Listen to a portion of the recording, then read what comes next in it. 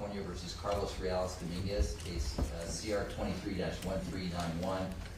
We have counsel present, the defendants present. We have 18 members of our jury present for this Thursday, May 8th, and this is evidentiary day. We're in the people's case in chief, and let's go ahead and jump right in. Mr. Gamora, are we going to bring in Ms. Cole? Yeah, I can go grab her now. Okay, let's get Ms. Cole, yes. It's Sherry, right? Correct.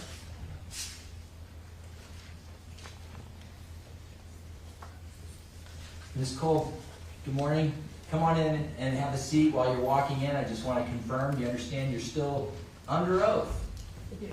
And you would agree to abide by that oath. Yes, sir. All right, super.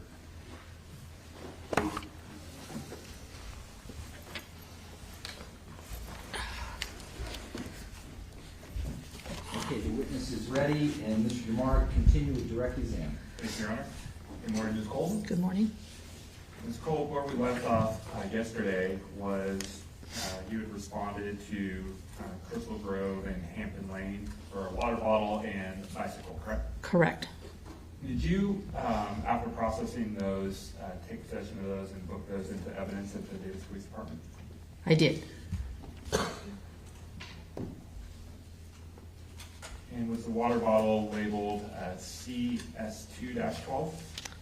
Without referring to my property page, I would not know what it was referenced to, but Do you have that with you? I do. Would you refresh your recollection to look at that? Sure. With His Honor's permission? Okay.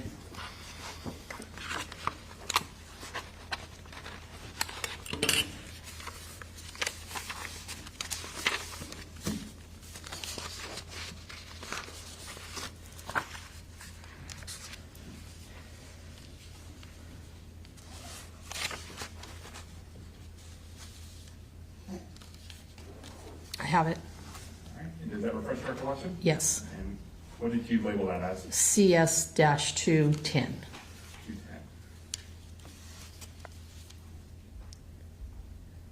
Great. Now, one shifting gears here. Did you recently, you're obviously familiar with Sycamore Park, correct? Correct. And I want to show you People's Exhibit 64. If I may approach, Your Honor. Okay.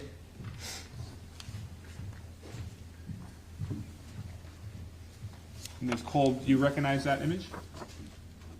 Not the image itself, but I recognize that it's Sycamore Park. Do you recognize that diagram as something you produced? That I produced? Yes. I don't recognize that it's something that I produced. Okay, hold on 1 second there.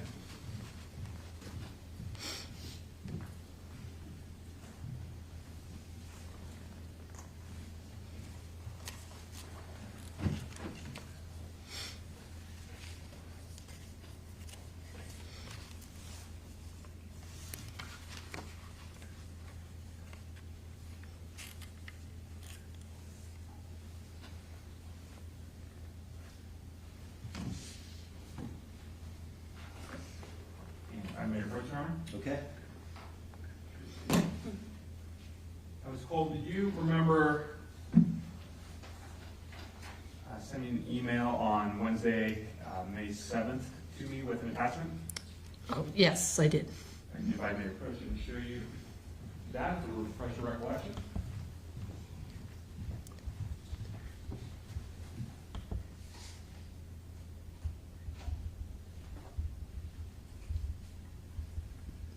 That would open, that would help.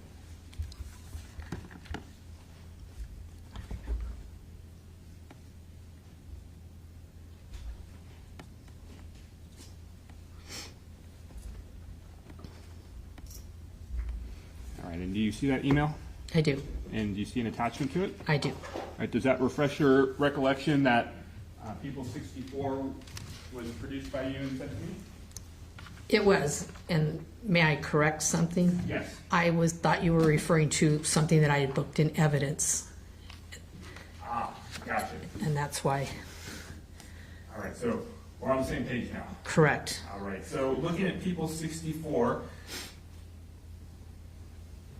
is that a piece of evidence that you produced? It is. And Is that with Sycamore Park, is that a fair and accurate depiction of Sycamore Park to your recollection? It is. And at the time of April 29th and April 30th of 2023, has the park changed from what we see here? Not to my knowledge, no, sir. And as part of producing that document, it's a Google map, correct? Yes.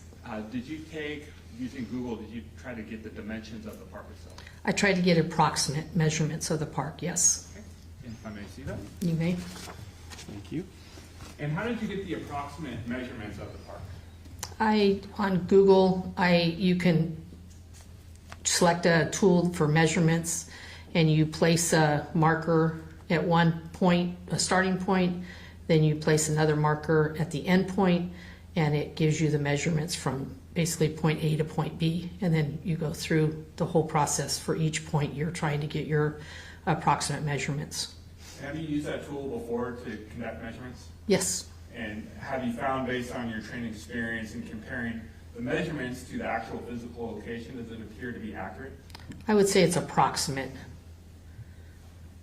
Permission to produce harm? Okay. Or publish, excuse me. All right, looking at People's 64 here. Now, Ms. Cole, in looking at this exhibit, Sycamore Lane is on the right-hand side. This green area is the park, correct? That is correct. Right below this red line, it says 458 feet. Is that an elementary school not considered part of Sycamore Park? No, that would be considered it could be the south edge of that perimeter, that park there.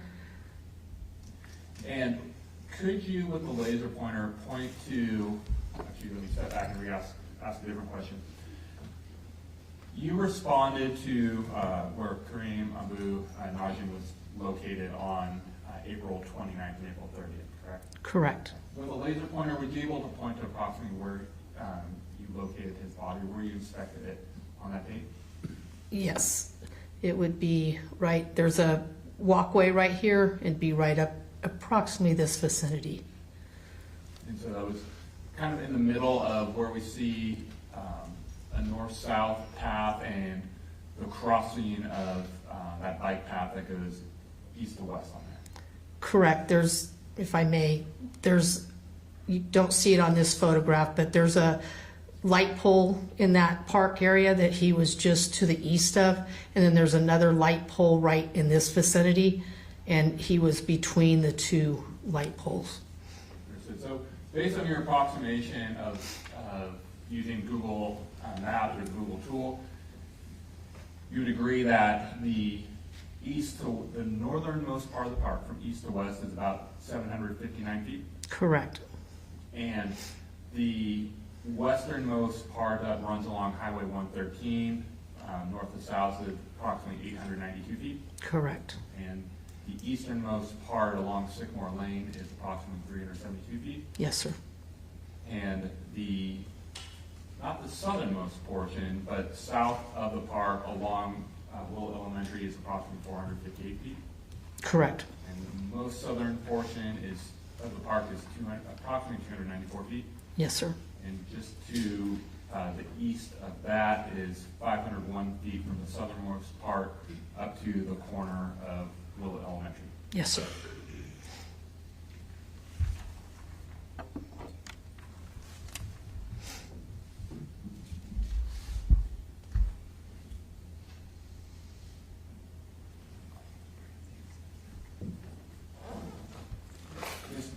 Ms. Cole, you've also been shown, as part of your response to ERT, you processed the bike and the water bottle we talked about. Did you go back to Sycamore Park itself and take photographs to document this? I did. And have you previously been shown People's Exhibit 15 with approximately 129 photos on them? I have. And are you familiar with those photographs?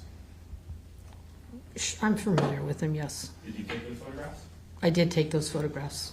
And did you take those photographs just after midnight into the early morning hours of April 30th, 2023?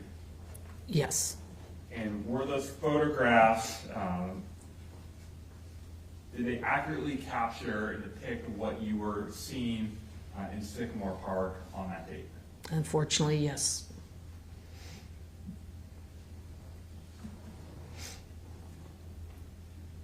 And, Your Honor, permission to publish, these are going to be, some of these photos are going to be graphic.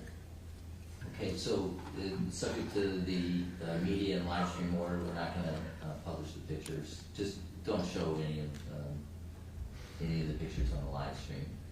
So how many are you going to go through? I'm going to go through most of the 129. I'm going to go through much more quickly than I did with Detective Torres the other day. Okay. Thank you, Your Honor.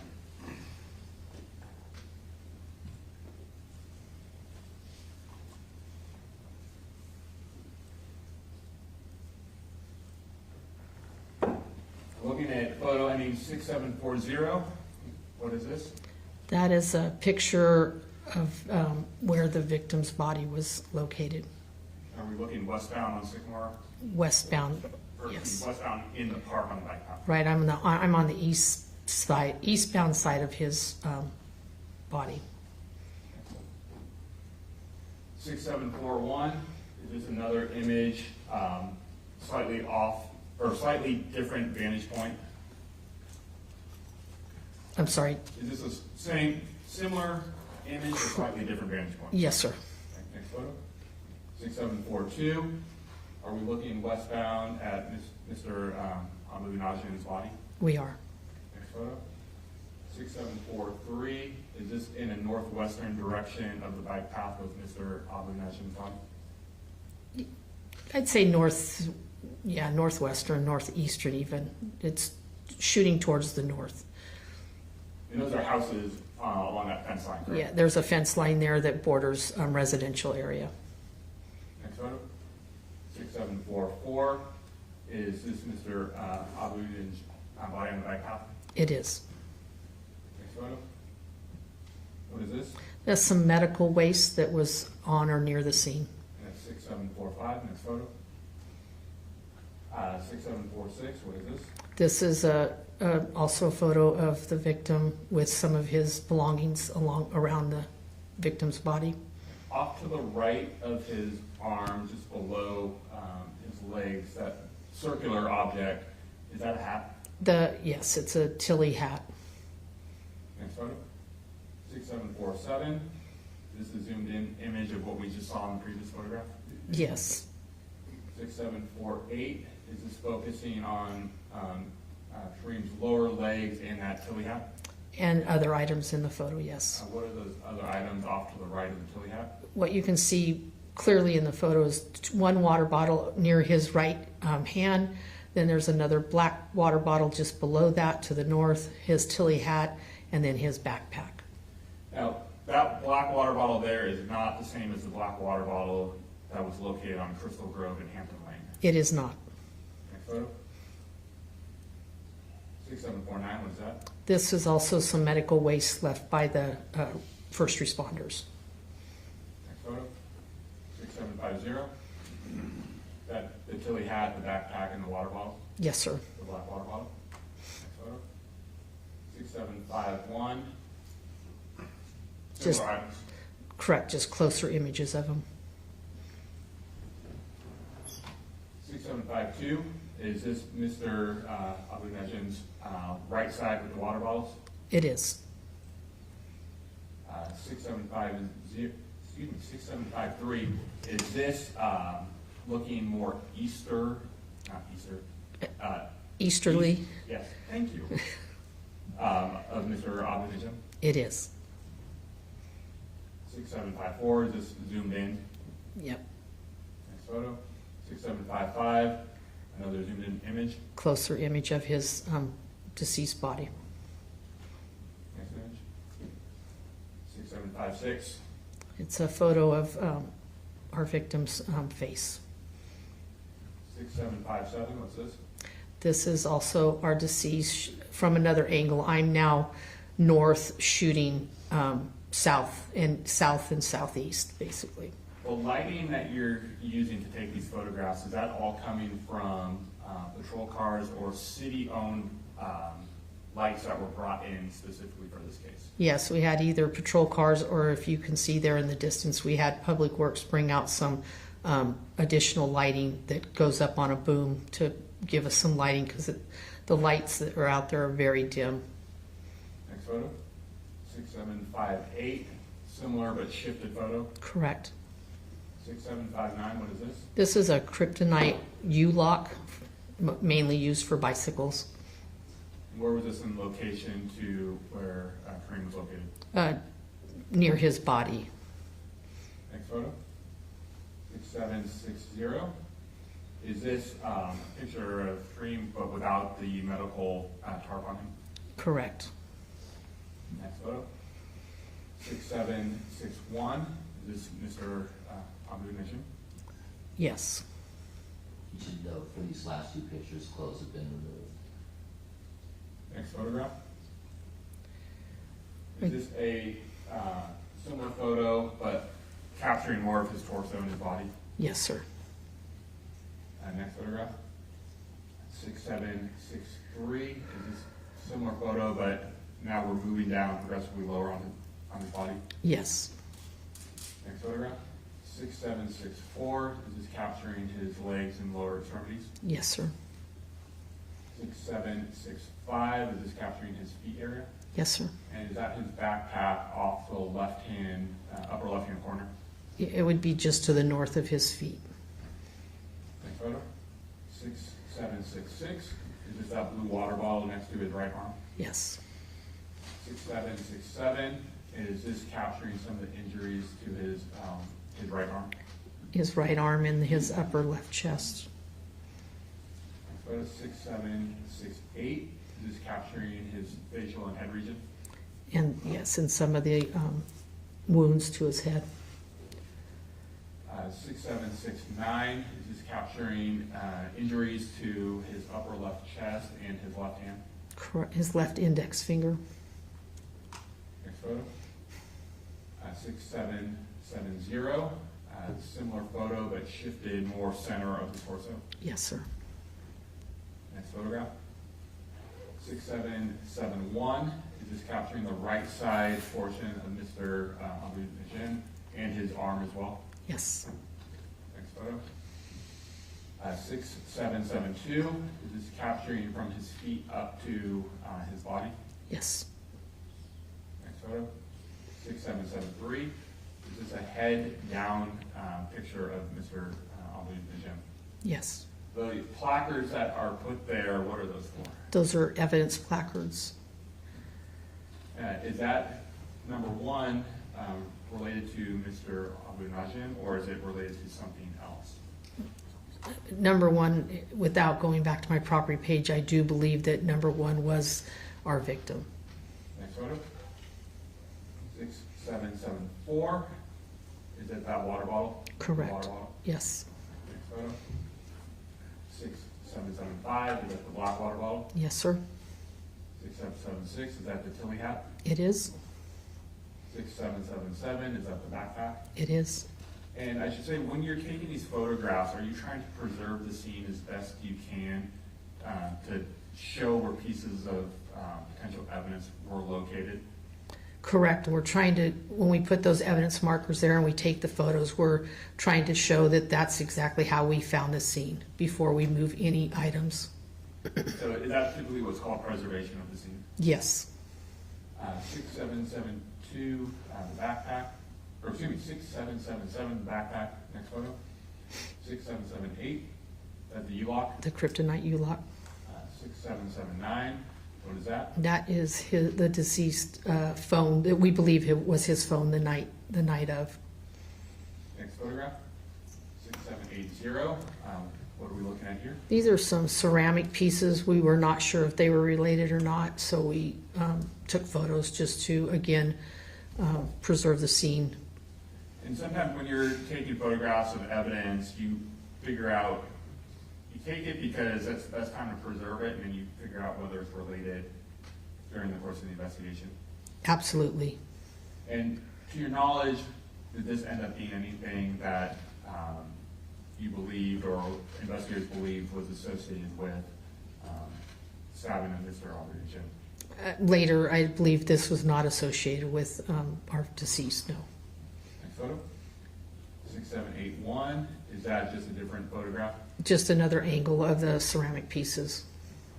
We go next photograph. 6784. What is this? Those are also some ceramic pieces that were found near the roadway or bike path on Sycamore Avenue area. So this is in the street, not in the park. It's just to the east of the sidewalk. It's like a bike lane there. Next photo. 6785. What is this? Again, some ceramic off to the right side, and there's the light poles right there in front. And there's a little bit of piece of ceramic there to the left. It's very small, and then the light pole is just directly in front of the evidence marker. Is that the first light pole that leads into Sycamore Park that we were talking about? Yes. Next photo. 6786. What is this? Without looking at my property page, I don't recall if that's his right Apple earbud or his left. It is an Apple earbud. Correct. I would refresh your recollection of which one it is in your report. If that's okay. It is with his honor. Okay.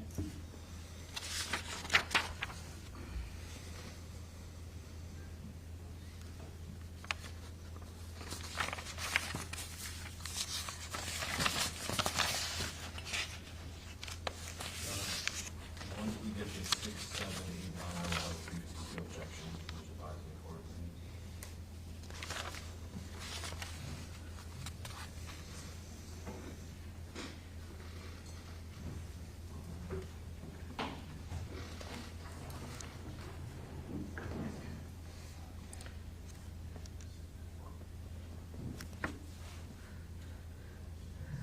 I'm refreshed. Yeah. We do not have it clarified if it's a right or left earbud. But it's just listed as an earbud. Next. 6787. Is this the other earbud? Correct. So there was two located. Yes. We had a complete set. Yes. Where was that located in relation to Mr. Aldridge? In the grassy area around his body. Was it close to the other earbud that was? I don't recall, to be honest with you. Next photo. 6788. What is this? These are glasses next to his right arm. And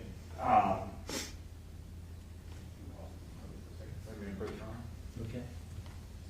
you weren't the one who collected the glasses, correct? Correct. But are you familiar with them based on the photograph? To how they were that night, yes. All right, approaching with People's 19A. Would you mind opening that?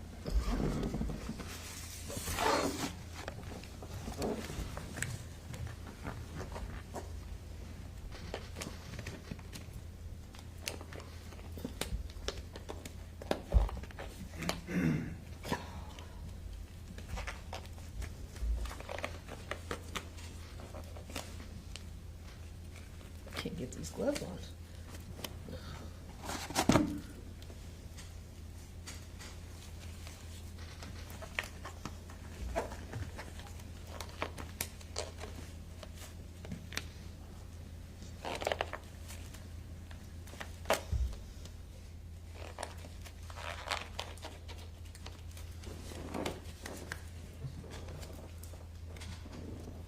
Go ahead and just peel the tape. Yes.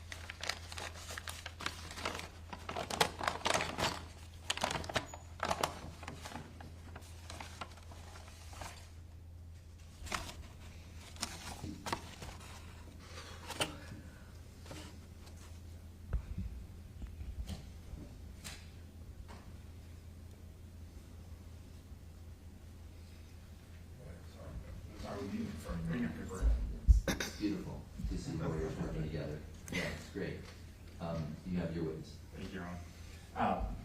Were you able to pull out the piece of evidence that's in there? All right. Yes. Perfect. And are those the glasses that you just photographed and the ones on the overhead? Yes. Those appear to be the exact same ones? They do appear to be the same exact ones. Where were those in relation to where Karim was located? Near his right hand. Thank you. You can put them back in the back.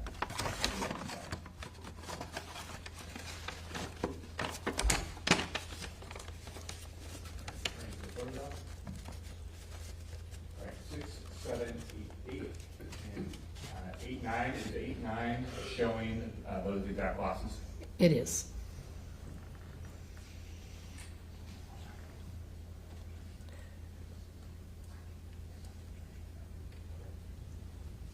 The 90?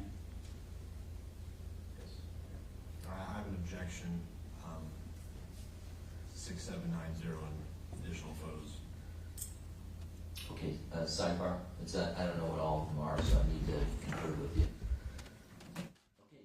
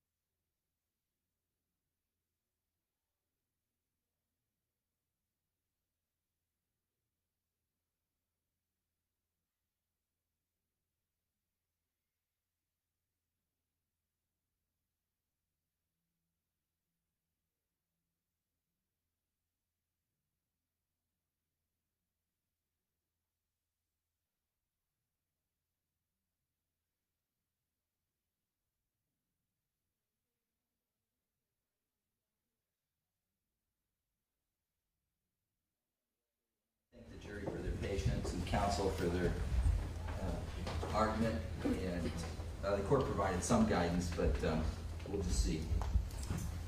Sure, yeah, just one moment, Your Honor. Okay. So for the record, there was a 352 objection, and as I just indicated, I provided some guidance regarding that objection, noting that it had some merit, and that's really where we're at right now until specific pieces of evidence are offered.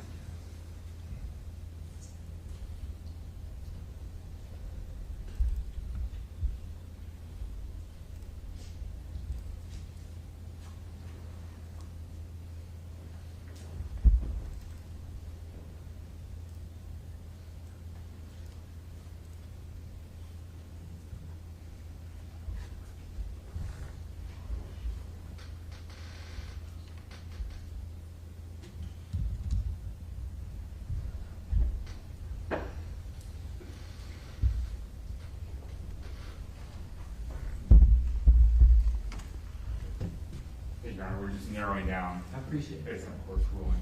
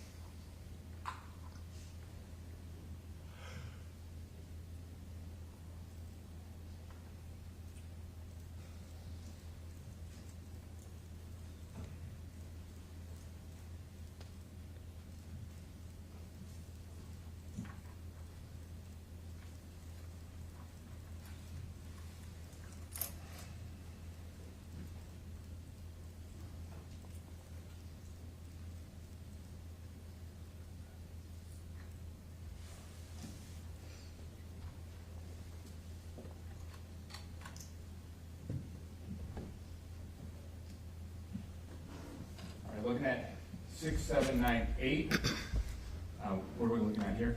This is our victim or deceased mouth, And why did you take a photograph of this? because it appeared that there was a tooth missing. Did you locate a tooth next to Karim's body? Once his body was moved, we found a tooth, yes, And did you photograph that as well? I did. Looking at 6864 with placard number 16, is this what you believe to be the tooth? It is, yes.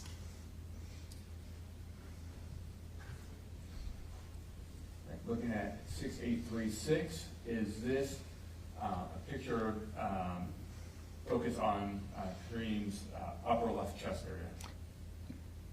Yes, Looking at 6851, was Karim's identification located as well? yes, And just a photograph of that? it is.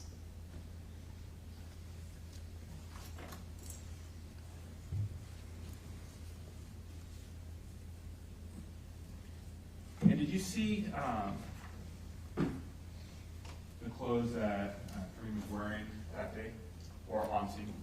Yes, And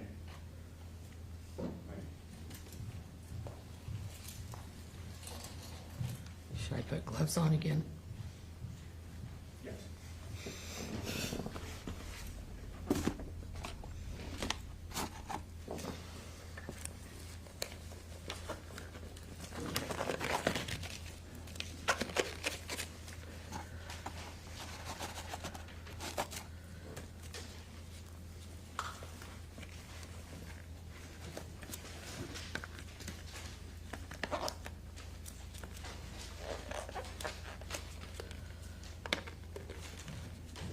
Showing you people 19B and 19C. Do you want me to reseal that one or initially? Sure. Yeah, I mean, I got off here.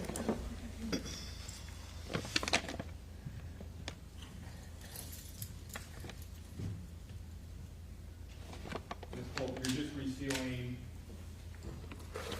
that previous exhibit, glasses. Yes, sir.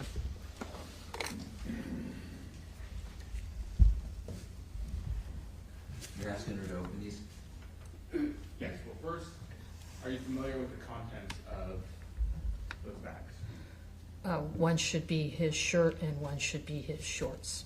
And those were things that you viewed on April 30th, 2023, when you were processing. Do you mind if I stand? I can't Oh, see. sure. Yes. And if you wouldn't mind, cutting it open and looking into them and seeing if you recognize those. Go for it. Go.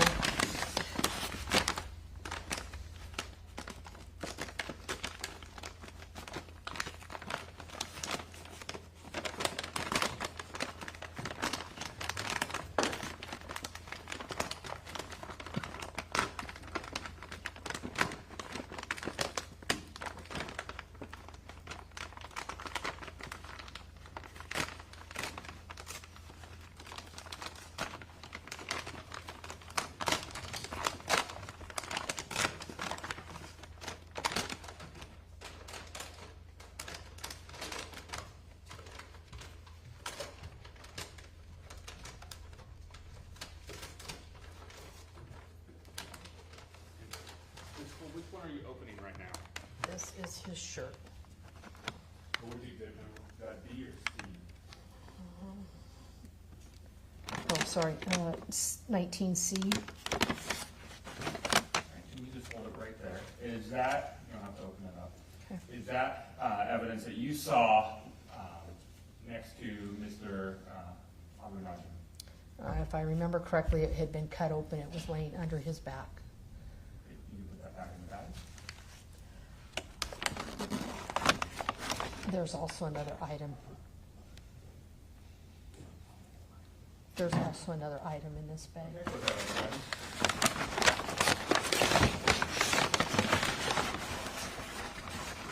It may be the original packaging because this was blood soaked that day, so this may be the original packaging. Okay, well, we will leave that in the bag.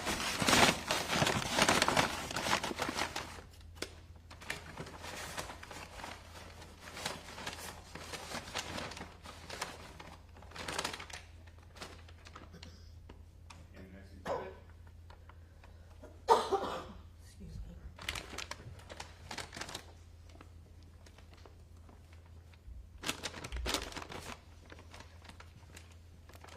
Now, I normally would change gloves. Would you like me to change gloves in between this? Sure.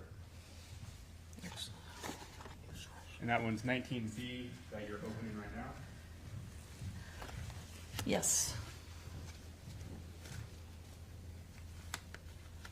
Well, what's the need to change gloves now that this has all been tested and so forth? Just to preserve integrity of evidence, not cross-contaminate. But it's all been tested.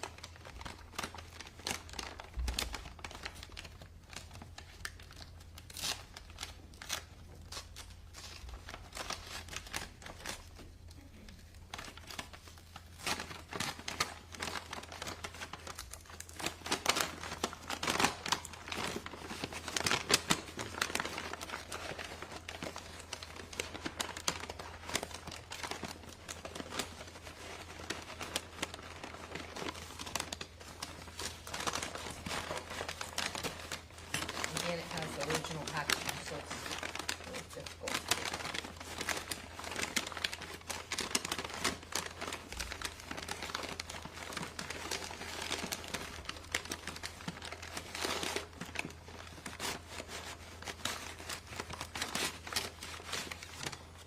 And Ms. Cole, what are those? These are the shorts that he was wearing on his body. And you recognize those shorts from April 30th of 2023? I do, because it had the the UCLA and the Under Armour logo on the bottom left. You can put those back. Sorry.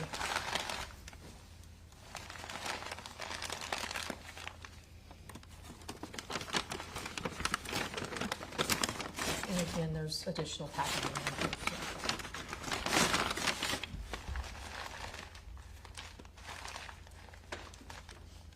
As you're putting those away, when you say additional packaging, is it common or is it standard procedure when you book a piece of evidence and then you open it, you take the original packaging and you rebook it every single time? It is when there's a blood-soaked item, because we, again, to preserve the blood from soaking through any other paper, we will take extra precautions and wrap it and possibly stuff like the legs so they're not touching each other, again, for cross-contamination. And so then when it's dried, we keep the original packaging back in just so everything is there.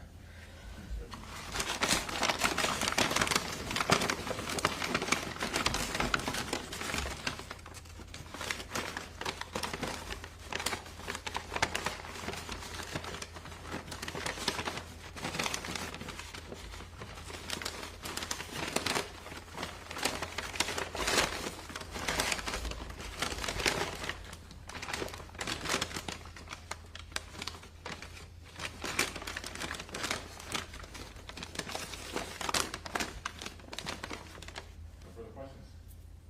Okay, thank you, Mr. DeMora. Cross-examination.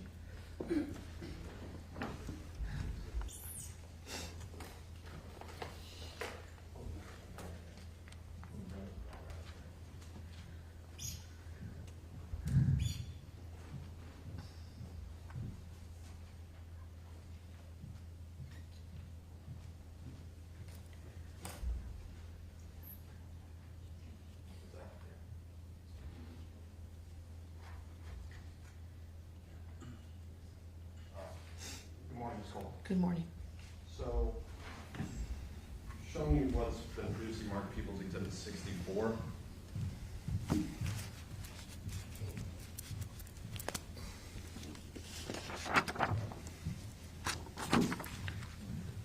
The map has been exactly right. Yes, sir. Is that People's Exhibit 64? Yes, sir. You prepared this? Have I what? You prepared this map. Actually, a coworker prepared it for me.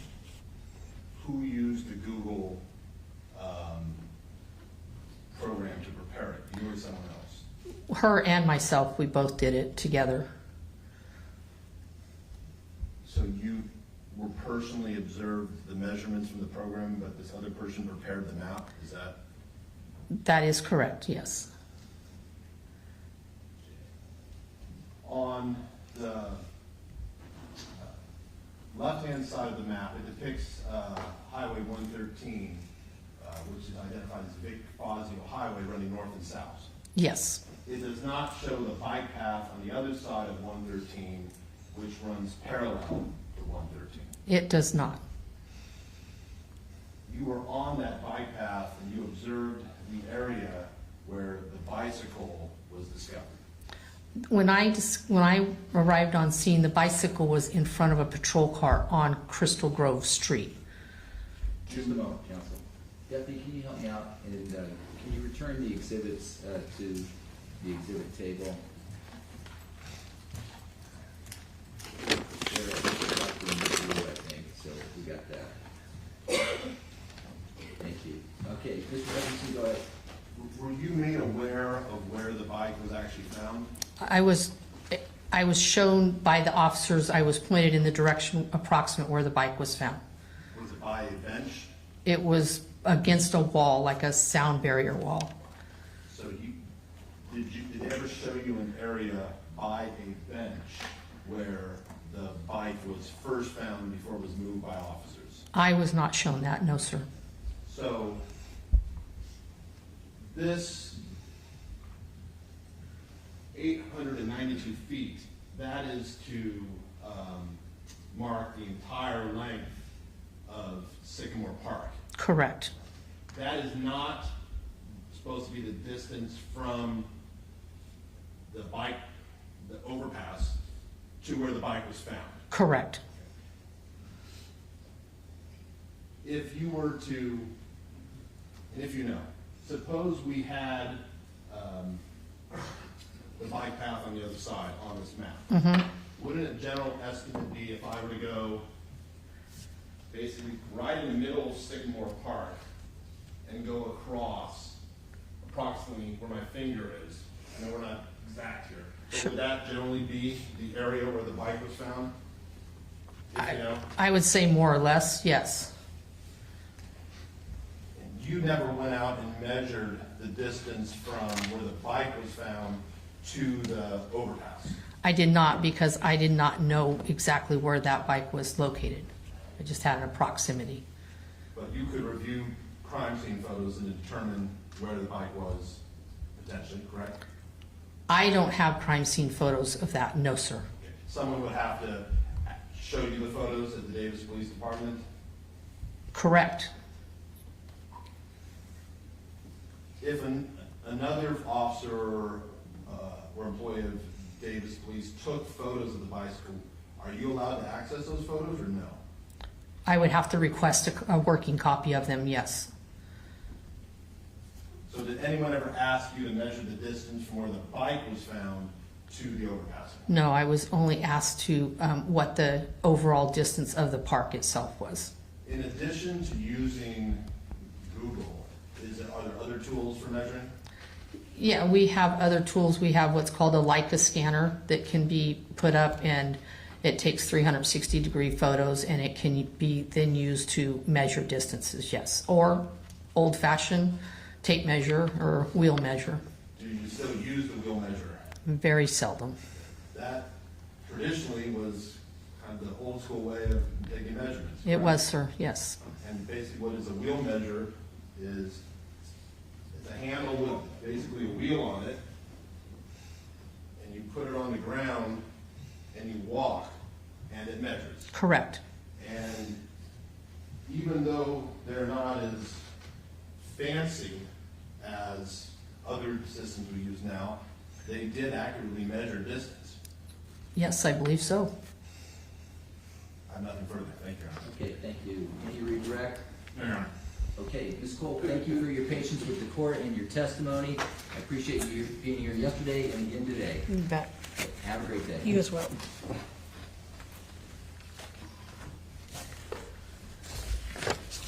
Okay, Mr. Demora, witness People are recalling Detective Alex Torres. Alex Torres, okay.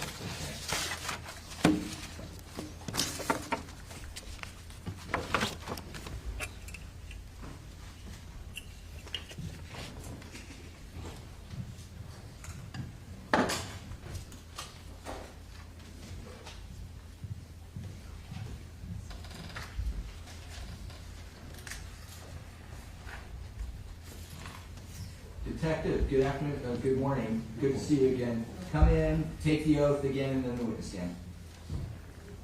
Do you solemnly swear the testimony you're about to give in the cause now before this court will be the truth, the whole truth, and nothing but the truth? I do. Please be seated.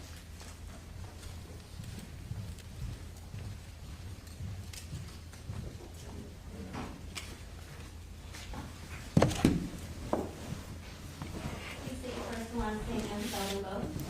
Alex Torres, AlexTorres. Okay, direct. Good morning, Detective Torres. Good morning. Detective Torres, did you attend an autopsy conducted on May 1st, 2023 at the Yolo County Sheriff's and Coroner's Office? Yes. And was that an autopsy for Karim Abu Najm? Yes. During that autopsy, did you take photographs? Yes. Have you previously viewed People's Exhibit 20 that contained photographs from that autopsy? Yes. The photos on there, were there 65 photographs on that exhibit? Approximately. Did you take those photographs? Yes. Did you take them on May 1st, 2023? Yes. And you're familiar with each one of those photographs? Yes. And those photographs captured what you were photographing at that time, Yes. and fairly accurately depict what it was that you're taking pictures of Mr. Abu Najm's injuries and his autopsy. Yes. As part of your role in the autopsy, did you take possession of a blood stain kit that contains a blood sample? Yes. And that's a reference sample for DNA for Mr. Najm? Yes. And you take possession of a sexual assault and homicide kit as well? Yes. Is that something that's booked into evidence? Yes. No further questions? Okay, thank you. Any questions? No, Your Honor. Okay, Detective Torres, thank you. Have a good day. You too. Thank you. Okay, Mr. Dumore. We'll call Dr. Sarah Adishman. Okay, Adishman. thank you. We'll get the spelling.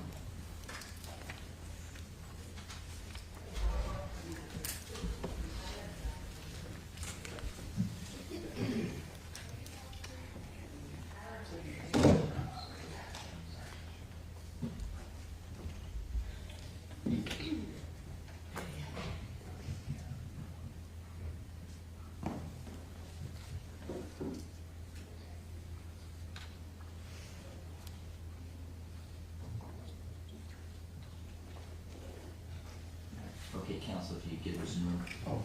Come on in. If I can have you stand right here at the podium. Good morning. Good morning. Thank you for being here. The clerk's going to administer an oath to you. After you take the oath, and I want you to have a seat in the witness stand, 2 lawyers to ask questions, okay? Okay. Please raise your right hand.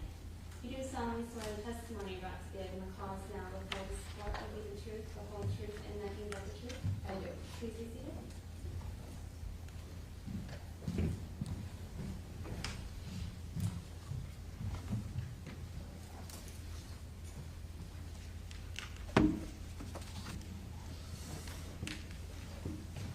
Please state your first and last name and spell them both. Sarah Avedschmidt, Saaravedschmidt. Okay, thank you. Mr. Dumore, direct exam. Thank you, Your Honor. Good morning, Dr. David Schmidt. Good morning. How are you? I'm doing well. Good. What do you do for a living? I'm a forensic pathologist. What is that?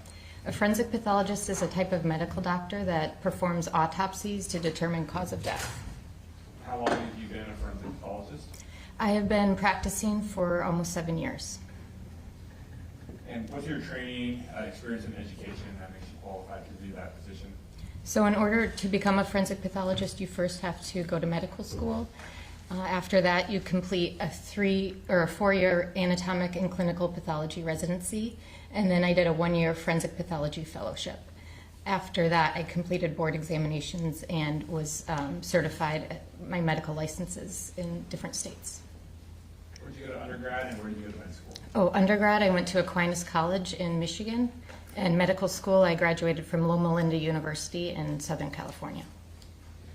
So you said you did your residency and a fellowship as well? Yes. What do those focus on?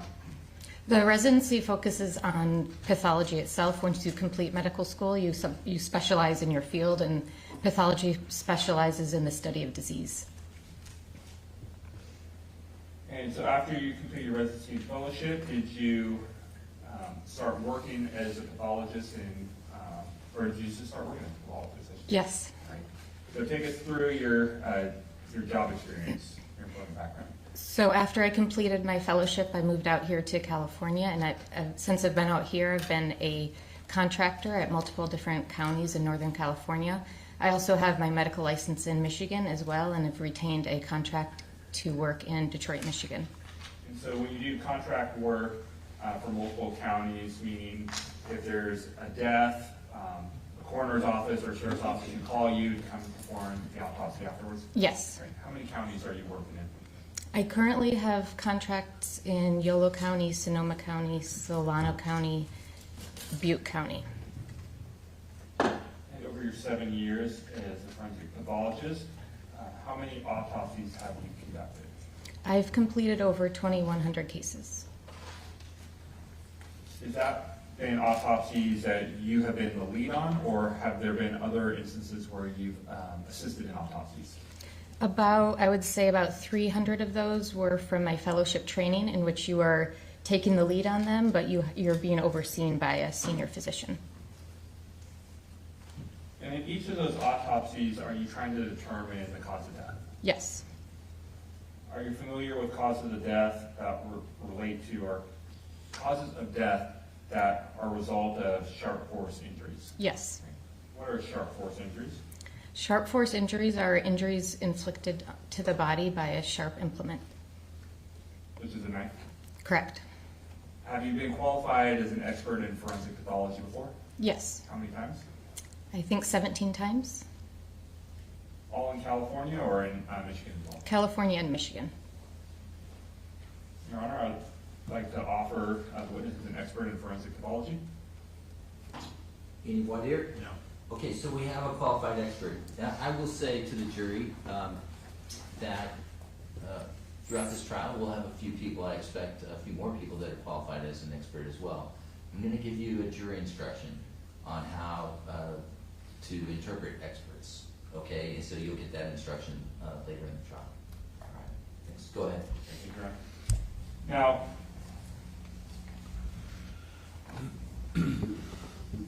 Dr. Evan Smith, when, and I think I butchered that. Did I butcher It's that? okay. It's Avid Schmidt. David's. Write that down. I've been saying it wrong the entire time.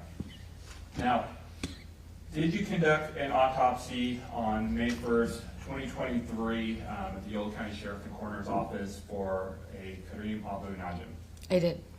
And did you generate a report based on your findings as to the injuries and the cause of death? I did. And if I may approach with Exhibit 21. Okay. Thank you. You are welcome. And do you recognize that? I do. What is that? This is the autopsy report I authored for Karim Abu Najm. And that report, I should say, in general, when you do an autopsy, you produce a report close in time to the time you do the autopsy. Yes. Right? And did you create that report at or near the time of the autopsy? Yes. Do you make such reports, including this one, as part of the regular course of your business? Yes. And are you familiar with how this report is prepared? Yes. Because you prepare it, right? Correct. And what sources of information do you use to generate these reports?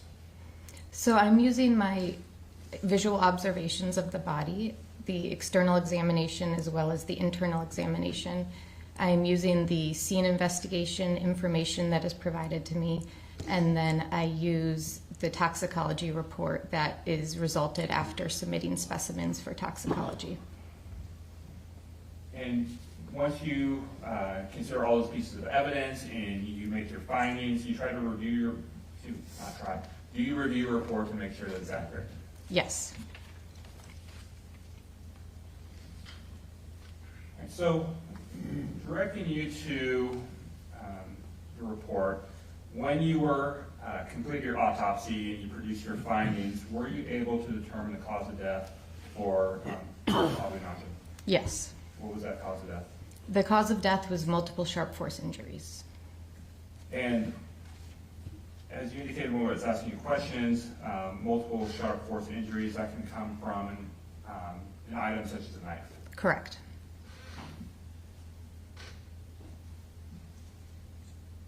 How many multiple sharp force injuries did you identify during the autopsy? This case had 52 sharp force injuries. Were there two different types of sharp force injuries that you identified? Yes. What were the two types? I documented both incised wounds and stab wounds. What's the difference? So an incised wound is a fancy word for a cut, so it's more of a superficial injury, and then a stab wound is a deeper, more penetrating injury. How many stab wounds were there? There were 40 stab wounds. How many incised wounds? 12. Now, do you document in a diagram, and I will permission to publish them? What is it? The diagram, similar to what we saw yesterday. It's part of Exhibit 21? Yes. Granted. It's a diagram, okay. And just showing this. You can-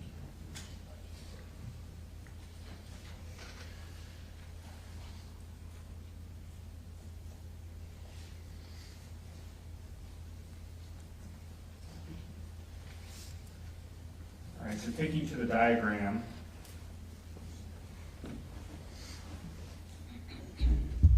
Now you have 4 different diagrams in your autopsy report, correct? Correct.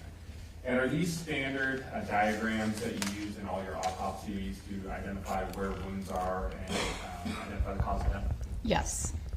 So taking you to this is the front and back side of an adult male, correct? Correct. Right. So looking at the left image, you identified multiple areas with SW or IW, and do those stand for stab wound and incise wound? Yes. So looking at, and we'll use exhibits from, or pictures from 2020, focusing on, and we're not going to, I should say, when you identify wounds by number, is that in the particular order of how they were inflicted? No. Why do you give those numbers on this chart that way? It's purely for documentation purposes, so it's an arbitrary number. I go from top to bottom. Just to make sure that you can keep all of them consistent and identify them? Correct. So I will start with this area SW 6-23. Wait, we're not showing, we're showing pictures of the body? Yes, they're on Okay, your so graph. that, the media order is in place, so they can't be projected, right? So we can continue live stream, but not the photo. Okay, thank you. And for the court, I'm going to switch between the diagram and the photographs as well, like we did yesterday. Okay.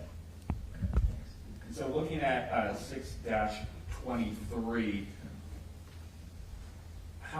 what area are we looking at on Mr. Abu Najm's body?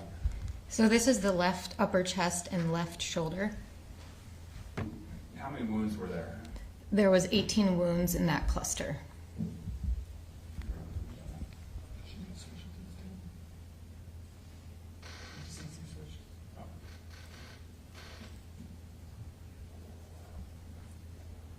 And does this reflect SW 6-23?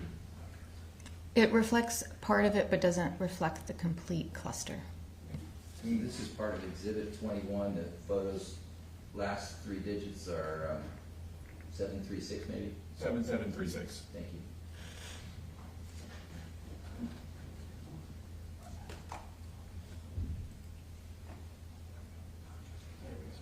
Now looking at 7737, does this show 6-23?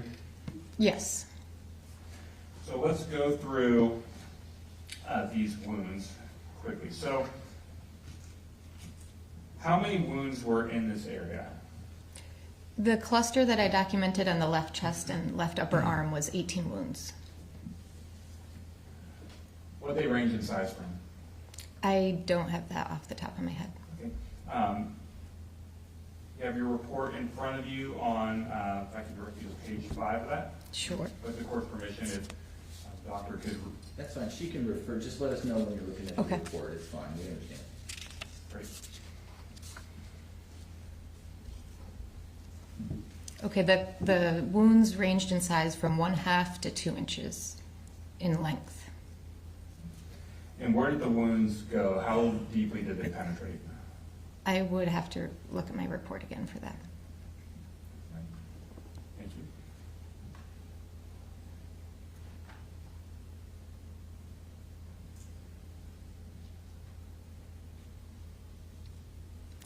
They extended to a maximum depth of 2 to 5 inches.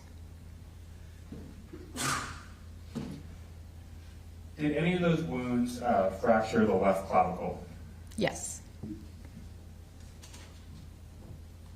Were there any other fractures at those, in this cluster that those wounds created? Yeah, so this cluster also fractured multiple ribs on the left side of the body. Are we able to tell how many ribs were fractured? I believe it was 3, but I would have to look back to make sure. If that were fractured.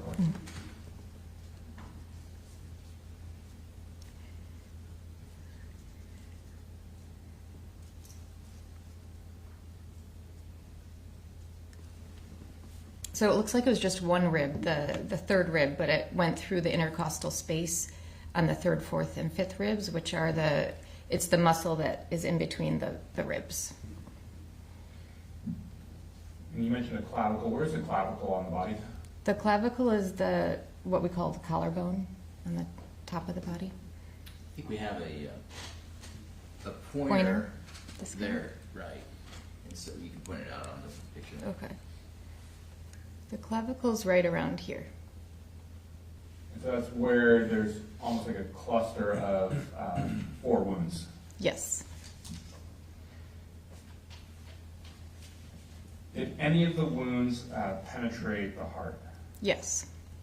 Are you able to tell which one in this cluster penetrated the heart? I wasn't able to tell which wound caused which injury, given there was so many wounds in one area and so many internal injuries in that area. Therefore, I clustered them and was not able to determine which wound was which. When you say internal injuries, what other internal injuries did you identify? So there was injury to the heart in multiple places, as well as the lungs in multiple places.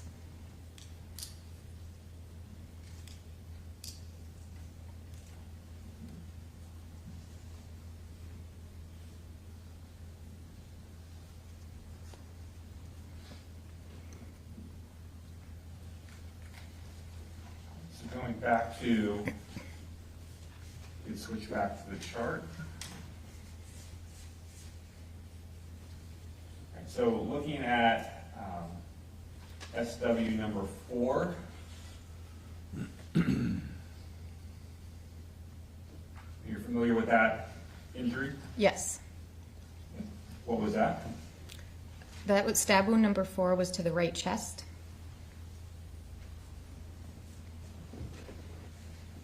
And how deep was, what was the size of that wound? I would have to look for the size.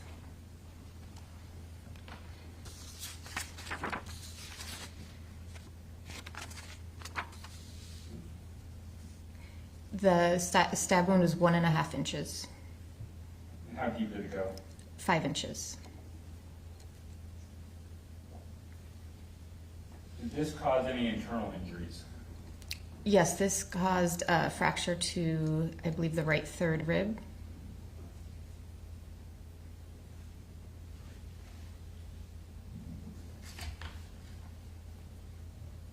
So going back to the chart, looking at SW 32 and 33, what are those?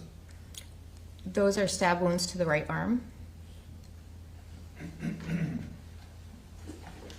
what were the size of those? I would need to look again.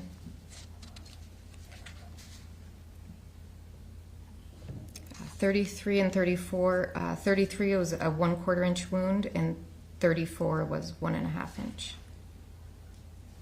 Can you point out the injuries on this photograph on 7744? I believe it's this one and this one. And so you were pointing to the upper right arm, sort of in the bicep area. Yes. And how deep did those injuries go? I'm going to look at my report.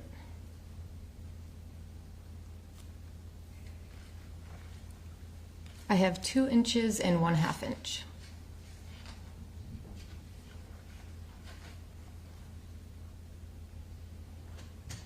All right, switching to 4 and 5. SW4 and SW5, where are those located? On the right chest. And what were the size of those injuries? I'm going to look at my report again for that. Yep, go ahead, and then after this, Mr. DeMar, we're gonna take our break, so Okay. go ahead, he has that size. Number 4 is 1.5 inch, and number 5 is 1 inch. Okay, great, thank you, doctor. We're gonna take our mid-morning break. It's gonna be 15 minutes, and we have more questions for you. So you're excused, enjoy your break. To the jury, mid-morning break, don't form any opinions, don't discuss, don't research. I'll see you back on the other side. Thank you. Counsel, enjoy your break. Off break.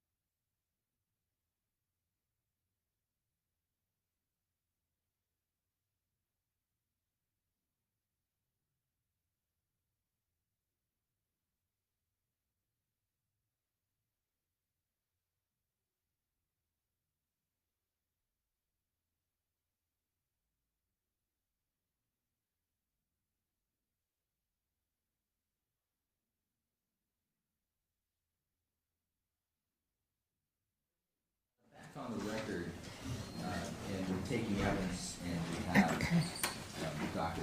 Schmidt from the witness stand. I do want to address a few issues before we get back to her direct examination. First, I'm told, and I didn't know this, that some of the chairs over there are missing bolts, or the bolts are loose in the jury chairs. And I'm also told by maintenance that they came in very early this morning and fixed a chair. I think that's number 4 they fixed. And then now I understand there's another chair that may be loose. So we have maintenance on it. Please write a note if something's uncomfortable like that. I really appreciate you giving me notice on that. And then secondly, I do want to advise all of the jurors to stay alert, and it's helpful if your eyes are open at all times. So I'm confident that all the evidence is being taken, and I know sometimes in that first session right after lunch,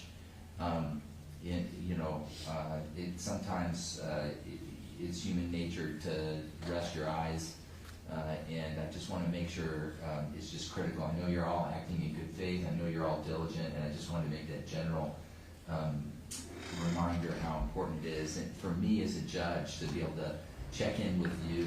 You probably see me looking at you during the taking of the testimony and everything, and it's my job to make sure everybody's alert and paying attention. And so it's really important that be the case. So that's just a reminder. And then it's also a reminder that at any point in time, if something arises during the trial that triggers your duty to disclose something, that you write a note. I have a note on that vein right now. Although, what number did this come from? Number 2, right? It didn't. So if you write a note, make sure you put your seat number on that. So I'll address. I'm not concerned about that right now. I'll address it later. So anyway, thank you for indulging me on some short admonitions, and also I don't know that I said good morning to everybody who jumped right in. So good morning, and thank you for your service. So let's keep going, Mr. Demora, and this is direct of Dr. Schmidt. Thank you, Your Honor. Before the break, we had been talking about stab wound number 4, and you mentioned that there was a fracture to one of the ribs in that. Do I have that correct? Yes. Is a fracture a break? Yes. Do you know, based on your medical training, experience, and expertise, how much force it would take to break a bone like a rib or a clavicle? It's hard to really quantify and answer that question. It takes a significant amount of force, but it's hard to quantify how much.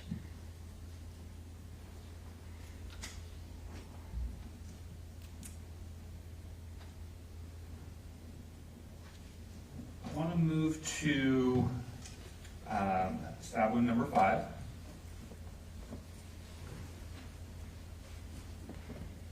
And so where is that located? Stab wound number 5 is on the right chest.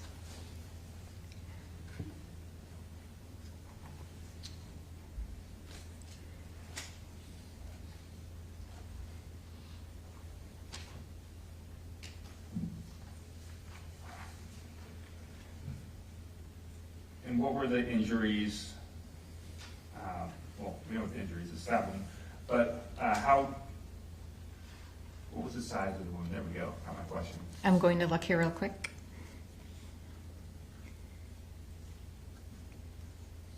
The wound was 1 inch and extended to a depth of 2 inches and fractured the right 6th rib.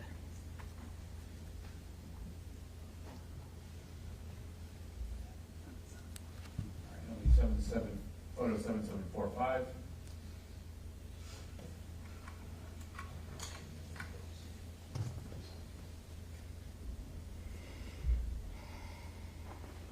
And doctor, is that stab wound number 5? It's a little hard to orient here, to be honest.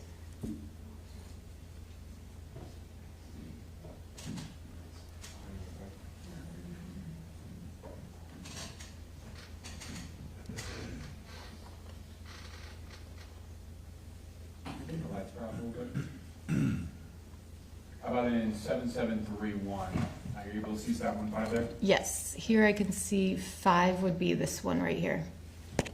And would you be able to point out stab wound 4 as well? Yes, stab wound 4 is also to the right chest, a little higher.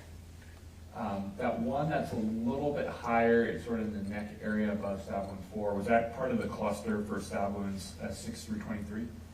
This wound right here? Yes. Yes, I believe I clustered that with the 18 wounds on the left chest.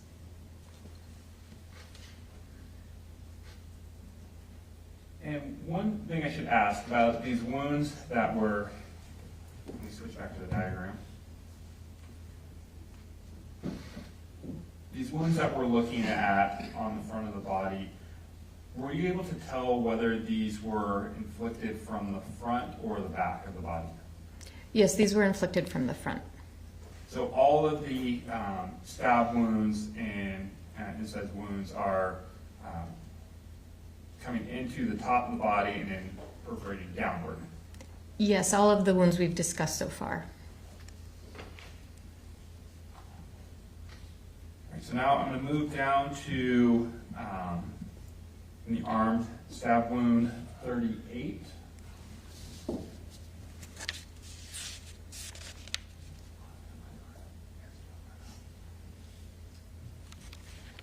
And where was this injury, this stab wound located? This is to the right wrist. All right, and the same question I've been asking for the other stab wounds. What was the size of the wound and how deep was the wound? Okay, I'm going to check my report. This was a 1-inch stab wound and it extended a total of 1 1/4 inches. Okay, let's switch to a photograph. Is that stab wound 5, or excuse me, stab wound 38? Yes, that looks like it. Okay, the record of 7709.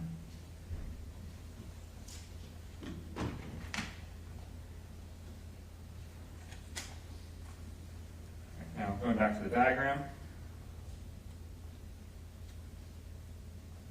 Want to go to, still on the front, IW incised wound number 12.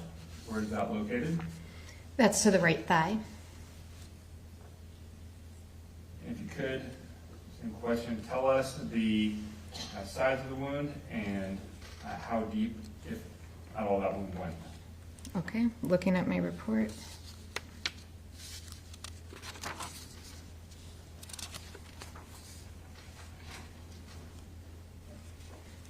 Number 12 was 2 inches in length and it extended into the superficial soft tissue.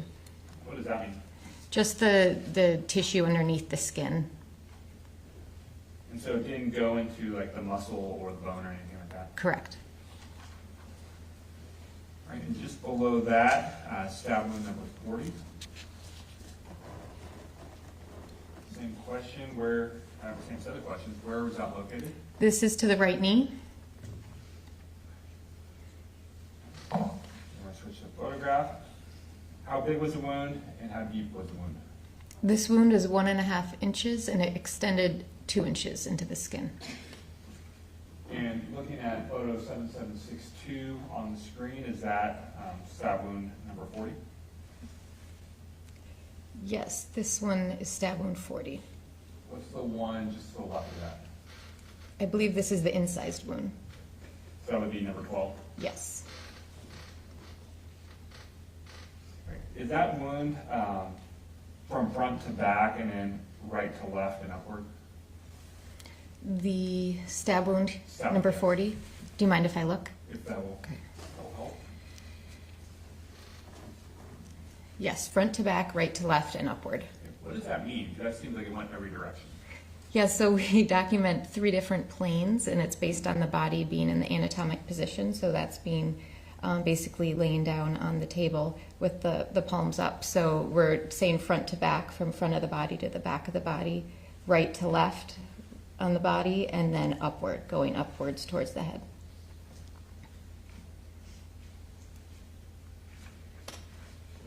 Now, do we cover all the wounds on, the stab wounds and inside wounds on the front of the body on the left side of the chart? Do you mind showing me the chart to Probably make should sure? do that would help.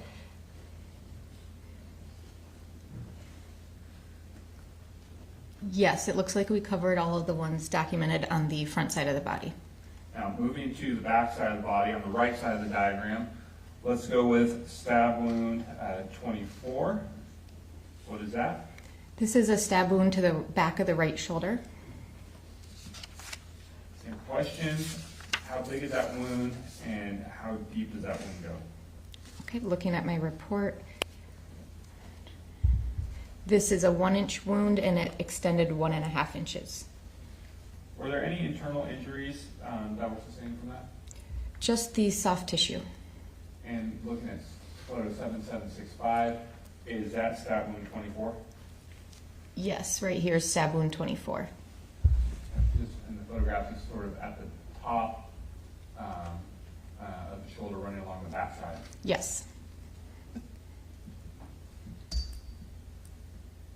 And what direction did this wound, was it sustained? Let me check again on this report.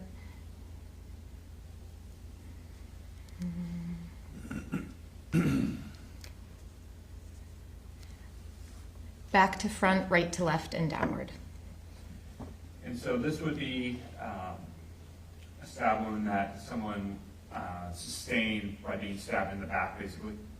Yes.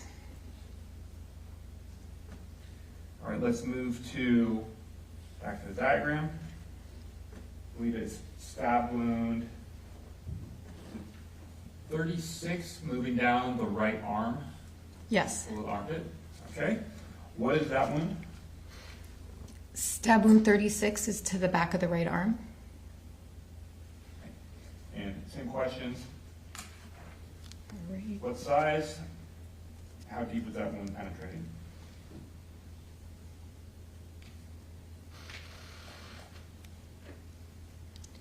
So I documented that one and clustered it with the other injury on the right elbow, and I gave a range from 1.25 inch to 1.5 inches, with an extension into the body for about 2 inches. And how did the wound track? What was the direction? I will check again. Upward. And going back to the diagram quickly. Oh, sorry. Going back to the photograph real quick. And that's 7750. Are those wounds 36 and 37 that you just talked about? I don't believe so. All right, well, we'll find one. Let me switch back to the diagram. When you say you clustered, I'm looking at sort of the elbow and tricep area. Is it these two, 36 and 37, that we're looking at? Yes. Now, actually, sorry.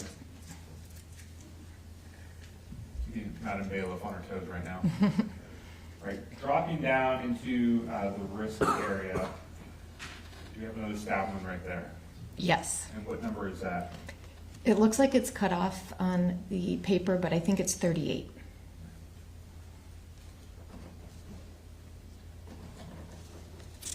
Let me ask you about 38 quickly. So 38, same question. How big was the wound? How deep did the wound go? All right, I'm going to look at my report. This is a 1-inch wound that extended 1.25 inches, and the direction was front to back and downward. All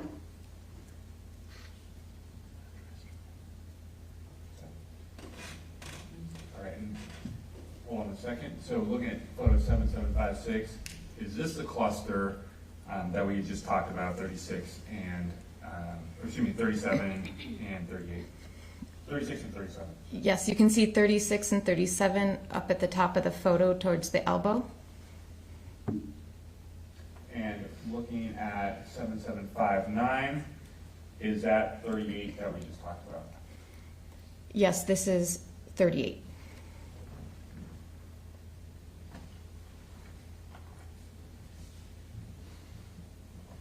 So I want to go to the head region. You documented injuries to Mr. Abu Najm's head as well during this autopsy. Yes. And so let's start with this upper diagram on the top left of the page. And so starting with IW, incised wounds 1 through 3, where are those located? Incised wounds 1 through 3 are in the right frontal scalp, so the right forehead.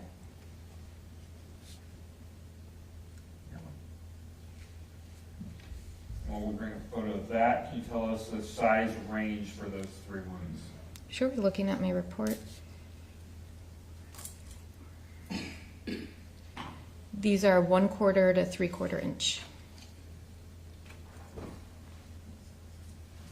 Now, as you indicated, since they're incised wounds, these don't penetrate deeper into beyond the soft tissue. Technically, the term means that the length on the skin is longer than the depth that it penetrates into the body. So it can penetrate into soft tissue or organs or bone. It just means that the wound is longer than the depth. Did these wounds, or any of these wounds, penetrate into the bone? Yes, 2 of these wounds penetrated into the frontal bone on the skull. And on image 7731, are you able to point to where incised wounds 1 through 3 are? Yes, incised wounds 1 through 3 are these 3 wounds right here, and these 2 superior or upper wounds are the ones that penetrated into the skull. Was there any hemorrhaging associated with these 2 wounds? Yes. And what is hemorrhaging? Hemorrhaging is blood, pooling of blood. And where did that blood pool? So in these wounds, I documented blood in the tissue underneath the scalp.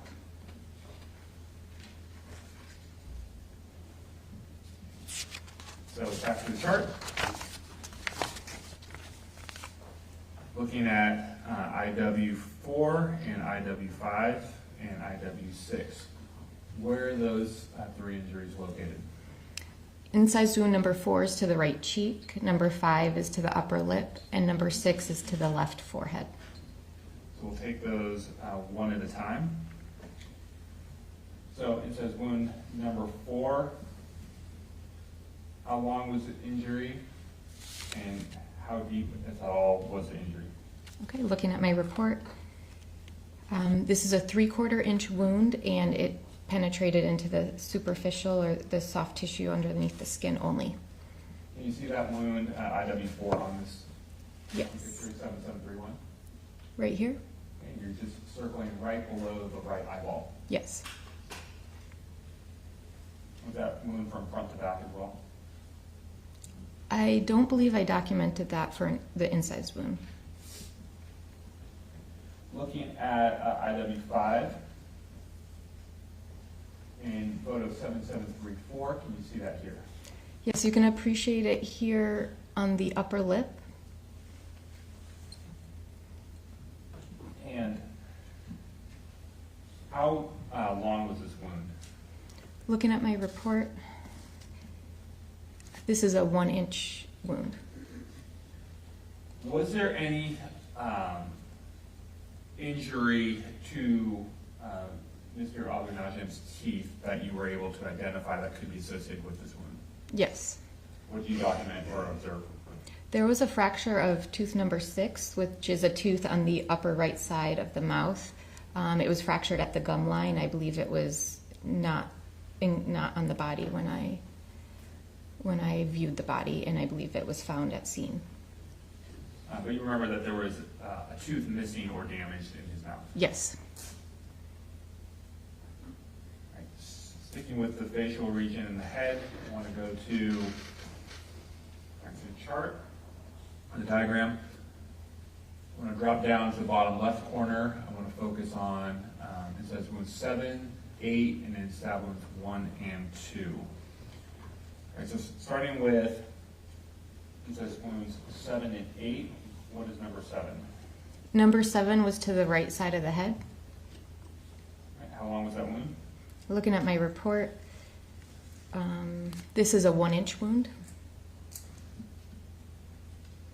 What injuries were associated with that? This wound fractured the right parietal skull, so the side of the bone on the side of the head, and then caused some bleeding underneath the skull on the brain, on the outside of the brain.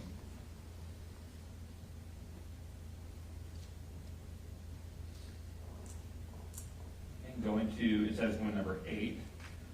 Oh, excuse me, can you see 7 on this photograph, on 7731? I cannot. That required shaving the hair to be able to visualize. All right, and going to incise wound 8, where was that located? Oh, actually, before you get there, is this incise wound 8 or 7? Number 7 was to the head. I believe this is 8. Okay, so looking at this is photograph 7733. All right, tell us about incise wound 8. Looking at my report, this is a 2-inch wound that extended into the superficial soft tissue. And where did this wound, how did it track? What direction? Right to left and downward.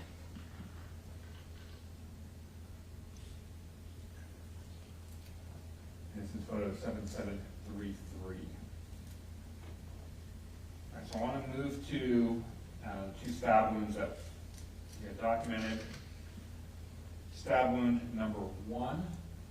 Are you able to see that in photo 7733? The chart might be helpful. Okay, switching to that. Okay, I see it there. Stab wound number 1 is in front of the ear on the right side. And stab wound number 2. And stab wound number 2 is on the right chin. So starting with stab wound number 1. Can you see that in this photograph? Yes, stab wound number 1 is right here in front of the right ear, and stab wound number 2 is right here on the right side of the chin. So with stab wound number 1, how big was that wound? Looking at my report. It's a 3/4 inch wound that extended 2 inches and went back to front and downward. Were there any internal injuries sustained from this that you could tell? Just the superficial soft tissue. And for the record, this is image 7732. I'm going to stab wound number 2. Are you able to see stab wound number 2 in this photograph? Yes, stab wound number 2 is right here on the right chin. What size, how big was that wound? Looking at my report.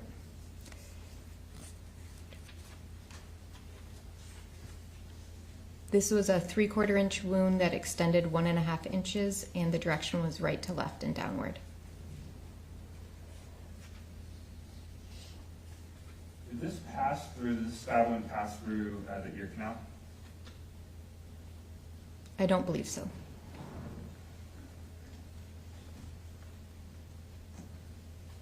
Now, moving back to the diagram. Bottom right corner, so on the head, we're looking at incise wounds 9 and stab wound number 3. Where's incise wound 9? Incise wound 9 is to the left chin, Where's stab wound number 3? and stab wound number 3 is to the left neck. So looking at incise wound in photo 7736, can you see those 2 injuries here? Yes. All right, where's incise wound number 9? Incise wound number 9 is the C-shaped wound here on the left side of the chin. Okay, and where's stab wound number 3? Number 3 is here on the left neck. So focusing on incise wound 9, how big was this injury? Looking at my report.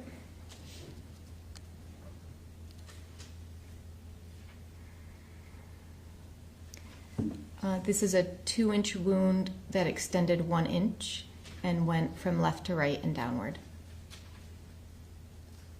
And how deep did this one go? 1 inch. Is there bone in this, well, it's not like a silly question. Is there, for this one, is there bone that a sharp force object could hit off of right here? Yes. Any indication, or were you able to tell during your autopsy whether something bounced off the bone or hit the bone? So right underneath this wound is the mandible or the jawbone, but during the autopsy I didn't see that it punctured it at all. So it's going to stab wound number 3. Looking How big was this wound? looking at my report, this is a 1-inch wound that extended 1 1/4 inch and was from back to front and downward.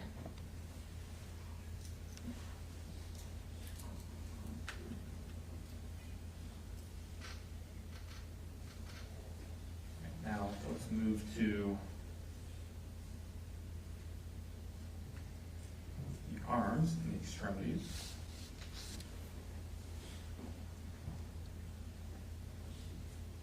All right, so looking at the right, we have, or excuse me, the left,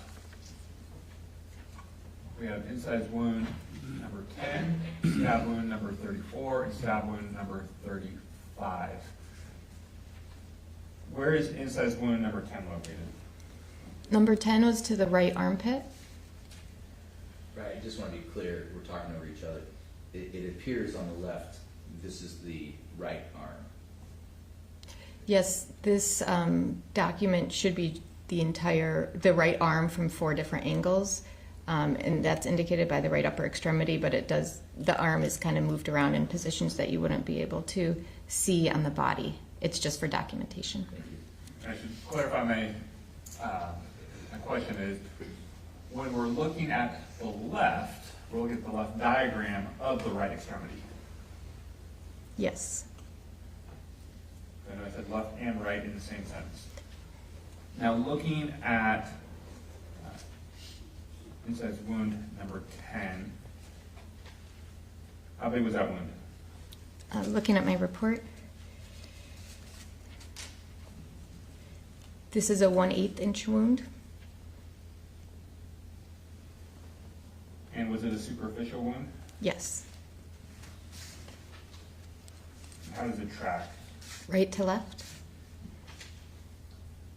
I guess you say, 'cause I keep asking how does it track. What is it? You know what I mean when I say how does it track? Yes. What does that mean? The track we document to what it looks like in the body, so we can see the wound on the outside of the body, and the tracking indicates the direction that it went inside the body. And looking at photo 7749, are you able to see incised wound number 10? I'm not sure I can. It might be this right here, but it's not one of these. How about all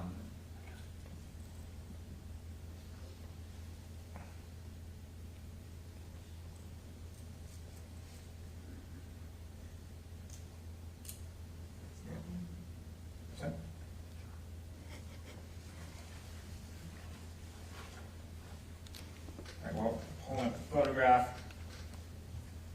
Let's talk about stab wounds 34 and 35.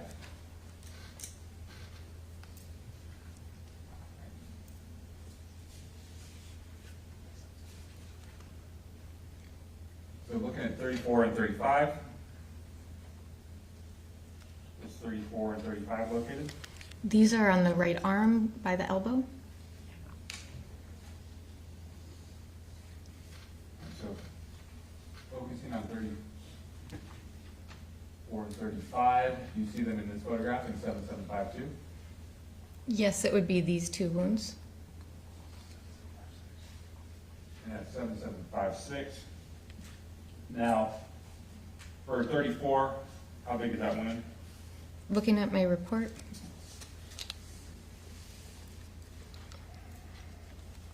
one and a half inch, and it extends 2 inches, and the direction was upward.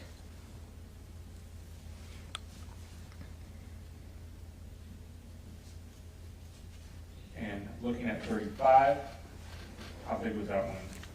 Referring to my report, This is a 1/4 inch wound that extended 1/2 inch, and the direction was upward. Now, going back to our chart, our diagram, excuse me. On the farthest right diagram on page 4, looking at the stab wounds at the top, is that 5 through 31? I think it's 25 through 31. 25 through 31.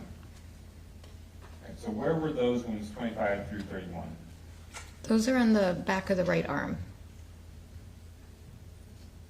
And how many wounds is that? 6 wounds. And is it in photo 7751? Are we looking at stab wounds 25 through 31? This looks like it has 3 or 4 of them. Are the rest of them covered up by the reference marker? Yes.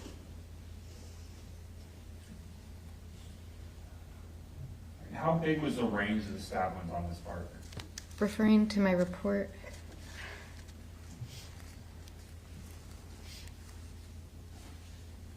uh, 1/4 to 1 inch. And what was sort of the area that they were all grouped in? The distance or the general area on the body? The distance. The distance, let me look at my report. This is a 4 by 3 inch cluster.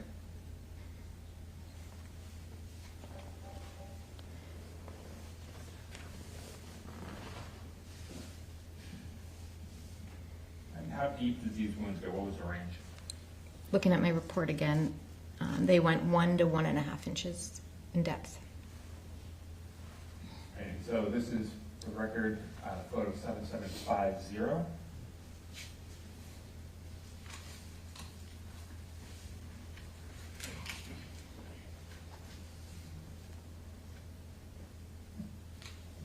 Just one moment.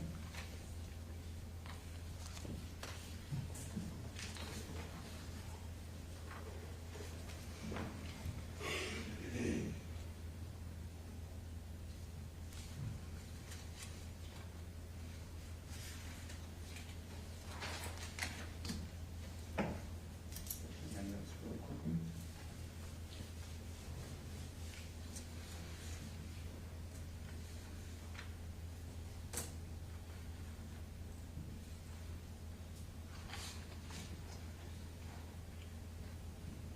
We're going to hands. I'm looking at this diagram from your report. Were there wounds, inside wounds to Mr. Karim Najm's hands? Yes, there was 1 wound. And that's documented in the bottom lower, left lower picture of this diagram. Yes, Is that inside wound number 11? yes. And looking at photo 7714, is that the injury, the inside wound to Mr. Najm's hand? Yes. If you could, tell us size of this wound and the depth, if at all. Looking at my report.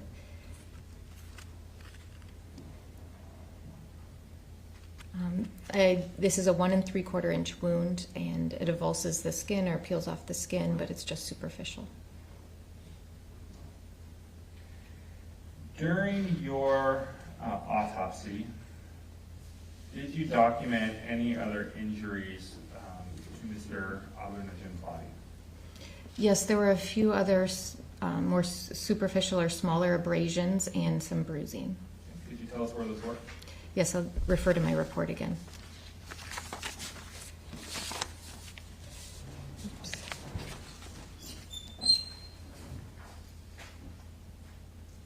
There were abrasions to the right neck, right elbow, and the right arm, and a contusion to the right chest. When you say contusion, what do you mean by that? A contusion is a word for a bruise. Could you tell whether these abrasions and contusions came from a sharp force or a sharp object, or did they come from something else?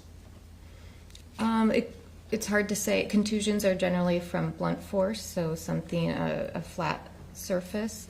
And abrasion is more superficial, and some of these were linear that could have been from sharp force, and some of them were not.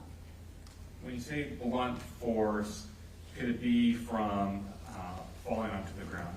Yes.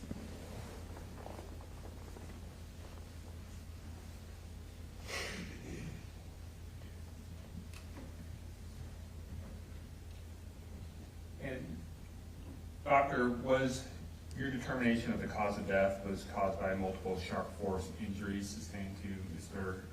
Karim Najm? Yes.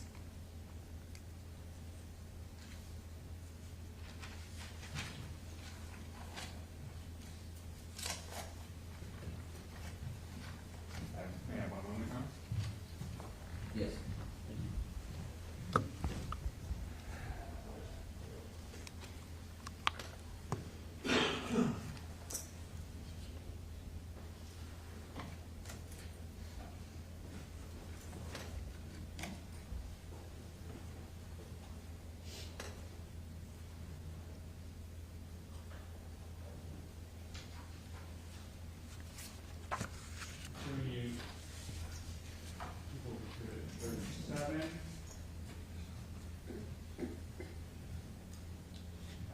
Doctor, hypothetically speaking, is this an object that would be consistent with inflicting multiple sharp force injuries? Yes.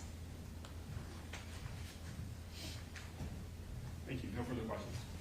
Okay, thank you, Mr. Demora. Mr. Hutchinson, cross-examination. I have no questions, Your Honor. Okay, thank you, counsel. All right, I have one question for you, Dr. Adam-Schmidt. Yes. What high school did you attend? Petoskey High School, In what city? Northern Michigan. Northern, all right. Northman. What's that? The Northman. Northman, okay. MacArthur General's, Decatur, Illinois. Oh, really? Yeah, for me. Anyway, thank you for your testimony today and have a great day. Thank you. Nice to meet you. Yeah, thank you.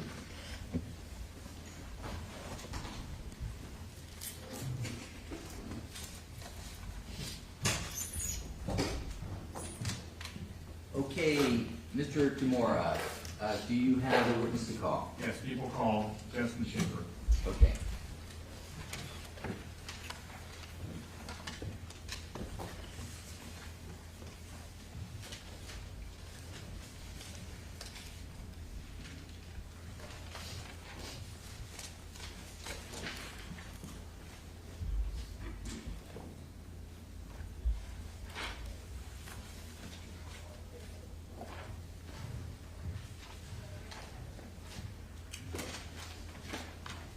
All right, Mr. Schaefer, good morning. Thank you for your patience. Please stand at the podium. My name is Sam McAdam. I'm the judge presiding today. I'm going to ask the clerk to administer an oath to you. After you take the oath, then I want you to have a seat in the witness stand, and we have two lawyers to ask questions. Before we do that, Deputy, would you gather that exhibit for me and return it to the exhibit table? All right, Madam Clerk. Please raise your right hand. You do solemnly swear the testimony you're about to give in the cause now before this court will be the truth, the whole truth, and nothing but the truth? Yes. Choose your side.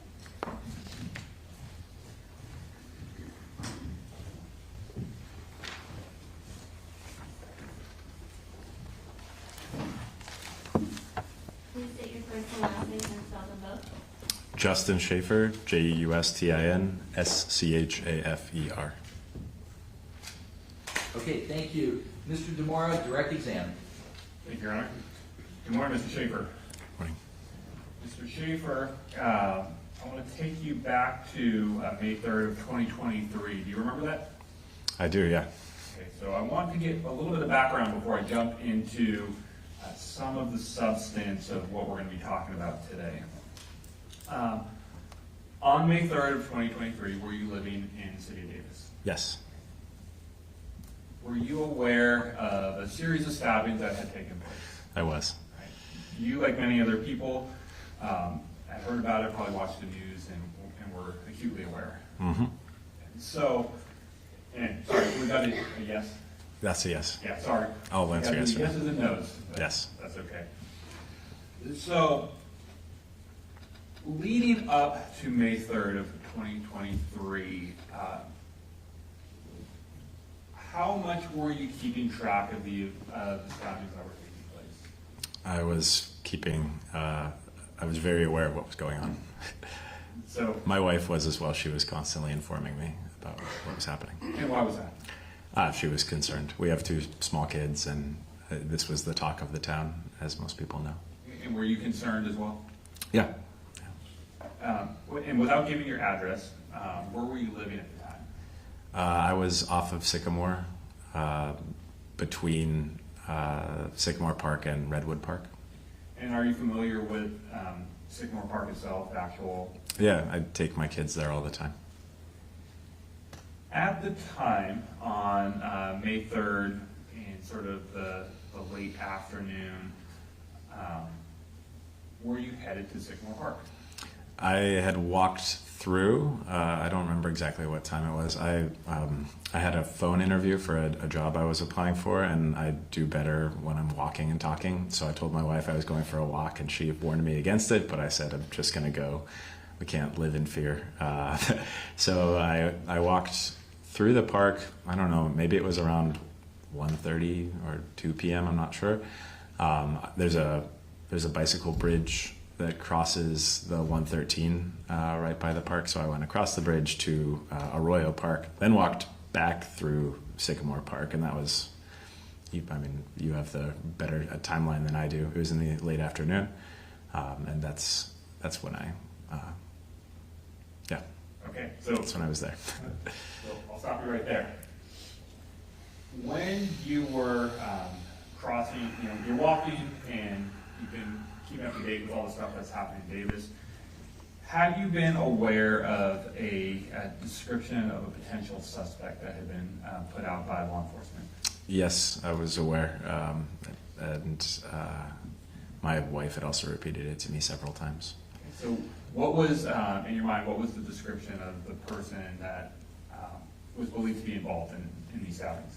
It was a young man, pale skin, dark hair, dark clothing, I think all black, and then Adidas slip-ons.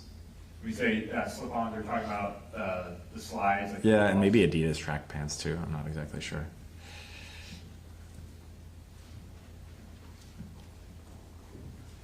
So as you're crossing, you said you crossed over into Arroyo Park, and that's in West Davis. Correct. And so did you use the footbridge that goes across 113? I used the footbridge both times, yes. When you came back across the footbridge from West Davis into Sycamore Park, did you see anything that stood out to you? Yeah, I was on the phone again, but I was walking through the park area. There's the path there diverges, and I took the path that goes closer to the playground. Again, that's a playground that I've taken my kids to many times. And I looked up in the playground equipment. I don't know how to describe it exactly. And there was somebody sitting on the stairs that at the time we were probably 30 or 40 feet away from each other, so I was able to see quite clearly, and the person matched the suspect's description to a T, and that's what I encountered. When you say matched to a T, what did you see? Exactly what everyone had been describing: dark clothing, dark hair, pale complexion, Adidas. It must have been Adidas pants, because I saw them clearly, and not the slides necessarily. And yeah, that was it. And what was, when you first observed this person, what were they doing? Just sitting there looking down. Anything, and when you say sitting there looking, let me step back. Was this a male? From my observation, yes. And what was he sitting on?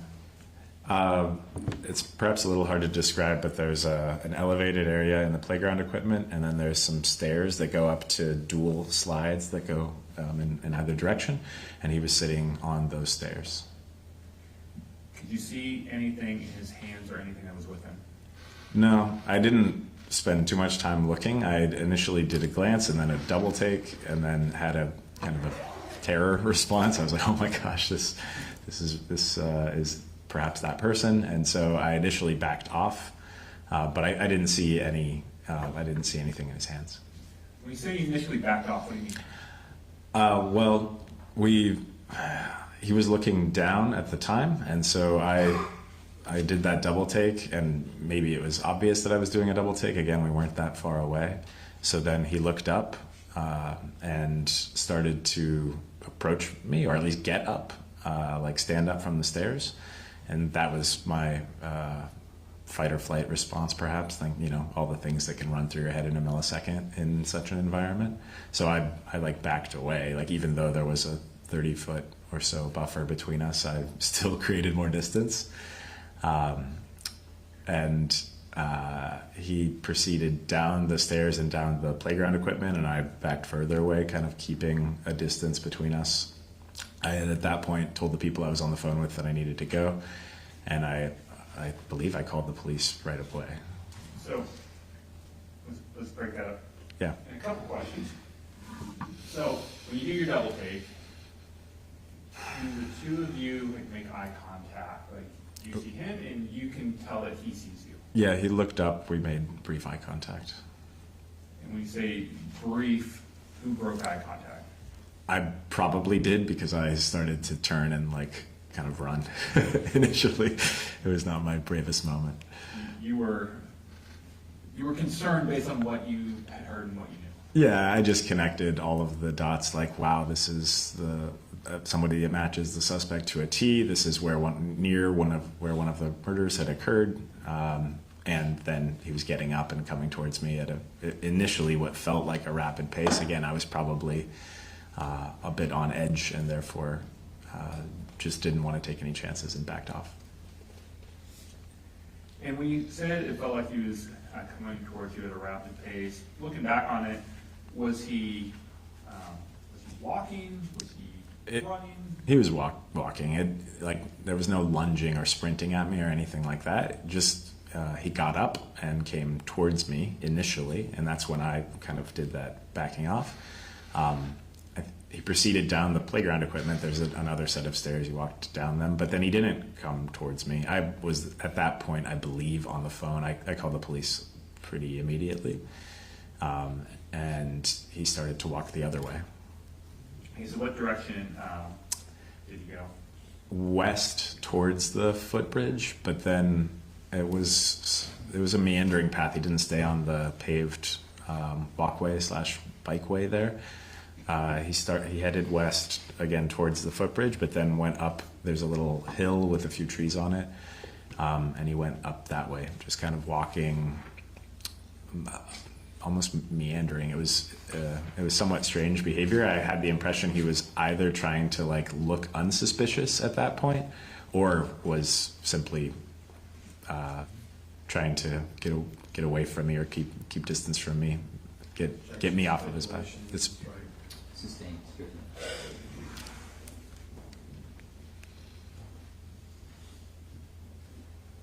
In watching, in your observations,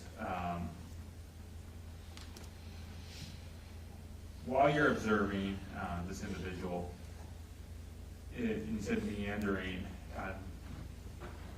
you hadn't seen this type of movement prior to the two of you sort of making eye contact, right? No, prior to making eye contact, he was sitting there, looking downward towards the ground. And a question that I have: you said you had walked through the park, previously gone over the footbridge, and come back. How much time had passed from the time you initially went through Sycamore Park to the time you came back, if you remember? I'd say 45 minutes to an hour.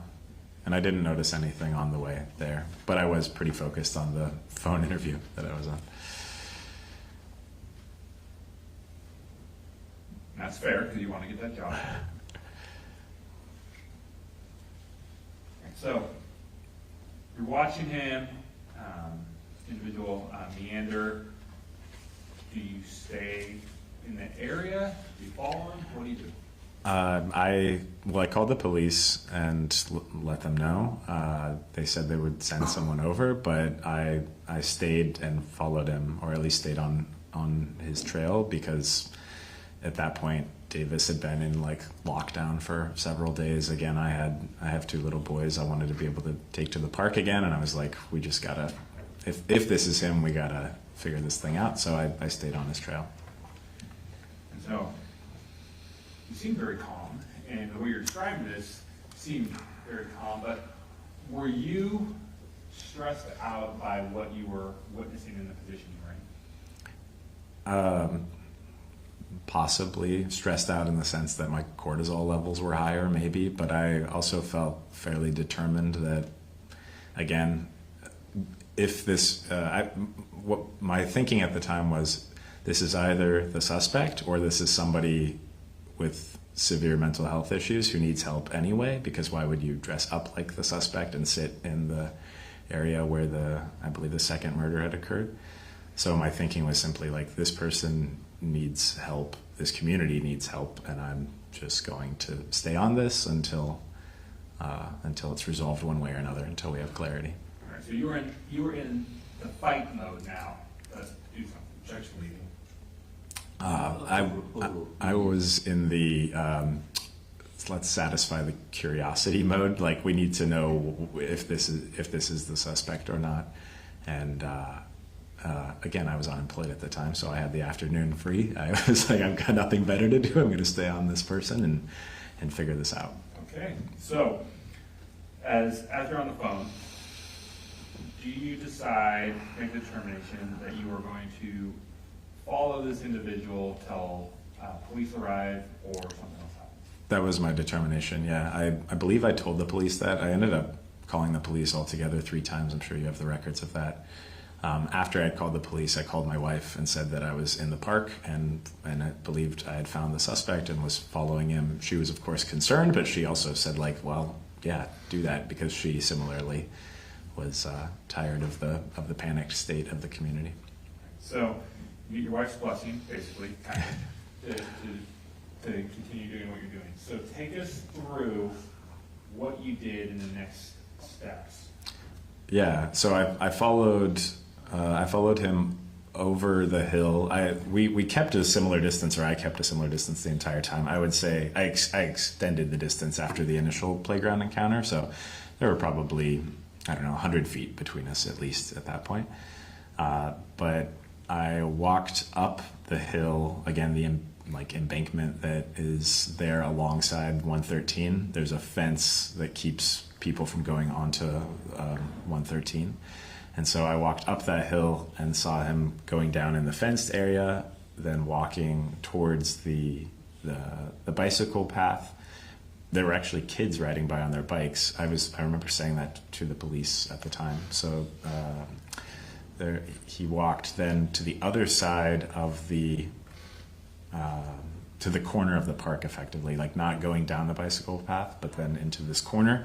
It made no sense to me because there was nowhere to go. It was just like kind of ambling about. Okay, now I'll stop you right there for a second. Sure. As you're following and you're watching his movements, at any point does he turn around and look at you? I didn't get that distinct impression.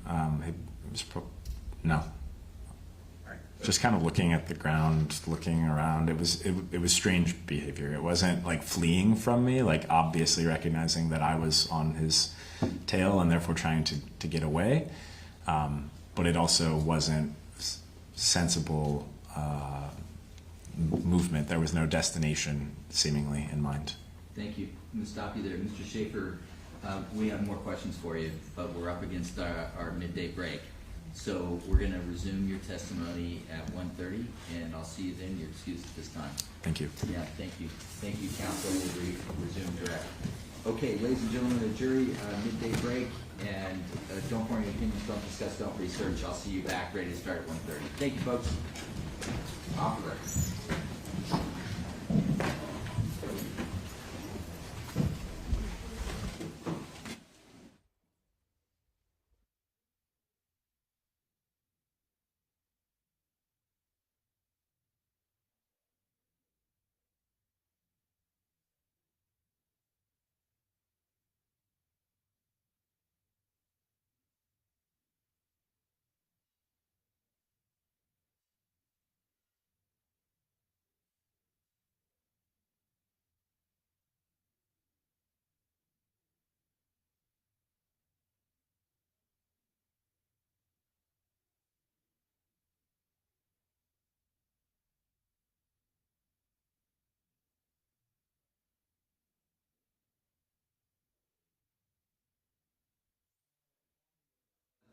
Jury, I received a note from juror number 2, and to paraphrase, he thought he might know Dr. Abbott Schmidt from high school in San Rafael. That's why I asked the question regarding high school at the end. I just wanted to indicate that, so I think it's pretty clear that there's no connection.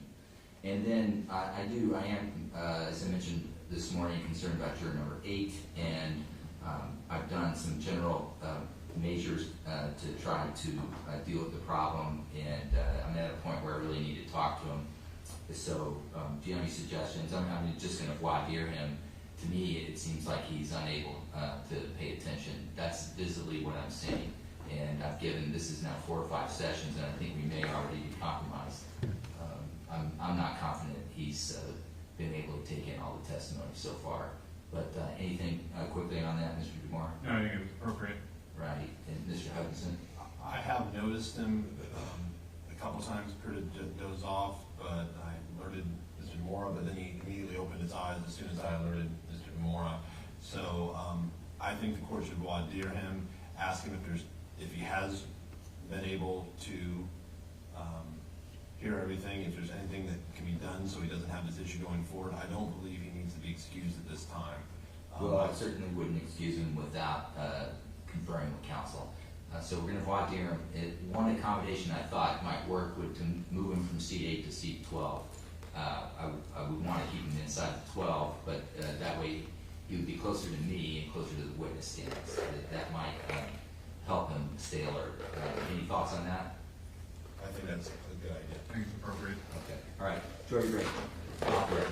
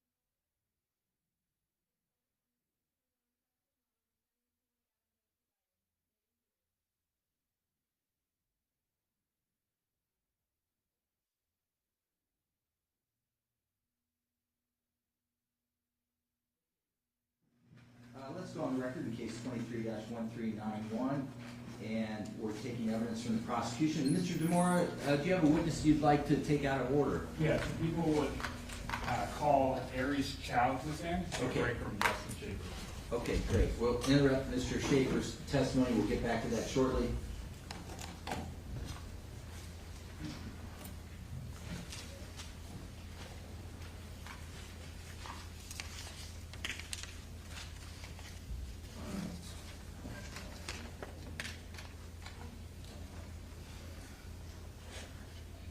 Good afternoon. Come on in and stand here at the podium. Thank you for being here. The clerk's going to give you the oath. After the oath, have a seat in the witness stand, and we just have a few questions for you. Please raise your right hand. You do solemnly swear the testimony you're about to give in the cause now before the court shall be the truth, the whole truth, and nothing but the truth? I do. Please be seated.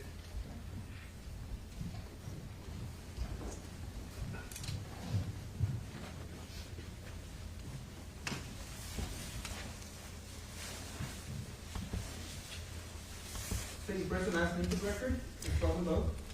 My first name is Aris, A-E-R-I-S. Last name is Chow, C-H-A-O. Okay. All right, Ms. Chow. Thank you for being here. Go ahead, pull the chair in. Okay. Relax. You know what? You're not going to be here that long, but do you want to take your coat off? No. Okay. I'll keep my robe on if you. Okay. Mr. DeMora, the record's in. Thank you, Your Honor. Good afternoon, Ms. Chow. Good afternoon. Where do you work? Currently I work at Macy's. In May of 2023, did you work somewhere else? Yes, I worked at Safeway. Where, in which Safeway? Safeway at Davis at the Covell.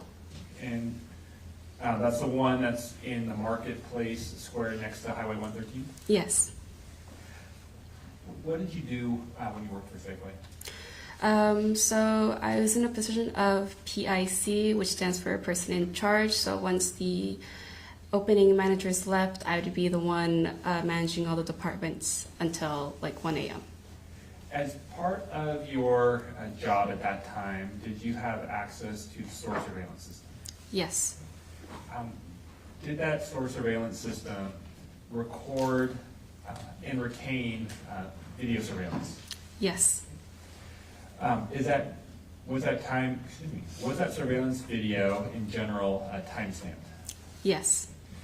Was there a way to ensure the timestamps, the date and the time on that was accurate? Yes. How so? It's already on there, so when a timestamp is running, it has it at the very top. So it doesn't have an option for you to take off the timestamp. It's always on there. Have you ever compared the timestamp to like the time on your phone or your watch or something like that? Yes. Do you do that to ensure its accuracy? Yes. And were you asked, and when you want to get surveillance video, either to review it yourself or to provide it for law enforcement, how can you do that? So when I access it on my own, the store director has given me his password. So I just type it in and I would see surveillance from different cameras. I can also record it. When law enforcement needs the footage, we have to contact our asset protection first in order to get permission to do so. And because you've been granted access to the surveillance video, would you consider yourself a person who's a custodian of records for those? Yes. And the surveillance video, when it records, or the surveillance system, when it records events, does it do it in real time? It's actually recording the event as it happens? Yes, it does. Can you go back in time and retrieve previous incidents or things that happened in the store and show when they happened at a particular time and date? Yes, you can. Now I'm going to show you People's Exhibit 32. So may I approach? Okay. Ms. Chow, I'm showing you this USB. And have you seen this USB before? Yes. And was it because I showed it to you before court today? No, I also saw it at my workplace. It's the USB that the officers had left with us so that when we receive permission from our asset protection that we can transfer the video onto that USB. And on May 3rd of 2023, in the evening hours, were you requested by law enforcement or made of a request by the Davis Police Department to obtain and retain video surveillance. Yes. And were you the person who had possession of that USB that you eventually ended up providing on May 3rd, 2023 to a member of the Davis Police Department? Yes. The contents of that USB that you received, did you watch that? I did. So, and have you watched that prior, I guess you answered the question, have you watched it prior to court today? Yes. What you saw, did that appear to be from the Safeway on Covell where you worked at the time?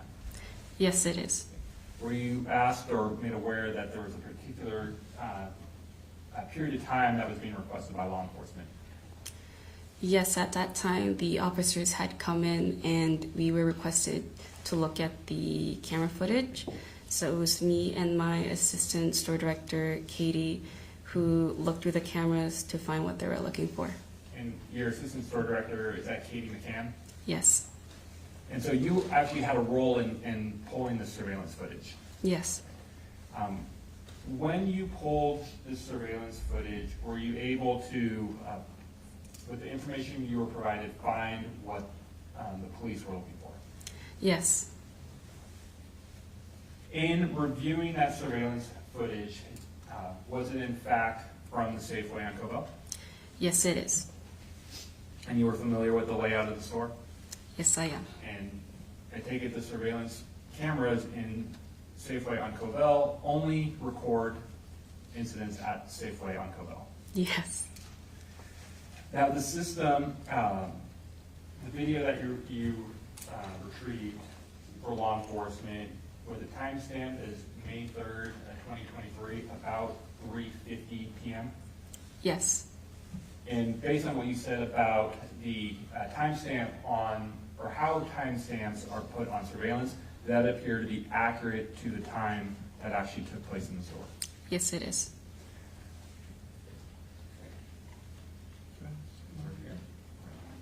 I'm showing you just a still shot from People's Exhibit 32. Ms. Chow, is this display right here, is this a surveillance video that you retrieved for the Davis Police Department? Yes, it is.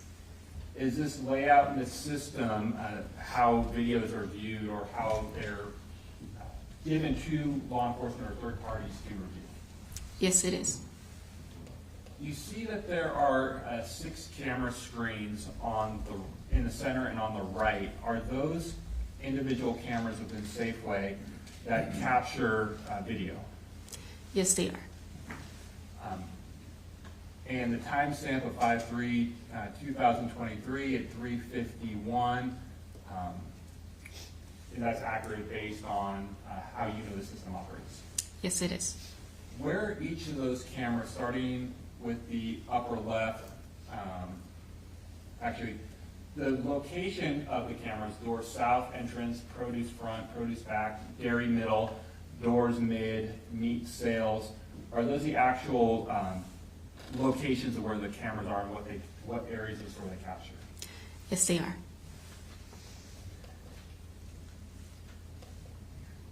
And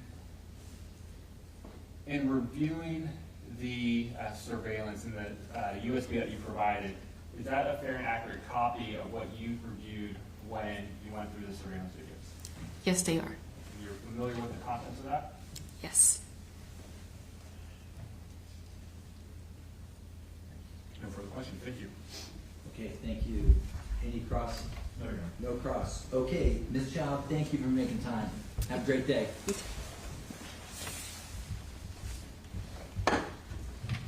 Okay, so Mr. DeMora, does that bring us back to Mr. Schaefer? It does. Okay, all right, let's get Mr. Schaefer.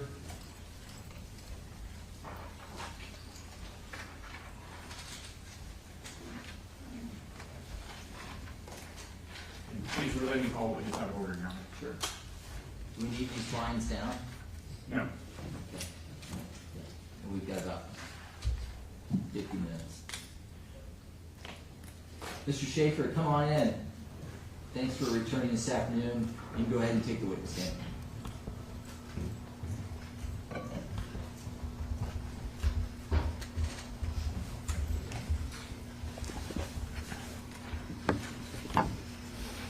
Okay, Mr. Demora, this is continued direct exam. Go ahead. Great. If I approach and grab two exhibits. Good afternoon. May I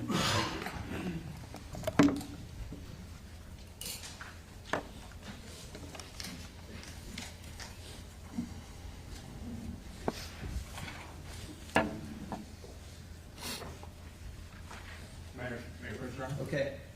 Mr. Schaefer, I'm showing you People's Exhibits 65 and 66. All right, 65 first, and do you recognize that? Yeah, it's an aerial view of Sycamore Park. And is that a fair and accurate depiction of Sycamore Park as it exists now and back on May 3rd, 2023? Yes, Right? And as you've described, you're familiar with that area, right? I am. Okay, so now I'm going to show you 66, People 66. And is that also a Google image without the Earth view of Sycamore Park and part of North Davis? It is, yes. Or North and West Davis, I should say. And you're familiar with this area as well? Yes. Okay, and that fairly and accurately depicts that area back in May of 2023 as well as present. It does. All right, so let's start with People 65. I'm actually going to put this down there for you. Sure. I believe there's some markers right here for you. All right, so to start with, if you could mark on that exhibit with a 1 to show the first place you saw Mr. Dominguez, or excuse me, the person that you identified as being the suspect. Or not even the person, I should say. On that, the person you saw that day, what was the closest point you got to seeing that? I would estimate 30 feet or so. Did you get a good look at his face? Yeah. You see him in court today? Yes. Can you point to him and describe what he's wearing? He's wearing a brown suit with a yellow tie. Okay, off to your right, my left? Off to my right, your left. There we go. All right. May the record reflect, Mr. Schaefer is identified as the defendant. It does. And so that would be, let's see, first place you saw him right here, you marked with a 1.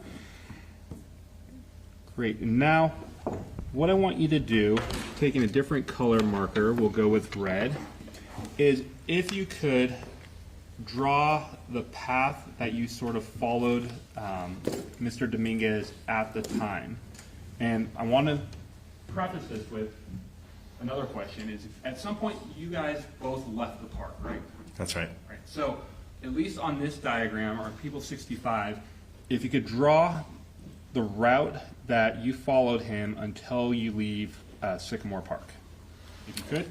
And as you're doing that, if you could narrate for us what you're doing. Sure. Objection, they want his route or Mr. Reales Dominguez's route? Sustained. Let me rephrase. Let's start with, let me rephrase this. When Mr. Dominguez was walking and you started to follow him, did you sort of follow the same path that he was taking, just from distance? I did until he started to come in my direction, and then I separated myself and went out the park on a northbound route up Sycamore slightly, and he went down Sycamore, and then I followed him south on Sycamore. Okay, so let's do it this way. Let's mark on there his route to the best of your recollection. Sure. I'm going to trace it here. So he got up from the playground equipment, walked westbound through the trees, up the hill, and then down into this, I don't know if embankment is the right word for it, but I'm going to call it that, and sort of meandered about, crossed the bike path perpendicularly, but didn't go down the bike path. Again, kids were biking past in either direction, I believe. Kind of milled about in the tree area, and then headed back in a eastbound direction. That's when I started to double back the other way. He went down, there's a curved path that goes through Sycamore Park. He went down that way. I was on the hill and then went again, northbound on Sycamore a little bit just to keep distance. And I was probably trying to act covertly, but I wasn't doing so very well. Then he went down Sycamore. He got to the intersection. He was walking, I guess that would have been east of Willett Elementary School. He went down just past Bucknell and then doubled back and went, at that point, east on Bucknell, at which point the map runs out and I would have to switch to the other exhibit. Okay, so let's start with that one. Come back and grab that from you. Sure.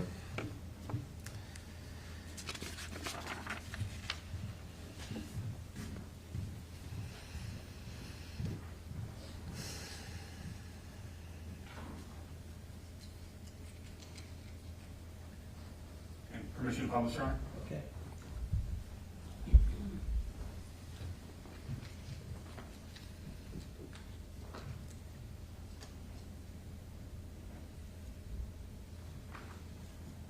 All right, so for the jury, when you started drawing, you drew this one right here for where you first saw Mr. Dominguez, Yes. and then the red trail coming from there, and this is the path you traced all the way down to Bucknell, sort of the bottom half of the right side of the page. Yes. Okay. How long did you follow or watch Mr. Dominguez in Sycamore Park before hitting Sycamore Lane? It couldn't have been too long. I would say a few minutes. Altogether, I think the pursuit, or for lack of a better word, was maybe 45 minutes, and this was just the first part of it in the park. You continued to follow him for a long period of time afterwards, I- or a distance afterwards. Yeah, this is the neighborhood I live in, so I was at that point even more invested in closure. So I followed him and I called the neighbors and kind of tried to coordinate a response. And so on that, you said this morning that you'd called your wife and you called 911. When you were calling, or when you placed those calls, were you trying to convey, or were you trying to tell them what was happening as it was happening? Certainly, yes. So on People's 31D,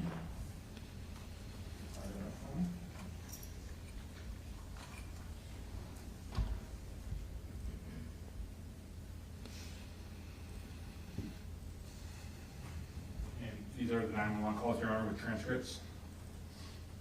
Okay. And so, yeah, we had talked about this, so let's revisit briefly. Right. Thank you, off the record. Okay, so to the jury, I just need to visit with the lawyer.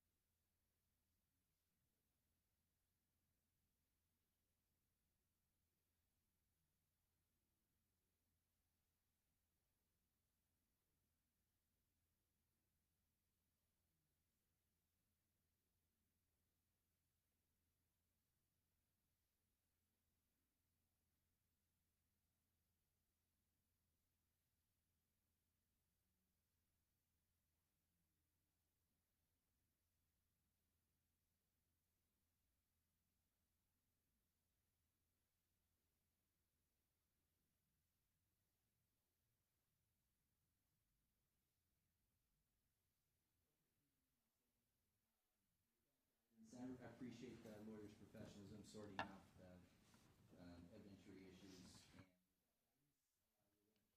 and direct exam. And so now that we, Mr. Schaefer, now that we have part one of the map, we're going to move to part two. So the same instruction is, once we move on to Bucknell, can you trace and narrate while you're doing so Mr. Dominguez's movements? Yes, I can. So he continued to head east on Bucknell. I was following from a longer distance at that point. I'd probably say at least 100 feet, if not more. He came. Stop you right there for a second.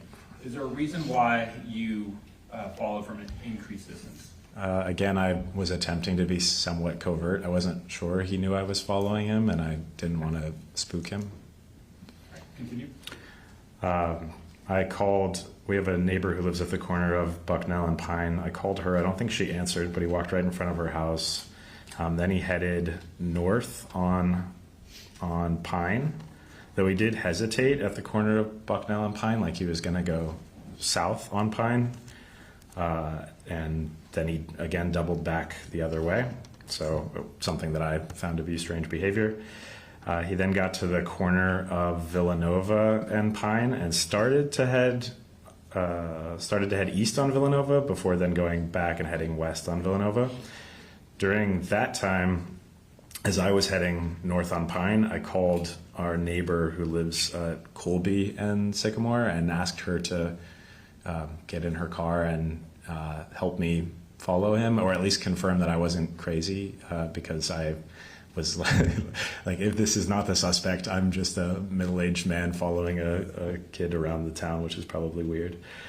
So she got in her car and drove up Sycamore as he was going north on Sycamore, and confirmed to me that, like, yeah, this seems suspect. Like, this is the exact match of the suspect.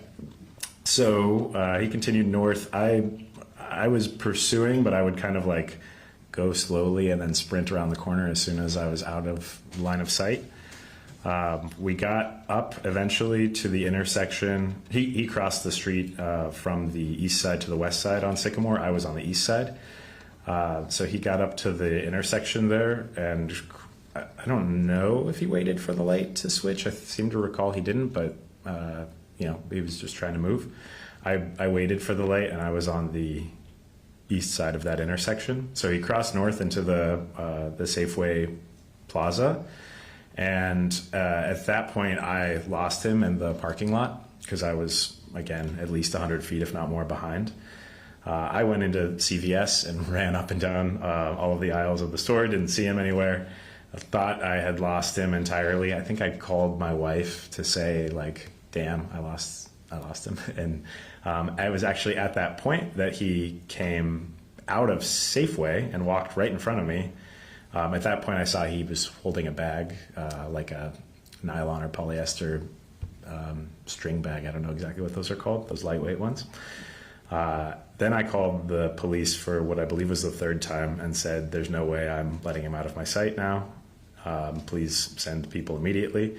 He headed south, back down Sycamore, heading towards the direction where we had come from. I flagged down some women in a car and asked them to help me keep an eye on him, and said, like, this is the guy. So they started to follow him. And then shortly after that, we got all the way back down to Villanova.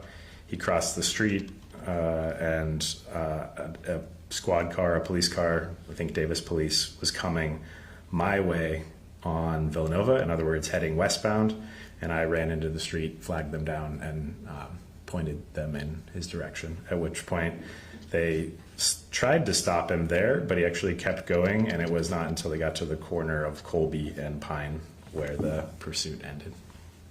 And so you followed Mr. Dominguez until the police actually approached him and started talking to him at that point? Yes. So let me see if you did it.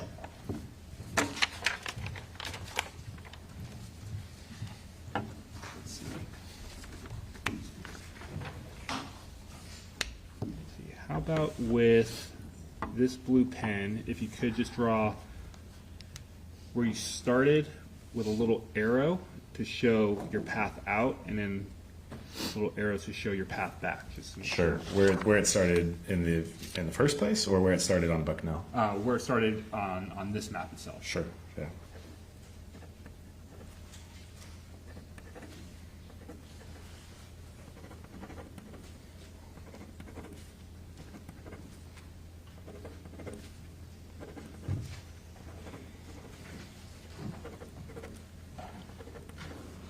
And then to indicate where it ended. Go with just a blue X. Okay. This is the police first approached him on Villanova, and then he kept going until Colby. Okay, so that area that police first saw him, or you first saw the police talk to him, why don't you just put police right there? Sure.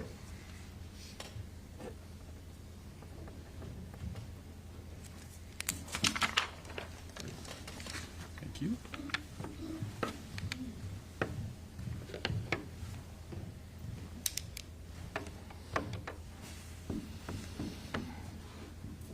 When Mr. Dominguez came out of Safeway, how close was he to you?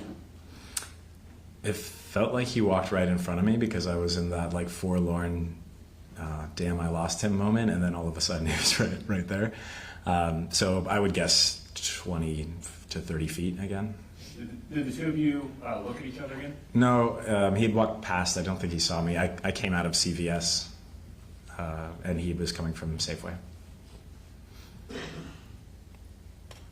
And was it the first moment you noticed he had a bag with him? That's when I noticed the bag, yeah. That was the closest I had been.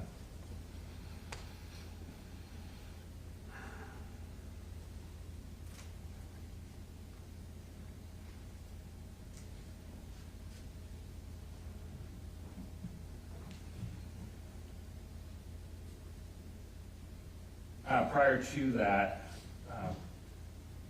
would you say you may have been too far away to see what was in his hands? Yeah.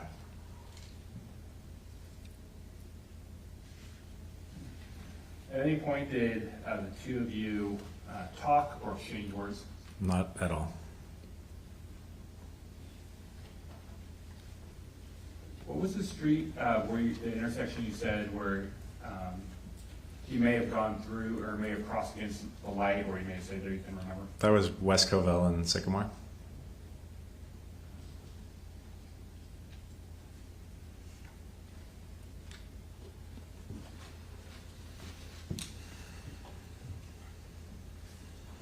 And something to clarify, when you first saw him at Sycamore Park, you said you weren't able to recall exactly what time it was that you first saw him? I believe it was somewhere around 3 p.m., but I don't recall with exactitude. All right, and if I show you a copy of the police report of the statement you gave to officers, do you think that would refresh your recollection? Absolutely. May I approach her? Okay. How good are you with military time? My phone is in military time. Okay, perfect. So if you want to look at those first two lines and let me know if that refreshes your recollection. Yeah, around 3:30. That would make sense. Anything else you want me to look at on here? Oh, nope, that's it. So it's around 3:28 p.m. on May 3rd, 2023. Seemed like the time that you first saw Mr. Dominguez in Sycamore Park? Yeah, the best record would be my first phone call to the police because I called them almost immediately after seeing him. So that would be what I would rely on if I were trying to evaluate it, but 3:28 sounds fine to me. Sounds fine or sounds accurate? Sounds accurate.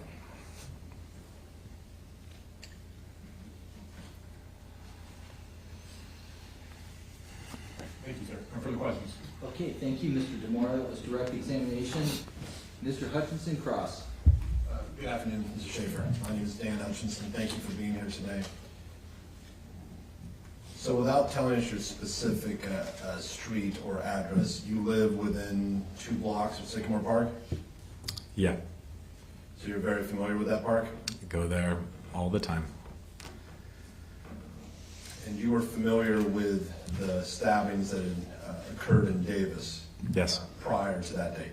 that's right. You knew there had been a stabbing at Sycamore Park? Yes, And you heard about the general description of the suspect from that second stabbing?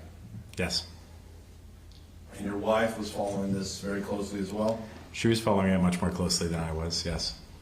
Because you had 2 young children? Yes. How old were your children at the time? At the time, they were 2 and 3. Would you take your children to Sycamore Park? Not during that period I hadn't been, but prior to that, absolutely. So prior to the stabbing, that park was a place you would take your children? We were often there, yes. And you were aware of the third stabbing that had happened down on area of 2nd and L Street in Davis? Yes, And there was a much more detailed description that came out after that one. yes. Did you actually see any photos or only the description? I don't recall seeing any photos, just the But it was description. A young man, Yes, dark curly hair, yes. wearing a black hoodie, Yep. olive complexion skin, The description or the person I saw? description, The description, yes, I think they said darker skinned or something like that. and Adidas track pants. Adidas track pants. There you And go. by track pants, you knew that to be the ones with the kind of stripes going down the side. Yes, So because you had this interview, you wanted to go out for a walk. yes. Your wife didn't want you to go. She warned me against it, yes. But would it be fair to assume that you did not believe that whoever did these crimes would be at Sycamore Park in 3 in the afternoon in the middle of the day? That seemed unlikely to you. Objection, speculation. I didn't expect it. My wife, as I was walking out the door, said, "What if you see him?" And I was like, I kind of just brushed her off and went for a walk. It was You a did nice not day. expect whoever committed these crimes would be at Sycamore Park at 3 in the afternoon in broad daylight. That was not a concern for you at that point. It seemed unlikely to me. I knew the suspect was on the run, but I assumed was trying to maintain a low profile and wouldn't simply return to one of the places where a stabbing had occurred and sit there in open daylight. And so you walked to Sycamore Park and you took the bike. Did you take the bike path down to this bridge, or did you cut through the other path that goes through the center of the park? On the way through, as I was heading westbound over to Arroyo Park, I took the circular path through, not the bike path. But you're familiar with the bike path. I am. You've walked it before. I have. And by circular, there's another path that goes kind of through the center of the park and can connect with the bike path. Yes, It connects near the play area. correct. And if I were to show you some photos, could you review them and see, with the exception of maybe a bicycle or something being there, if these are accurate photos of how the park looked back in May of 2023? Yes, I believe I can. I'm going to show him its Defense Exhibit C. There's 19 photos identified as C1 through C19.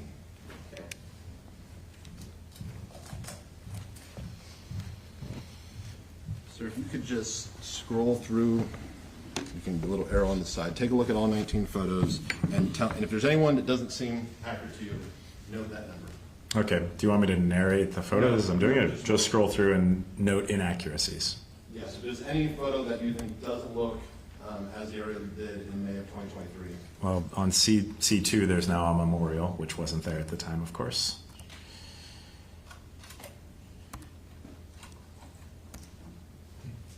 Same with C5.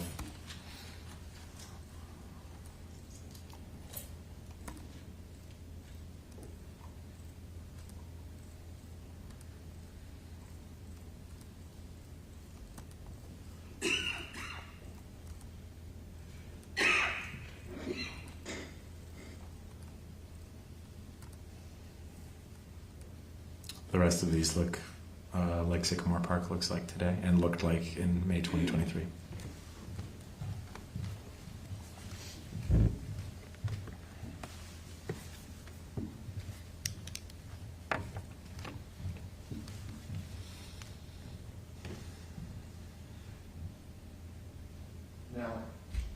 took the circular route through, not the circular, but the center path through the park on your way crossing the footbridge. Yes.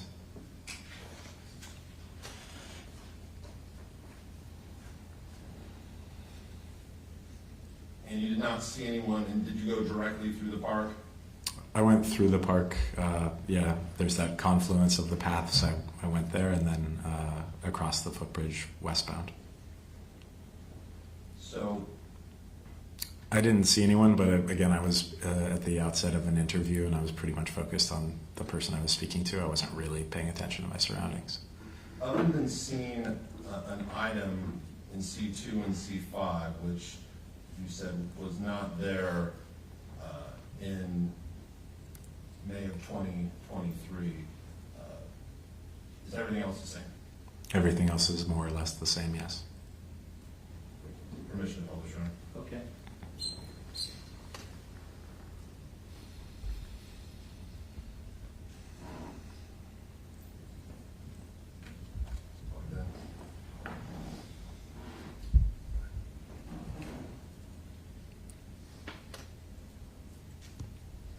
So, show me what's been marked C1.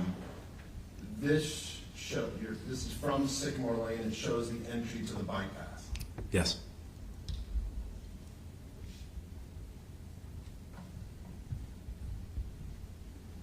And this is C2. This is actually on the bike path facing west. Correct. And this item up here was not there in May of 23? Yes.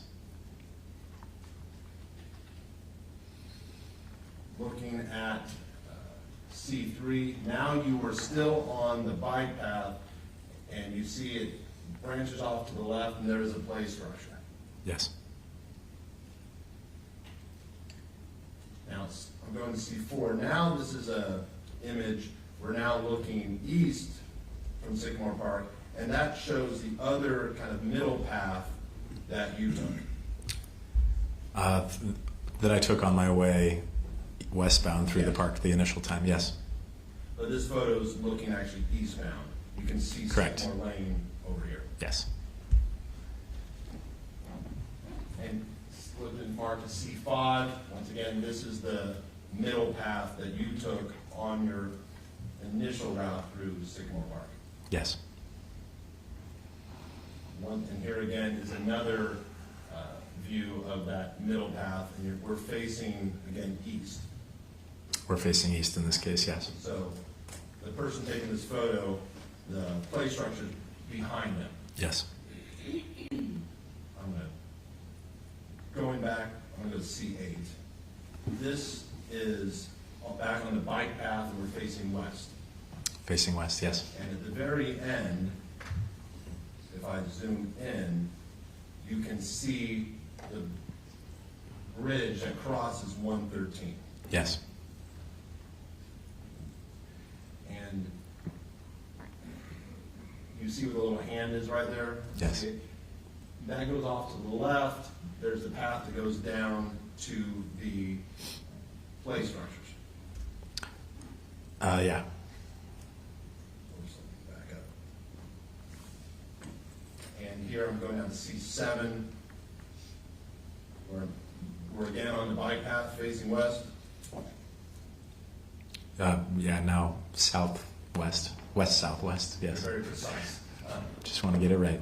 But yeah, that's the path that turns to the play structure right there that you're referring to. So if you're walking along the bike path, you can get to here, you can turn down into the play structure, turn left into the play structure area, or you can continue straight through to the overpass. Yes.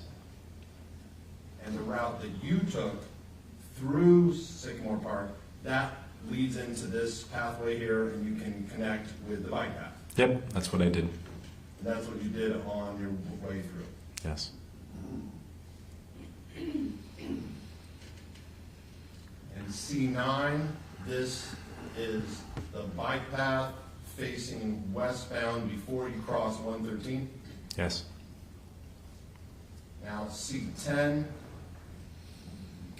this appears to have been the play structure from someone who is now crossed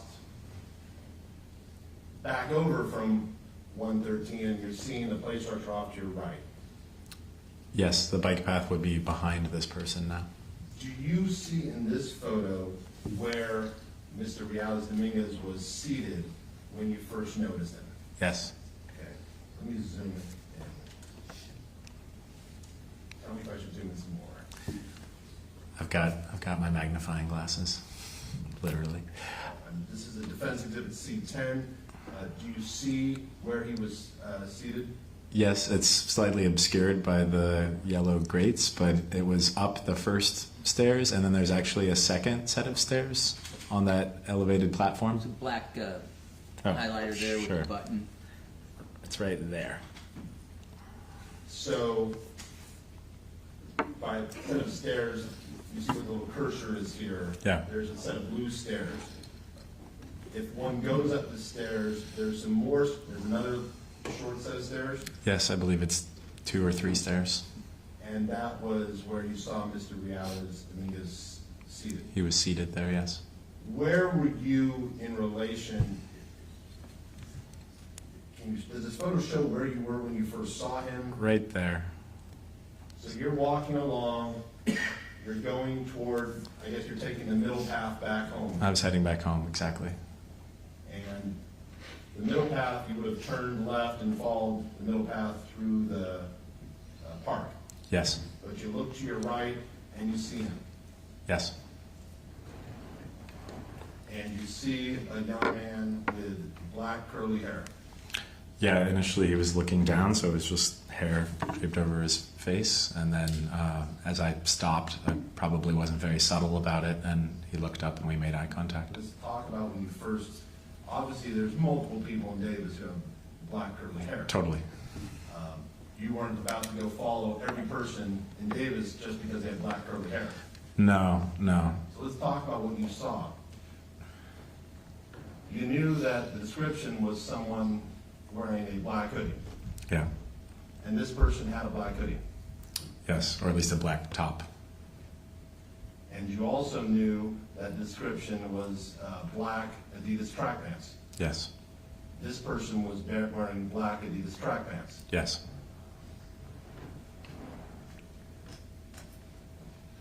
And this, you believe the description was something of a darker skin?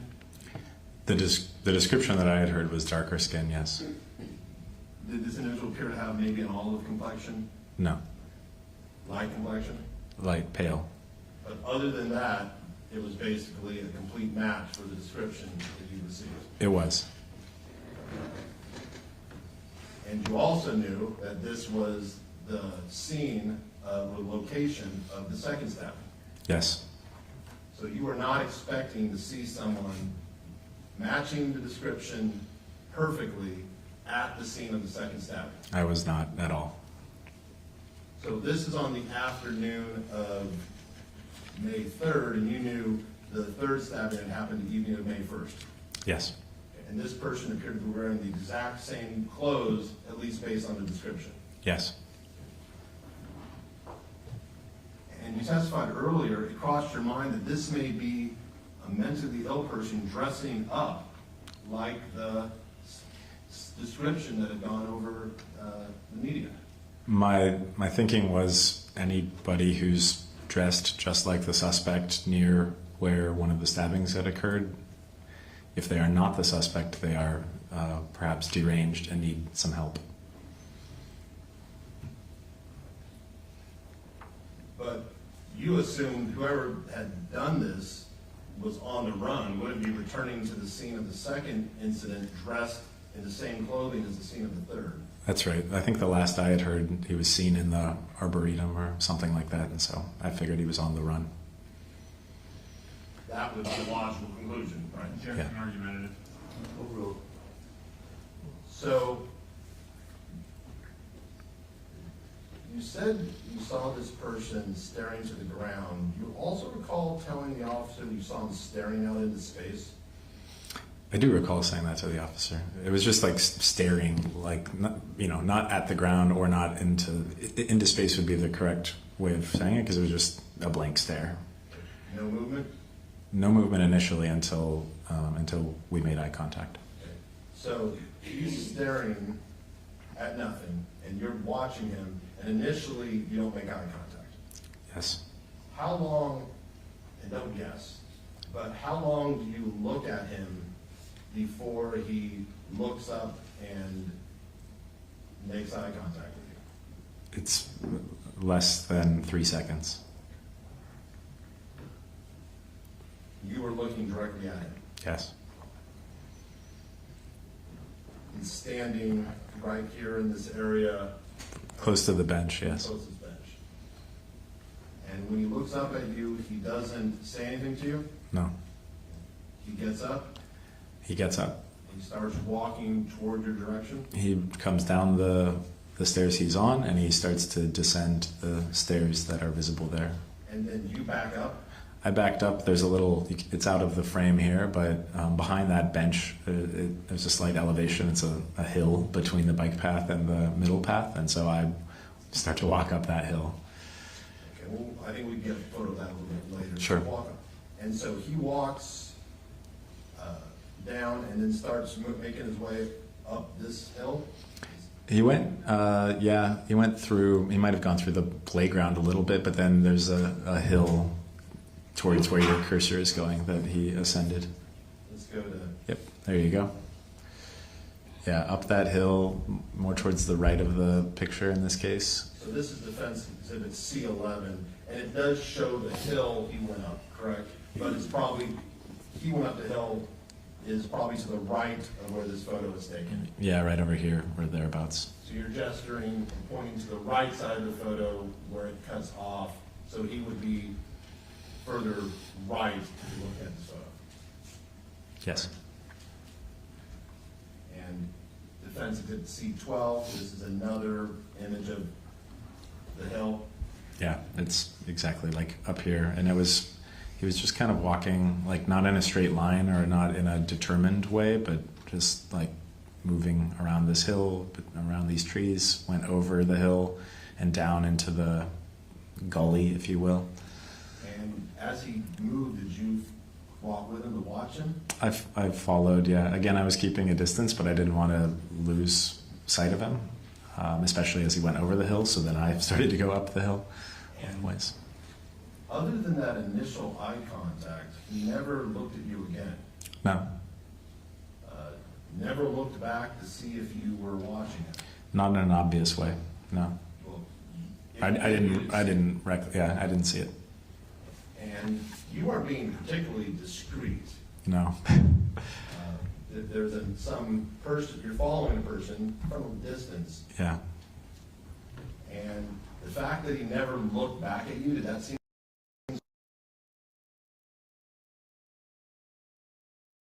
Showing you Defense Exhibit C13. Again, does this show the hill he walked over? That's the hill, yes. And then when he got back, there's some trees back here, kind of just meandered around.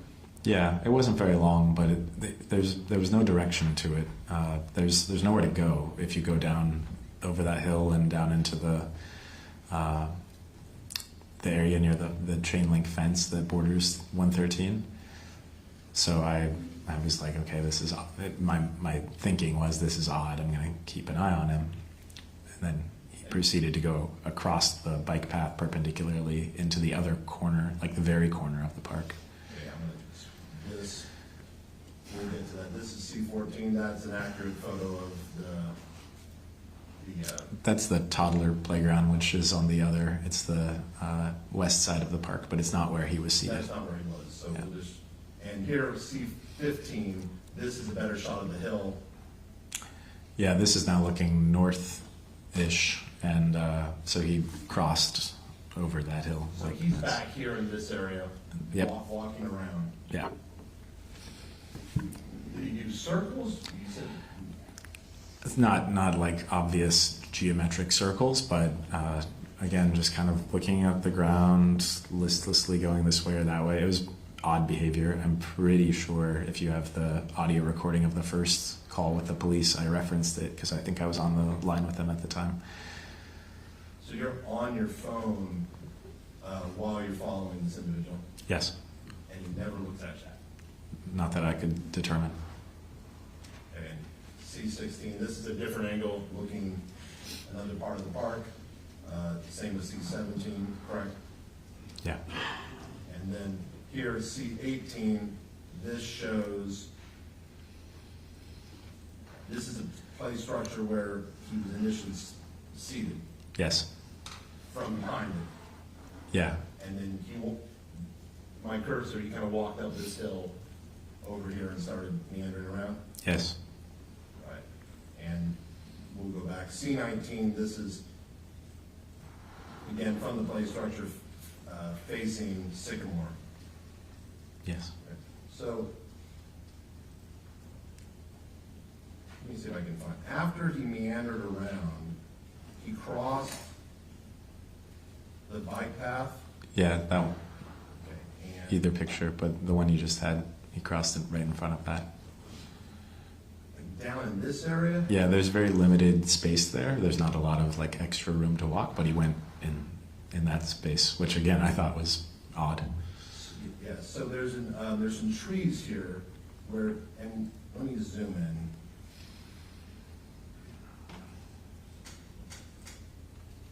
Can you see kind of this, before you cross the bike path, there's some trees and a little bit of a grassy area?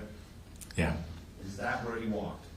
yeah, just in front of where the bridge starts. Just in front of it? And he actually went down into the grass Yes, and kind of wandered around? yes. There's not much room. Not for much time. There's not much space to wander in, but yes. And where are you watching him when he's kind of wandering in this small area? I was up here on the hill. You might have to zoom out a little bit. You're, Like, yeah, right up there. Again, keeping a safe enough distance, but I wanted to keep my eyes on him. and so now I'm showing you Defense Exhibit C7. After he was done wandering around prior on the grassy area, prior to after he was wandering around the grassy area, I guess it would be on the north side of the bike path, right before crossing the bridge. Yes, And does this photo C7 show where you were standing while you're watching it? yes. At that point, I had crossed over the playground path and was up here, or thereabouts. So it's very clear you're standing on a hill with a cell phone watching him, and he doesn't look at you. Yeah, I wasn't being particularly discreet, to your point. It felt like it was obvious that I was watching him, but I didn't have any indication that he knew that. And then how long did he meander around in that grassy area before he, Again, only a matter of seconds, 30 seconds tops. and Probably then fewer. he went back on the bike path and, Came back the other way, and I started to back up and come down I was at this point on the hill, but closer to the bike path, kind of using the hill to obfuscate myself. I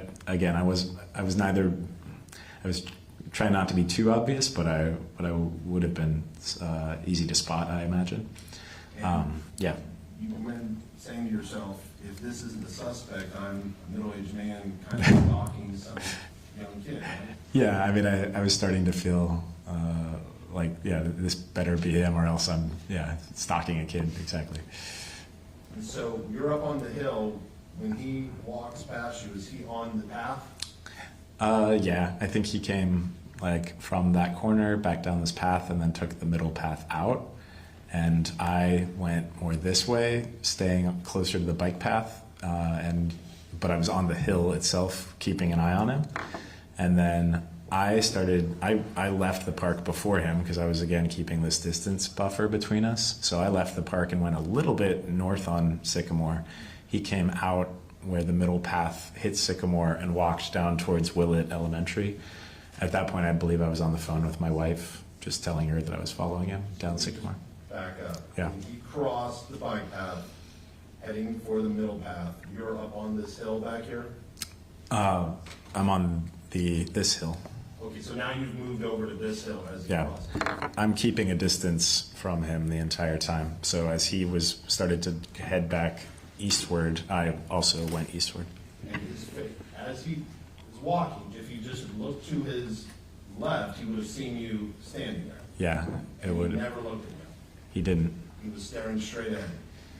I believe so. I mean, I was obviously, my adrenaline was pumping, and I was on the phone with at first the police and then my wife. So I wasn't watching his head the entire time, but I didn't have the feeling that he was obviously aware of my presence. Were you close enough that he could have heard you speaking on the phone? Objection, speculation. If you know. Possibly, yeah. I wasn't whispering or anything. Let me go forward. Okay, I'm showing now C19. Yeah. So on the left corner, that is the middle path now that he would take when he's walking back towards Sycamore. Yes. And you are on the hill between the bike path and the middle path above him. Yes. And you're watching him as Yeah. he walks. That's right. And again, as he's walking through Sycamore Park, he never looks at you at all. No. He never acknowledges you. No, not once. That's what kept me believing that maybe he didn't know I was there, and that's why I started to try to be more discreet as I tailed him through the neighborhood. But knowing what had just happened, it seemed possible that you just didn't notice a middle-aged man with a cell phone falling around the park. It seemed possible. He gave no obvious indication that he knew I was there or that I was pursuing him. You saw nothing that would cause you to believe he knew. No. But you thought he has to know because His pace changed occasionally. Like sometimes he would be shuffling, sometimes he'd be like fast walking, but it wasn't obvious he was fleeing me or anything like that. he never ran. No. And sometimes you said his feet would shuffle.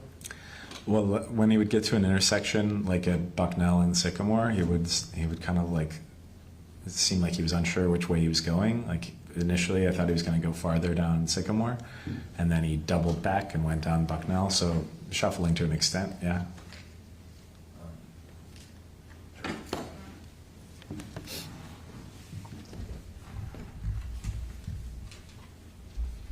So you believe you called 911 3 times?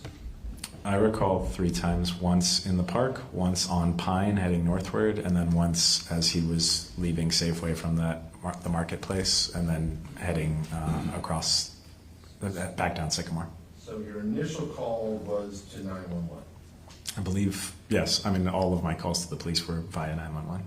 Yeah. but you also called your wife. My wife and also our neighbor. So I'd like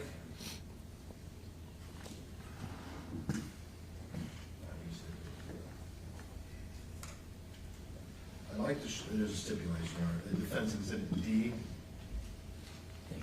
Go ahead. Sir, do you recognize this exhibit, what it depicts? Yeah, that's a larger aerial view of the area of Central Davis, North Central. And there's a red location marker. Yes. At Sycamore Park. That is, yes. And from this aerial satellite view, you can see the bike path on Sycamore Park. Yeah, You can see, it's partially blocked by the red marker. You can see the middle path through Sycamore Park. yes. And also see the path around the place area in Sycamore Park. Yes. I'm just going to go step by step and follow his Sure. route. Just a moment. We gotta take the blinds down. Sorry. My least favorite moment of the day when the blinds come down. It's too much of a glare.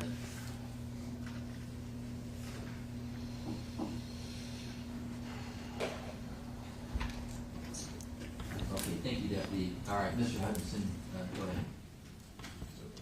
When he got to Sycamore Park, is that one of the times where he shuffled around, when he got to Sycamore Lane? Did he kind of shuffle around before deciding which way to go?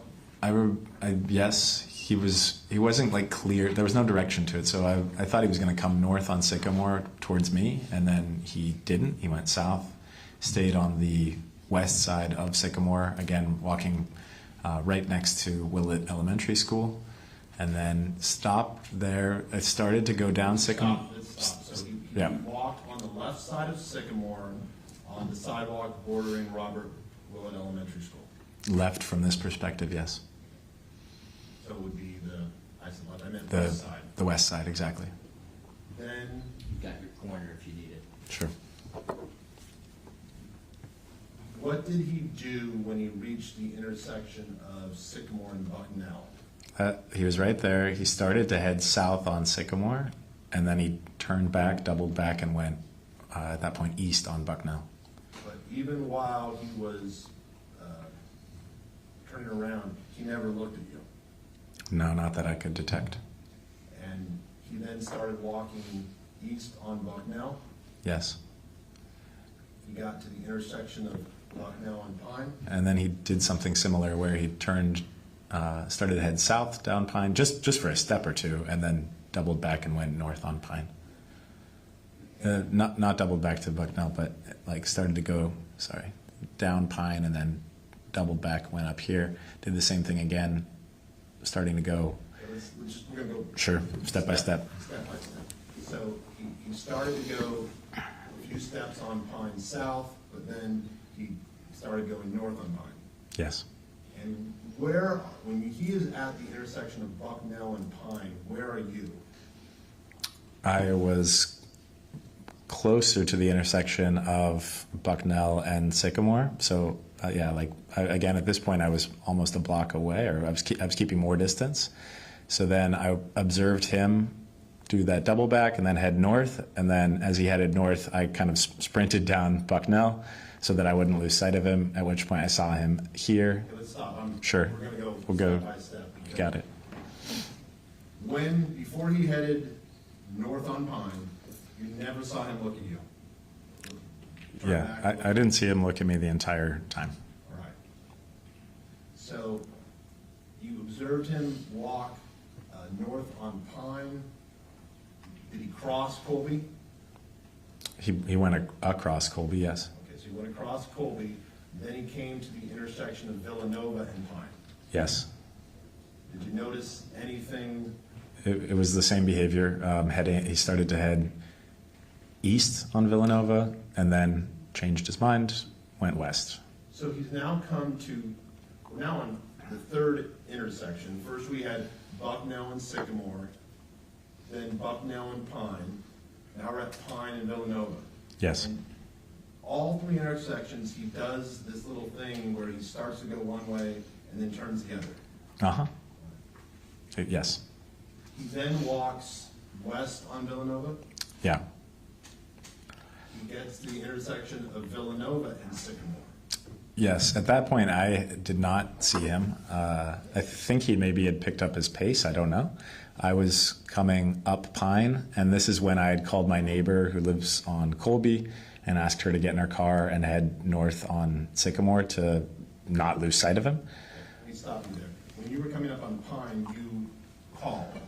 You were calling your neighbor, right? Yeah.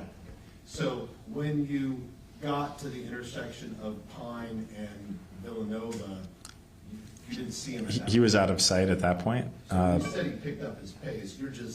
That was a possibility because you didn't see him. True, yeah. I also could have been, I'm not the fastest guy. Well, you were also on Pine, you were trying to call your neighbor as well. Yeah, I was trying to coordinate a response.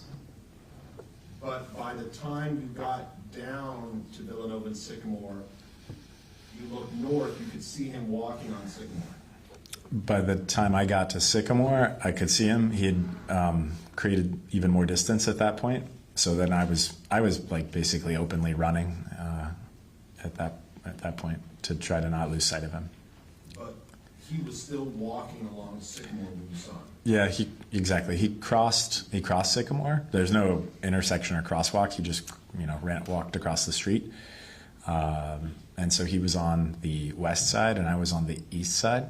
How long approximately do you think you lost sight of him when you were on Pineville? So when you got to Pine Villanova, obviously you didn't see him. Sure. If you can give an estimate, how long did it It was less go until you saw him again? How many seconds? less than a minute, 45 seconds or so. Again, I ran down Villanova this way, and at that point he was on the west side of Sycamore and had some distance between us. And you ran down Villanova because you wanted to make sure you could see where he went. Yeah, I had talked to the neighbor. I think she maybe called me back or I called her again, and she said like she had driven by. It's definitely him. I'm not crazy. Stay in pursuit. So that's when I was like, okay, I'm not crazy. My neighbor confirmed it. I'm gonna follow this guy, like, and be very obvious about it. At that point, I didn't care. I just didn't want to lose sight of him. So then I ran up Sycamore. And the reason you ran because you knew if in that 45 seconds to get out of sight, if he knew you were out of sight, he could have taken off sprinting, he could have hid somewhere, and you might not have seen it, correct? Yeah, exactly. And obviously, he had no idea you called a neighbor. No. But when you got to Sycamore and Villanova and looked north, you could still see him just walking along the sidewalk heading north. He was heading north. And you followed him as he headed north on Sycamore? Yes. On the other side of the road? I was on the other side, but I could see him, yeah. And during the entire time that he walked up Sycamore north, he never looked over his shoulder at all. I did not see that happening, no. When you got to the intersection of Sycamore and West Covell, you believe he may have crossed with, not at the stoplight? I believe he didn't wait for the signal. He just crossed. So he crossed against the red? Yeah, and I was on the other side. I got to the intersection and I waited for the pedestrian signal. Did he, you know how some people will sprint across the red, or did he just walk straight across the street? He isn't sprinting, just walking. You were then able to see him cross through the marketplace? I lost him at that point because I waited at the intersection, and when I got to the marketplace parking lot, it was late afternoon and there were a lot of cars. I didn't see him. I ran into CVS just thinking like maybe he would be in there. Thought you, at this point, because you had to wait, you thought you lost him. Yeah, I called my wife back and said like disappointedly, like, sorry, I lost him. Because that's a big parking complex. I mean, It's a big parking lot, exactly. Multiple stores. Correct. Okay. Mr. Hutchinson, can you pull that mic a little closer? Thanks.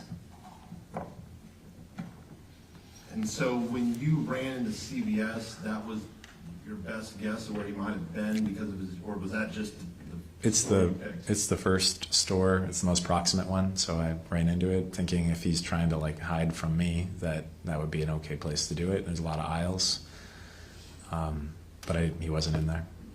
You ran up and down the aisles looking for him. Yeah. And you didn't see him. No, I saw my neighbor, but I didn't see him. And at this point, no police officer has arrived yet. No.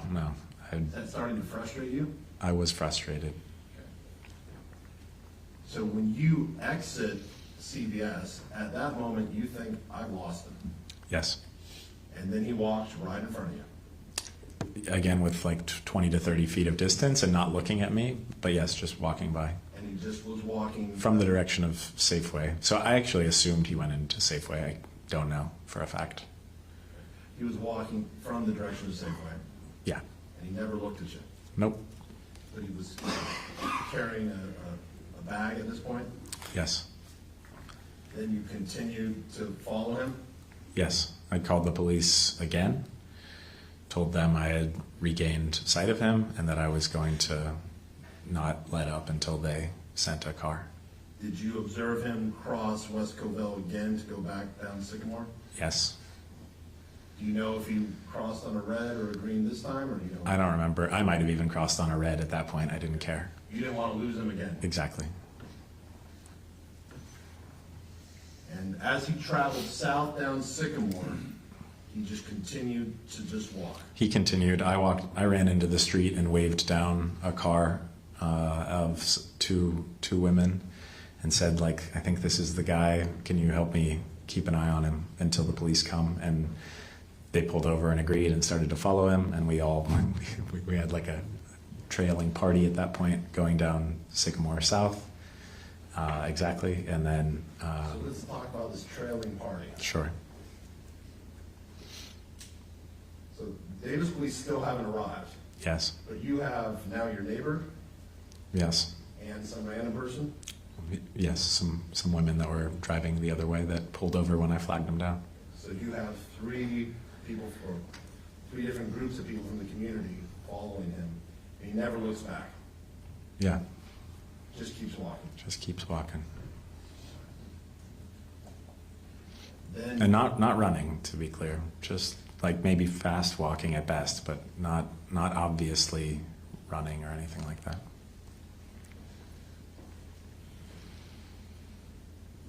and finally you see a patrol vehicle. Yeah, he turns down Villanova, and I am running at that point. I turned down Villanova, and then a police officer was heading west on Villanova. I ran into the street, flagged him down, pointed at the suspect, and said, "That's him." And did you observe for any time when the police officers contacted him? Yeah, no, I watched the entire time.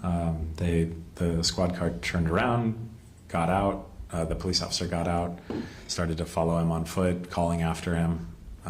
The suspect continued to walk, maybe at a more brisk pace at that point, and then go down Pine, south on Pine. And then it was at that point, I believe the officer went back to his car and like radioed in support, and then all of a sudden there were a bunch of squad cars and a helicopter and the whole thing. Did you see, so you saw him turn on Villanova, or?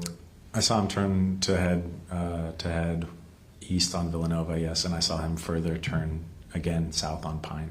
And there was an officer walking behind him on Pine? On Villanova. Okay. And then at the intersection of Pine and Colby, you saw him standing speaking to a different officer.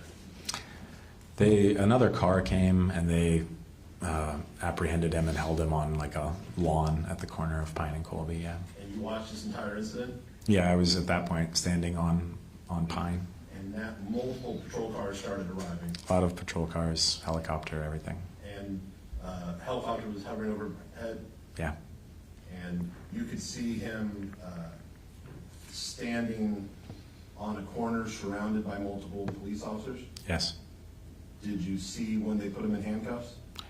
No. In fact, they told us at some point, like, I think there was too much attention from the neighborhood, and they said, "Oh, it's not him, everyone can go home," sort of thing. And I was like, really? So they told you, after all that work you put in, they told you it wasn't? I think they were trying to just get people to go back inside and not cause a scene. So yeah, that is what they told us. And you laughed at that point? I gave a testimony to police, and then a reporter from the Davis Enterprise was there. I spoke to her on the under the auspices of anonymity. That didn't work out too well. It did for a couple of years. Okay. But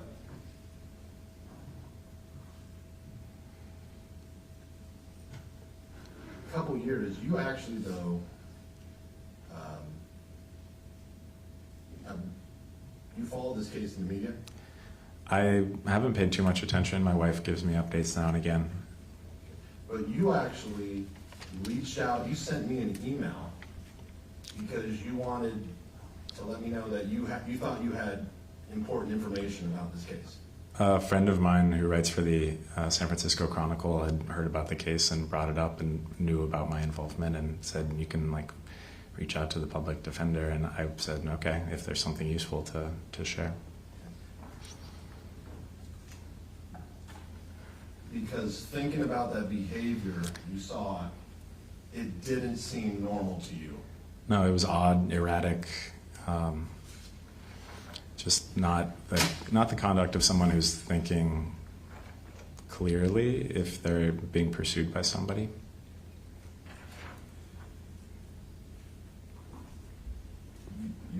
results, well, would you agree it was really strange behavior what you saw?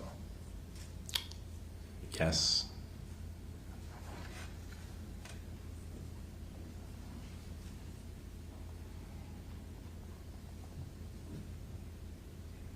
Nothing further, thank you, sir. Okay, thank you, Mr. Hutchinson, and Mr. DeMora, any redirect?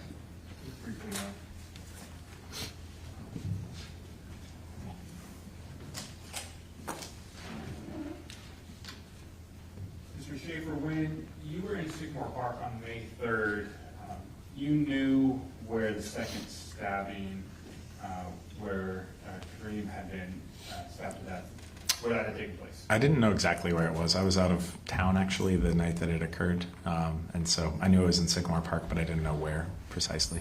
So when you were following Mr. Dominguez through the park, did you see like a makeshift memorial that had flowers and things like that? I didn't spot it at the time. I was pretty focused on him, and I only briefly went past that area as we were exiting the park. But again, my focus was on his whereabouts, not on my surroundings. But today, as you sit here, you know the area where Karim was killed. Yes. And if you bring up the defense exhibit 19, I believe it's C2. And so, looking at defense 19 C2, are you familiar with this is where Karim was found and killed? Yeah, to the right there, that lighter spot of cement is where the memorial is. Now, when you were following Mr. Dominguez around, did he ever come into this area? No. Did he ever approach the area and change his direction? This area, no. And so, as you were following him, it seems like he went to a lot of different areas in the park. Leading. He went to a lot of different areas in the park, the playground, the hill, some of the paths.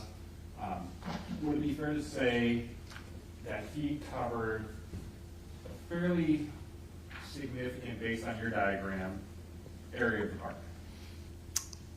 It's a big park, so fairly significant is a fairly significant term, but he went, the way you described, the playground, the path, the area by the bike path, by the bike bridge rather, and then back through the middle path. He never came down this path directly. No. In fact, he went on the other side of the hill on that path. Yes. Thank you. No further questions. Okay, thank you, counsel. Any recross? Yeah, sir, when you went into the park, you never went down the bike path initially, correct? The first time heading westbound, no. And when you were coming back, had you not seen Mr. Reales Dominguez, you were going to return through the middle path. Yeah, You were not going to take the bike path. that's right. The only reason you were even close to the bike path was because you were up on the hill watching Mr. Reales Dominguez. Trying to maintain line of sight, yeah. So the entire time you were in that park, you yourself never walked on the bike path near the area where Karim was killed. No. Okay, thank you. All right, Mr. Schaefer, I appreciate your testimony and coming back in the afternoon. Have a great day. Thank you. Thank you. Okay, Mr. DeMora, do you have a witness you'd like to call? Yes, you will call Najm. Okay, thank you.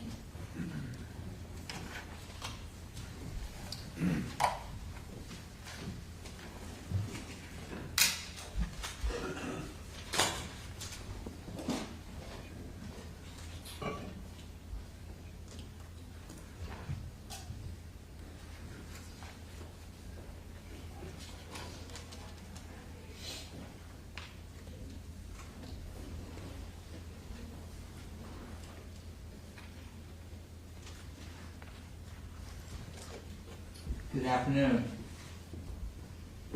Thank you for being here. Come on in at the podium.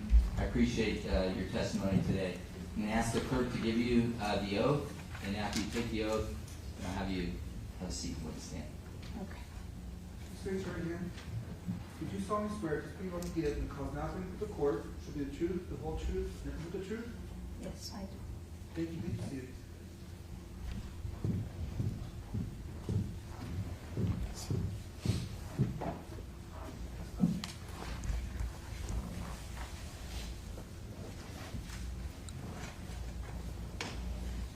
your first and last name for the record, and spell them both.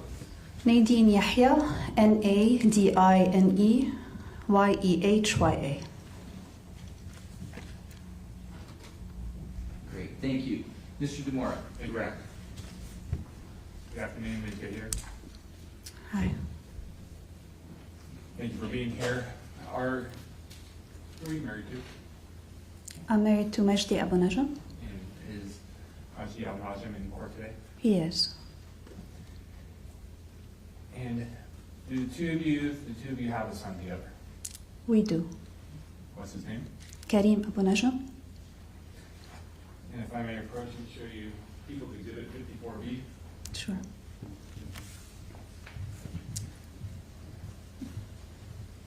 Mr. Carey, you recognize that photograph? He's my son, Karim. And is this a photograph that you have, that you've shared with us? Yes, it's one of many that he had for Karim. And when was that taken? I didn't take that photo, so I don't have the exact date, but it was taken by one of his friends, my understanding. Thank you. And is this how Karim looked in life? Better.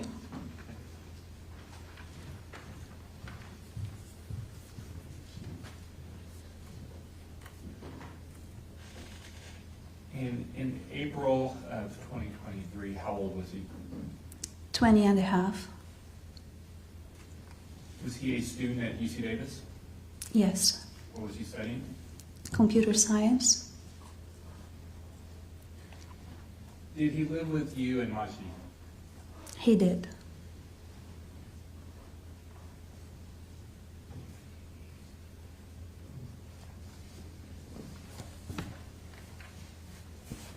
And without giving us your address, where did all of you live together? We live on 1537 Santa Rosa Street, Davis. As a student, how did Karim get to school? He biked to his classes, his work, everywhere. Did he have a green Fuji mountain bike, green and colored Fuji mountain bike? I believe he did, yeah. Ever see him ride it? Every time he left home when I was there, I would look at him as he left the house, yes.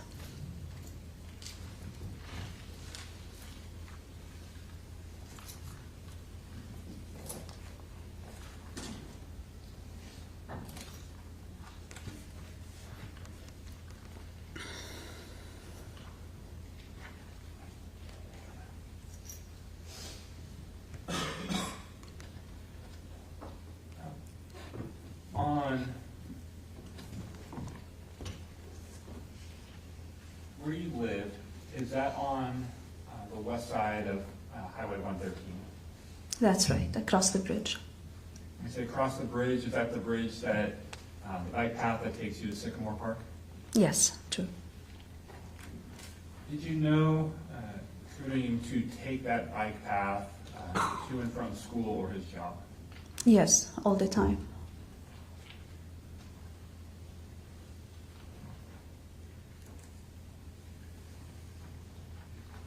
On April 29th of 2023, did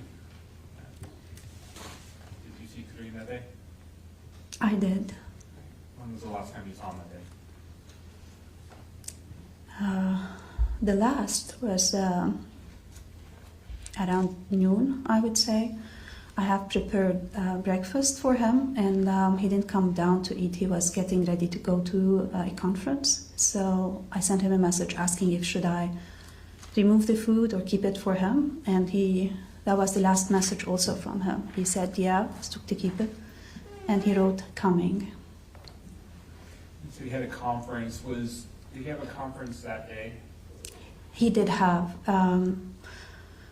Earlier that day, April 29, he was looking for his fancy pants to wear for an occasion. So I asked him what he had. He said he had a very important presentation. And he couldn't find that pants, so he asked me to look for him for it. So that's how I knew that he had a presentation. And we didn't talk much about it, though, on that day. When you say he was looking for his fancy pants, you're talking about like dress pants? Yes, and I have to say it. That morning, it's like, Mom, where did you put my pants? It's like, you have it. It's like, are you sure you washed it? Yes, I did. I can't find it. Can you check my dad's? And I said, go check yourself. He said, Mom, please do. So I went, and sure enough, I misplaced his pants among his dad's clothes. And so he held his pants and he said, Mom, is this my dad's size? So that was the fancy pants, blue pants that he wanted to wear, but he ended up spending some time changing and trying different clothes for the event that day. And that was an event, and was that an awards ceremony that was going to take place in the evening? I wasn't aware that it was an award ceremony as much as a presentation with his group, and then based on their presentation, they might have been awarded based on their work. So it was research, part of the undergraduate research conference at UC Davis. It happens every year. And so when he left that afternoon, did he get on the bike that you had always seen him leave on? I didn't see him when he left. I had people that day around noon. When I went to get something from the kitchen, I saw him eating, so I offered him some tea. He said he's drinking coffee, and that was the last time I saw my son alive. And during the day, did you ever see his bike there around the house, or did you notice it was gone? No, that night I went out with my neighbor and walked around the neighborhood, not towards Sycamore Park, towards the other side. And when I came back home, I heard sirens. And then it was then that I checked if Karim came during my absence when I went for a walk. I looked for his bike. I didn't see it in our backyard. So I started messaging him to see when he's coming back, and I specifically said, it's like, I hear lots of sirens. Are you close? Are you okay? But that was around 10 p.m. So he didn't see that message or the many messages after that I sent that night. And did you hear, were you expecting Karim home that night? Of course. So it's Saturday. He had an eventful day, happy day, I would say, with his friends. It's getting close to his graduation. So I knew that he would be out, but I didn't know exactly when he's going to be back. But being the kind of mother I am, when it's getting dark, I usually create a reason to check where he is indirectly by asking, like, there is food, are you coming? Or something around these lines. So that night, when it was around 10, I started hearing sirens. I got worried. But definitely I was expecting him. It's so not typical of him to stay out without letting us know. When you were expecting him home, did you have reason to believe he would come through Sycamore Park, take the bike path back to your house? Yes, that would be the norm, unless somebody, because if it was very late, would drop him home and then he would pick his bike the next day. But this would be the norm. He would have to cross that bridge to arrive home.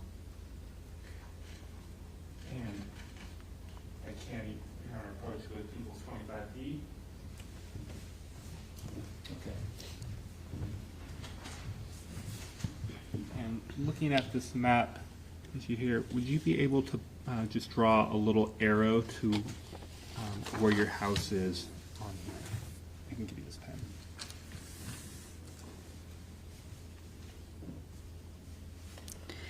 Just to note, the Santa Rosa is not named, but I can recognize the street on this map.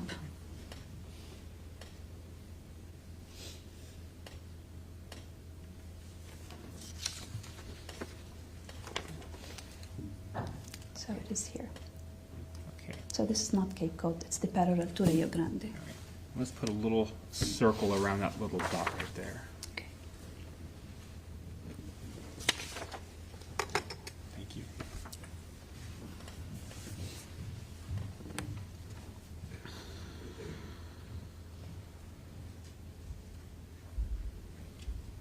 Thank you, ma'am. No further questions. Thank you, Mr. Demora. Any questions, Mr. Hudson? No question. Nadine, how do you pronounce your last name? Yahya, Yahia. Ms. Yahia, thank you for your testimony. Have a thank good you. day. Thank you. Okay, ladies and gentlemen of the jury, we are at our afternoon break. The three-part admonition: don't form any opinions about this case until you're deliberating with your fellow jurors. Do not research this case. Do not discuss anything other than scheduling. And I'll see you back in 15 minutes. Thank you. Counsel, thank you. Enjoy your break. Thank you, Your Honor. Off record.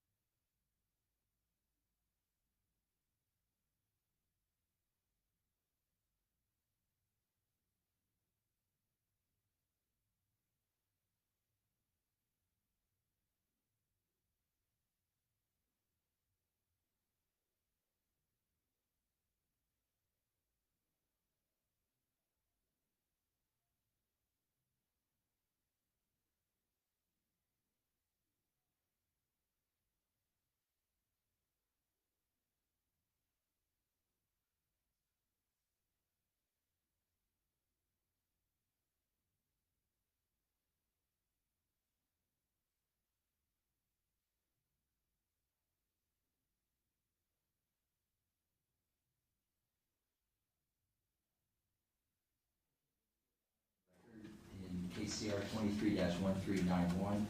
Evidentiary phase of this trial, afternoon session of Thursday, May 8th. And so, Mr. Kumar, do you have a witness you'd like to call? Yes, people call Detective Mariano Lopez. Okay.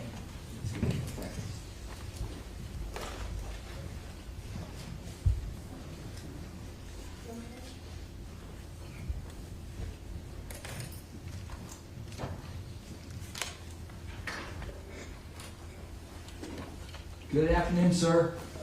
Come on in to the podium. You'll take the oath and then the witness stand. You do solemnly swear to speak you're about to give and cause nothing for the court shall be the truth, the whole truth, nothing but the truth? I did. Thank you. You can be seated.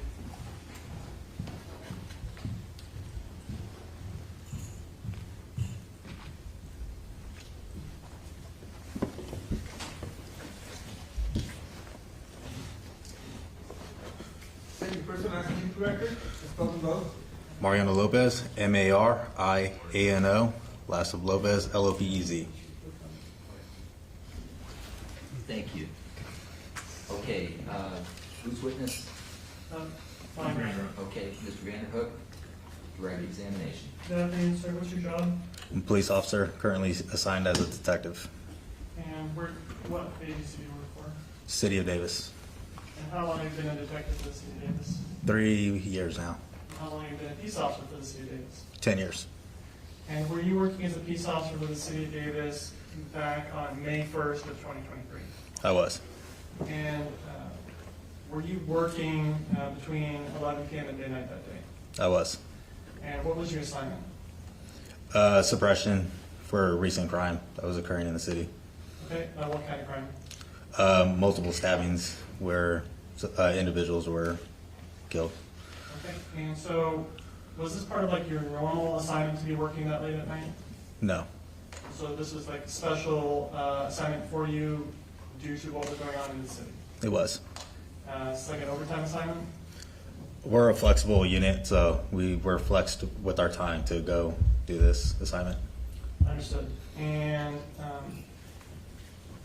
sometime around 11:45 or thereabouts, did you hear radio reports that there was a report of a stabbing in the area of L Street between 2nd and 3rd?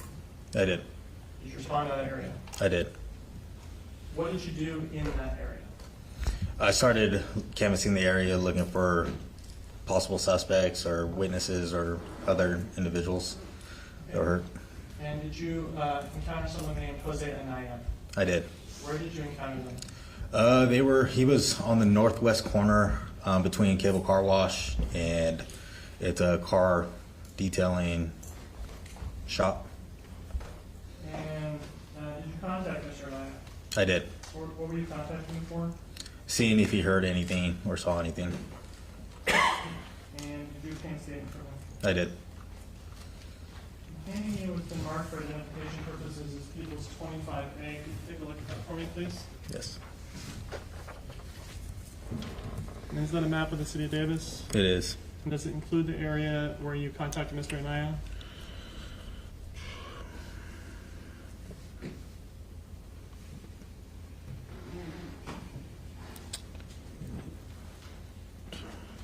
It does. Okay. May I publish, Your Honor?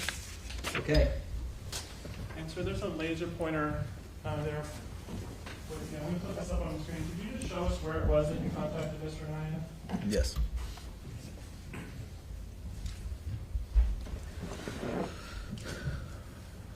And so I have People's 25A up on the screen. Were you able to see that okay, sir? Yes. And a little bit. Like, what intersection is this near? It's between 3rd and H Street. Okay, so I'm going to zoom in on the area of 3rd and H here. So now that I'm zoomed in, can you see the area where you contacted Mr. Anaya? Yes. Would you like me to point? Please. In this area. Okay, on the top side of the street, north side of the street? Northwest corner Northwest corner of what? of 3rd and this little alleyway that goes to a Cable Car Wash right here and train tracks. It's going to be this northwest corner of the shop. All right, so just for the record, if we're looking at the intersection on this map of 3rd and H, there's a building to the right of that, which has got a white roof, and you're indicating at the northwest corner of that building. Correct. And on this map, north is towards the top, Yes. and west is towards the left. Yes.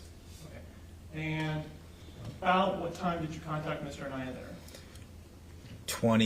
Approximately 20 minutes after the call that came out. Okay, so this would be the night of May 1st, within 20 minutes or so of hearing the report from the stabbing, so somewhere kind of near midnight into the second. Yes. And so this is going to sound like a silly question, but this area of 3rd and H is different than this PG&E substation. That's not the same place. Correct. Okay. And so, was he there on the side of the building at 3rd and H? Was Anaya on Yes. the side? It wouldn't be H Street. It's just on the other side of H Street.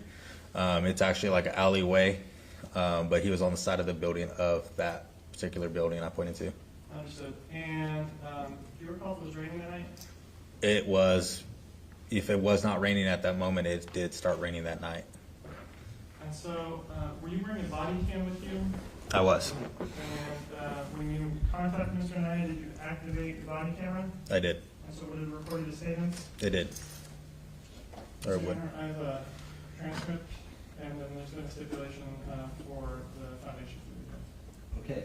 I don't believe a transcript is necessary. They should watch. Is it audio or video? audio and video. Okay, so I agree with that. So I want to mark the transcript as a court exhibit next in order. And thank you, though, for preparing copies in the event. We're going to reserve handing those out. And it is a reminder, we have used transcripts, but we're not going to do that in this case. The evidence is what you're going to see in here. And what is the number, Mr. Van Hook, again? This is people 67. 67. Okay, great. Thank you.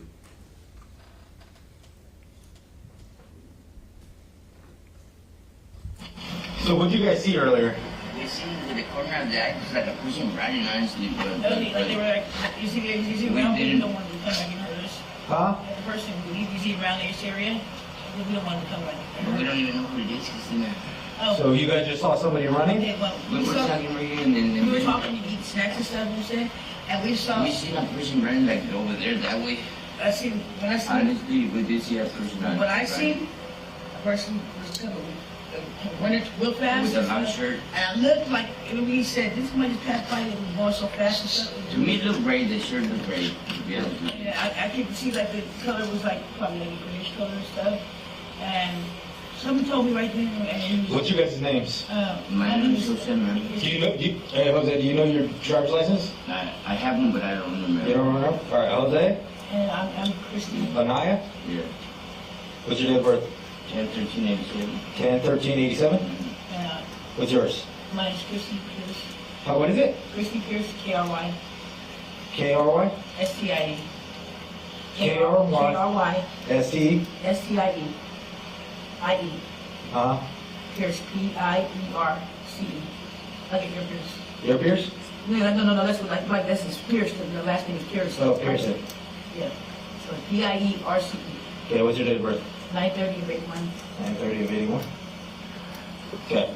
So you guys saw a guy running this way at a high rate, like running like he was running really fast? Fast, yeah. And all you could tell was he had a gray shirt on. He had a gray shirt on, and I didn't notice, because we when we paid attention until like when you passed by, and I said, oh shit, somebody ran by real fast, and then it was like, someone told us had a bad feel. Someone told us like, just go. All right, well, be safe and watch each other's back, okay? Who they said? We don't know.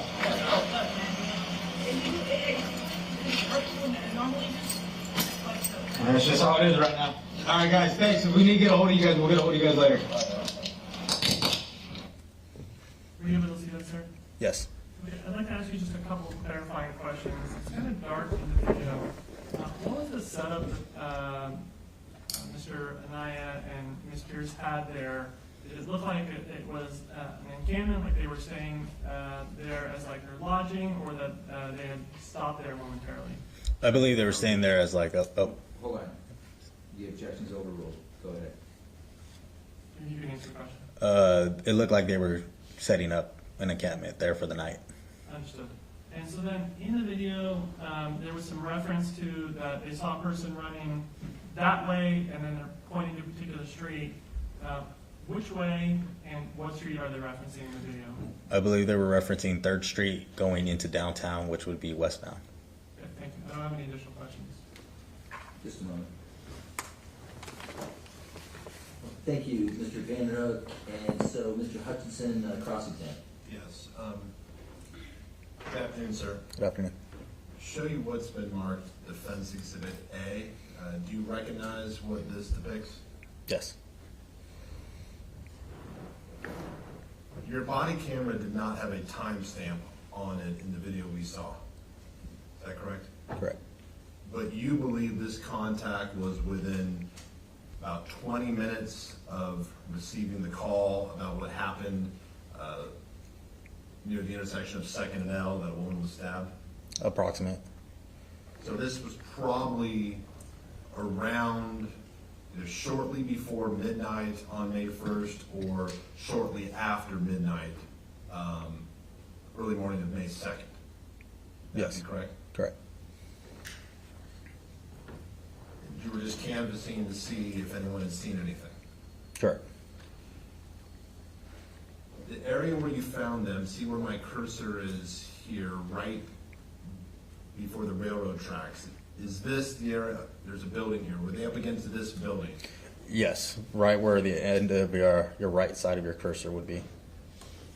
Although it was dark, we could see that they had bicycles there. You saw some bicycles visible in the, yes. in the body camera? Yes. They had bags with them. Yes. And they talked about they were having snacks. Do you recall hearing that?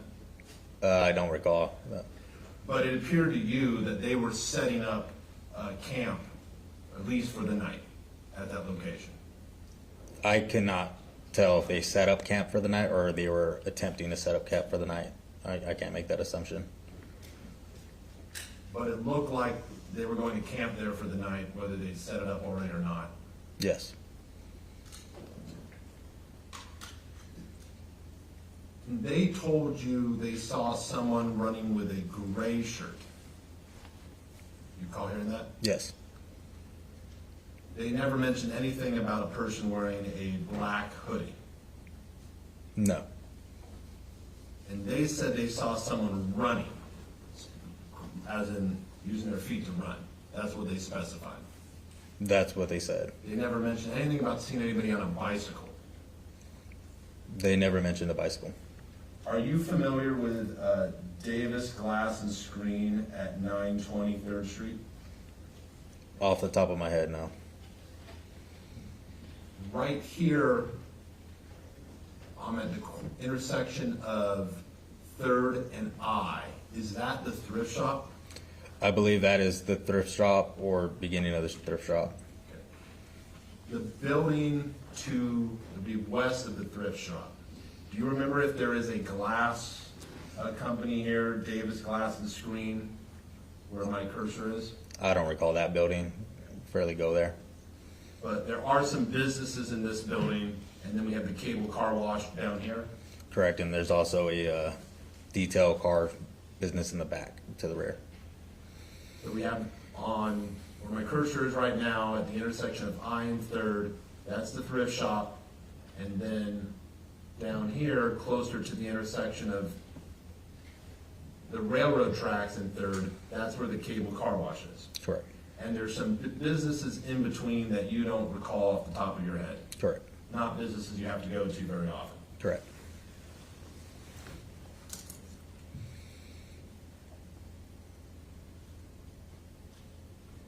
And it wasn't clear from the body camera, but they seemed to specify that they saw this person running from the vantage point where you spoke to them.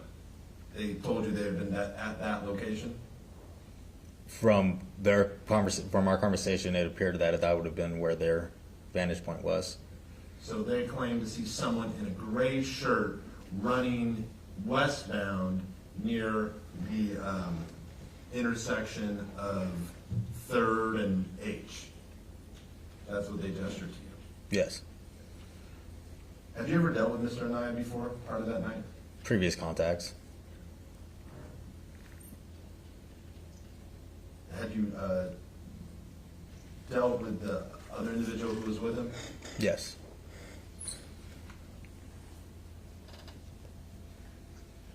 I don't want you to speculate. Both, based on your experience with them, do they both use controlled substances? Yes. Methamphetamine? Yes. Did you ask them if they had used methamphetamine that night? No. At that night, whether they had used methamphetamine, that was not your concern, given what you were investigating? Correct. Now, I'd like you to assume that Mr. Anaya testified to this jury that at around midnight on May 1st, he wasn't down here by the cable car wash, he was down here at the intersection of 2nd and K, behind a tree, asleep for the night. Can you assume that he testified and told this jury that, okay? Based on what you saw up here, was Mr. Anaya's testimony accurate? If I'm assuming that he testified to that? Yeah. Well, I contacted him on 3rd by cable car wash. And because you've dealt with Mr. Anaya, you knew who he looks like, correct? Correct. So when he told you, my name's Jose Anaya, you recognize him as Jose Anaya? Correct. So there's no chance you were actually mistaken about speaking with Jose Anaya? Correct. So based on what you saw and what you recorded in your body camera, there is no way Jose Anaya was asleep in the bushes at this intersection of 2nd and K. He wasn't there, correct? I can't speak to where he was prior to prior to our contact. But at the time you contacted him, there's no chance he could have been down here at the intersection of 2nd and K asleep, correct? Your Honor, we stipulate to that. They questioned him about Right, that. no, that's fine. Thank you for the stipulation, but the witness needs to answer. There would not. He would be at 3rd and the tracks. And he was very much awake when you spoke to him. I couldn't tell if he was how much he's awake or not. He was awake. Yes. You didn't wake him up. No. He was speaking. Yes. And he appeared to be able to understand your questions. Yes. All right, I have nothing further. Thank you, sir. Thank you. Okay, thank you, Mr. Vander. Any redirect? Nothing. Okay, Detective, thank you for making time for the court today. Have a good night. Thank you. Okay, Mr. Demora, witness? Yes, Steve Hall, Detective Derek Rowe. Okay, great, thank you. Excuse me, Your Honor, we're going to actually call Investigator Aaron Moe. Aaron Moe, okay.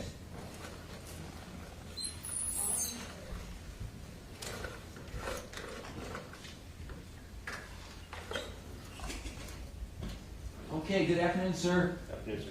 So if you can stand at the podium, take the oath, and then the witness stand. Did you solemnly swear that you're about to give and cause nothing to the court shall be the truth, the whole truth, and nothing but the truth? Yes, sir. Thank you. Keep seated.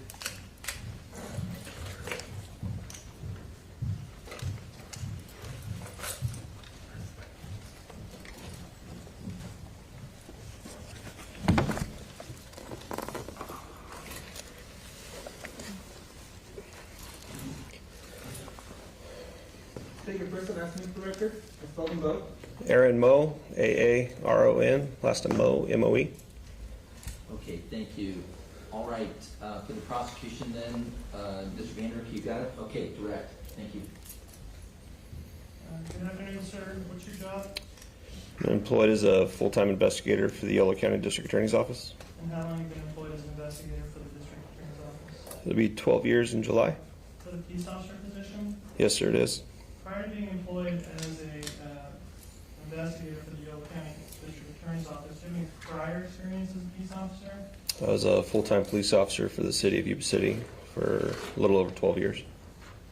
And any other experience as a peace officer? I was also a reserve police officer for the city of Yuba City for an additional 2 years. And have you been assigned to work on this case? Yes, I was. And what is your job as an investigator with the DA's office when you're assigned to a case? My job is to assist the prosecutors in organizing the case, to contact witnesses, obtain statements, to handle evidence either by collecting it or transporting it, as well as dealing with witnesses when the attorneys talk to them in preparation for upcoming court dates, and then other investigative matters such as writing search warrants and other follow-up investigation. Do you help coordinate witness appearances in court? Yes. And do you, for witnesses that have transportation issues, do you help arrange for transportation to and from court for various witnesses? Both vehicle as well as if they're from out of town, we arrange flights for them to come into town prior to their testimony. And have you been doing that work on this case? Yes. And then you talked about interviewing witnesses. Have you been talking to witnesses on the case? Only when asked to do so. If there's follow-up questioning or if they had questions, then I'm asked to contact them to figure out what they need. And then if there's particular follow-up is needed in an area, would you do that? Yes. Does it include authoring search warrants? Yes. I want to ask you about interviewing witnesses. Could you just give me an estimate of the number of witnesses that you've interviewed in relation to this case?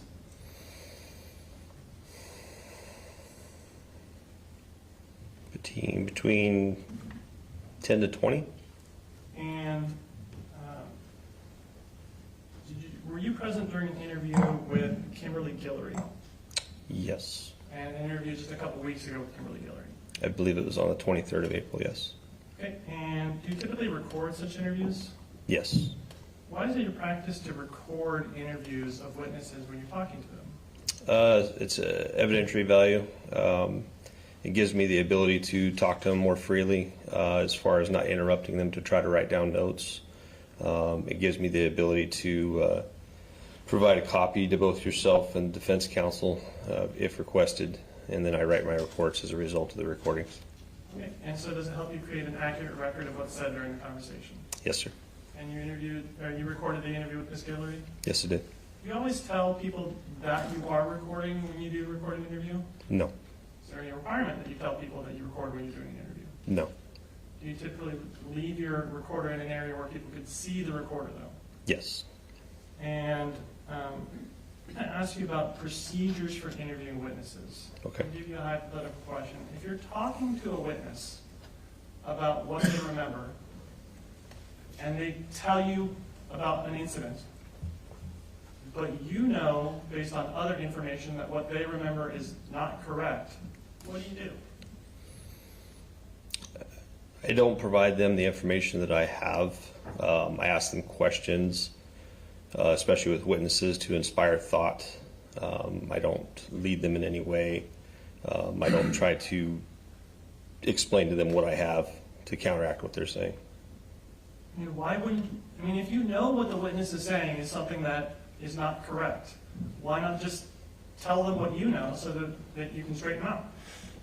Because what they are saying is their interpretation of the events that occurred as far as how they remember it.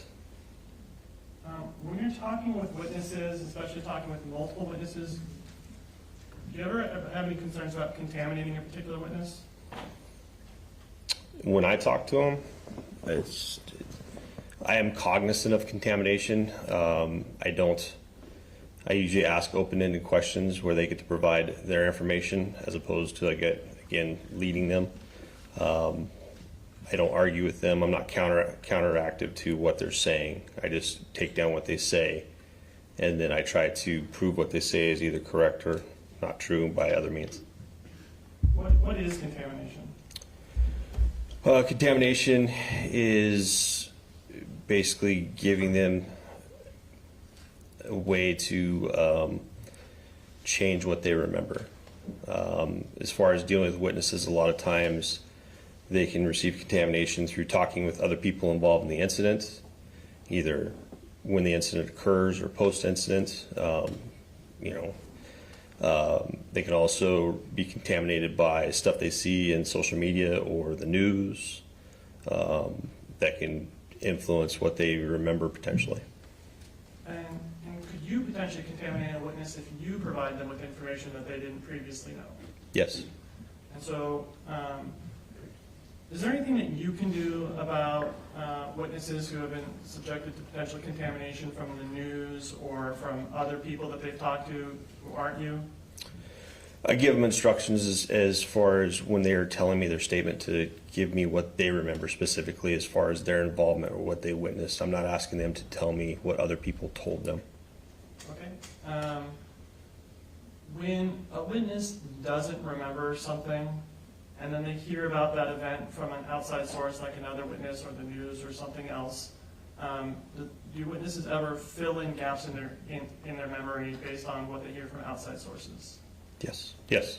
And is that what you're trying to avoid when you're trying to avoid witness contamination? Yes, I am. So if a witness was telling you in their statement something that you just absolutely knew was incorrect based on just rock solid evidence you had as to what really happened, would you then correct the witness and try to give them the correct information? No, I wouldn't correct the witness verbally or show them anything that's counteracting what they remember. If it was something that I knew specifically as far as being untruthful, or if it was something that could be misinterpreted, I try to note in my reports where I know that information is coming from. If it's from talking to a different person, I would say see supplements number such and such for additional information, or see attached video, or see attached photos, and kind of cite my source, kind of like you would if you were writing like a book report, and you'd cite where you got the information from. But you wouldn't contradict that person during the interview? No, because again, from interviewing multiple people, depending on what the scenario is, their involvement in, if they're involved in a traumatic incident, they may remember a lot, they may remember very little. So I'm not going to try to mold what they remember as far as putting it into a direction that's beneficial for my case. Okay, and is part of your job as an investigator with the district attorney's office to obtain exhibits or evidence items? Yes.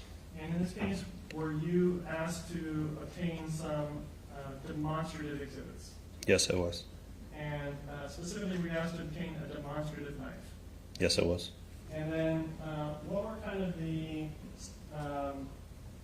what was the request of you as far as what demonstrative knife should you be getting? I was asked to get the exact make and model of the knife that was seized as evidence in this case. Okay, so if that's your task, to get the exact make model, how are you then making sure that you're getting the exact make model? I contacted, in this case, I contacted Sergeant Janelle Bestbitch from the Davis Police Department, explained to her what I was tasked with, asked her if she could provide the make and model of the knife that was seized during the course of the incident, and if she knew where it came from, to cite that source as well. She provided me the make model. She also provided me a excerpt from a search warrant or information that she got from Amazon, and was able to provide the exact make and model of the knife. Okay, and later, did you actually do your own search warrant on Amazon? Yes. And were you able to see it purchased by Mr. Carlos Reales Dominguez of a knife on Amazon? Yes. Objection Foundation, no subpoena ducus tecum.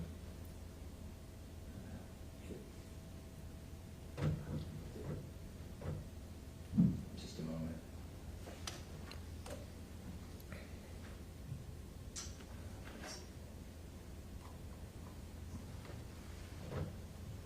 You can get it, it's, I'm going to overrule it. Just go ahead. Can you briefly approach the sidebar? Yeah, maybe I'm missing something. So I need to sort it out. That's why I hesitated. Okay, thanks. Give me a second. Yes. Let's sort this out. Thank you, problem. folks. Off the record.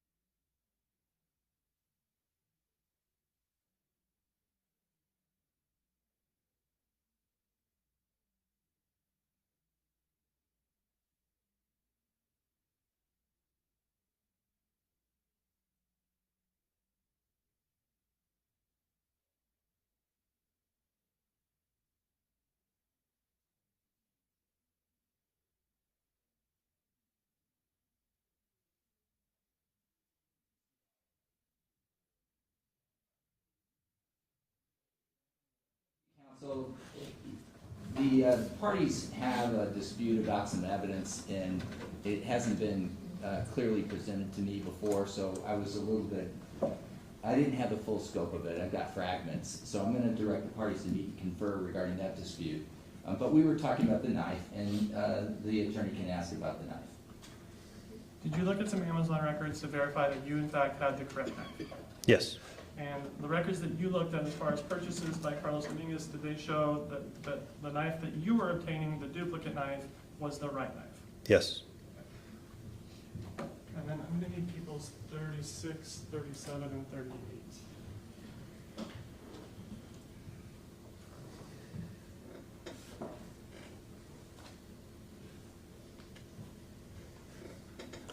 Okay, sir, I'm handing you what's been marked for identification purposes, People's 36. Could you take a look at that for me, please? Yes, sir.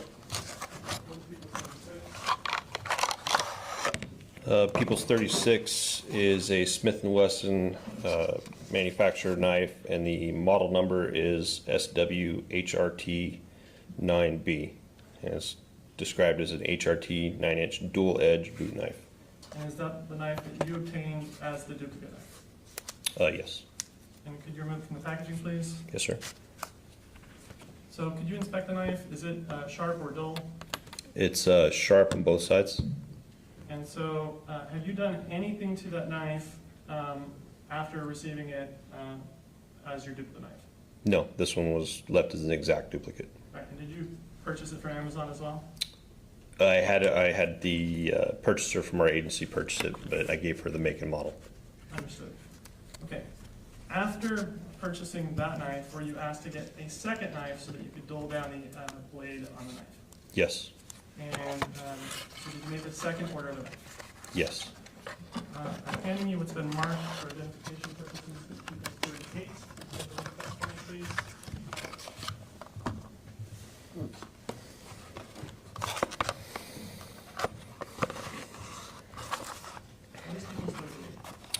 People's 38 is also a Smith & Wesson knife. This one has a model number of SWHRT 9BF. And when it came in, was it the same as the other knife? No, it was not the same as the first knife. I determined this was a different model. The F model stands for a false edge. So on the first knife is the exact duplicate, which is People's 3610. I'm sorry, 36D. Just ID. Yeah, thank you. ID. 36. That serial number was SWHRT 9B. This one is 9BF, and the F stands for a false edge. On the first one, it had a cutting edge on both sides. This one only has a cutting edge on one side and a false edge on the opposing side. Could you take out both 36 and 38 at the same time and just kind of explain to us, like, what's the difference between 36 and 38? So we could actually start with the similarities. And if you could just kind of turn to your left so people will... Sure. So this is item number 36, which is the dual edge, and this is item number 38, which is the false edge. As far as the manufacturer, the size from the base of the knife to the tip of the knife is the exact same height, as well as the width of the handguard here at the base of the blade. And again, number 36 is the dual edge. As you can see, there's a shiny edge on both sides of the knife. And on number 38, this is a false edge. You can see a shiny edge going up this side, but a dull black edge. So as an example, if I was to run my finger across number 36, I can cut my finger on both sides of the knife.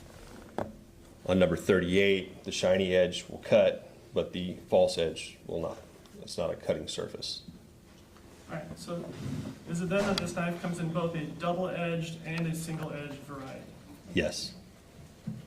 And so after getting the false edge in, did you make another knife purchase? Yes. And did that come in as a double edge knife? Yes. When the false edge knife came in, was it that the double edge was ordered and the single edge was accidentally shipped, or was it the single edge was accidentally ordered? So the double edge was ordered correctly. When the second knife, which was the false edge, was ordered, it was accidentally ordered with the false edge. I showed that to you, and you said we needed an exact copy of the first one. Okay, so did you then order a third knife? Yes, it did. All right, can you take a look at piece 37? Yes.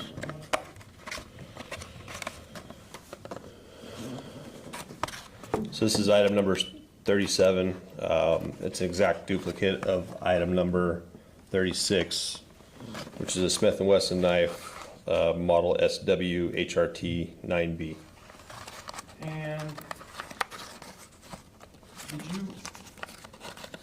when that came, was it the same as 36, where it's just a sharp, double-edged duplicate knife? Yes. Did you do anything to that knife to change its state? Yes. What did you do? I was asked to dull the knife, so I took a round file to the edge and basically rolled it over to make it less sharp.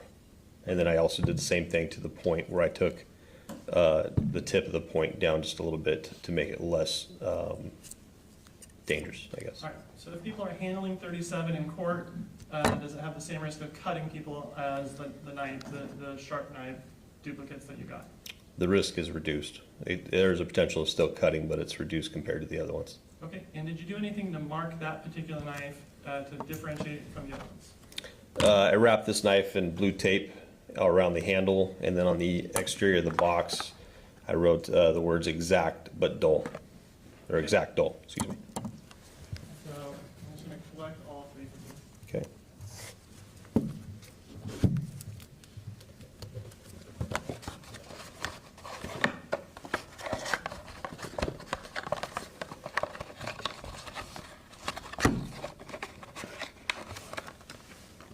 Thank you.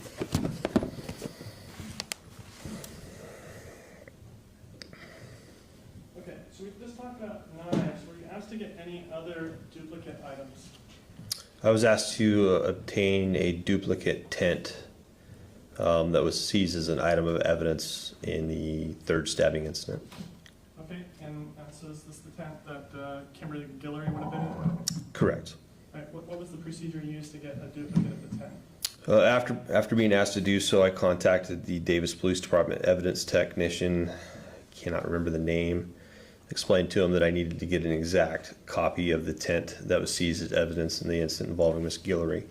The evidence tech provided me the exact manufacturer and exact model of the tent.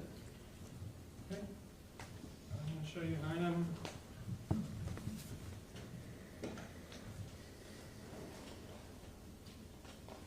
This is People's, marked for identification purposes, People's 29. Can you take a look at that for me, please? Yes, sir. So People's 29 is a Coleman 4-person tent. It's a Flatwoods 2 model. And is that the tent that you obtained? Yes, it is. And have you seen the photos of Ms. Guillory's tent? Yes. And is this the same tent? Yes, even down to the color, I believe. So now I want to move to some other things. We talked about the search warrants, and that at times you'll do search warrants. Did you author any search warrants in this case? Yes. Does that include a search warrant to AT&T?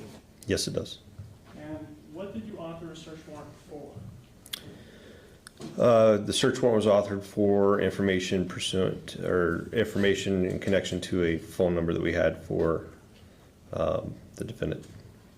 Okay, and did you receive records responding to your search warrant? Yes. I'm going to be showing you what's been marked for identification purposes as People's 42A. Take a look at this. Yes, sir.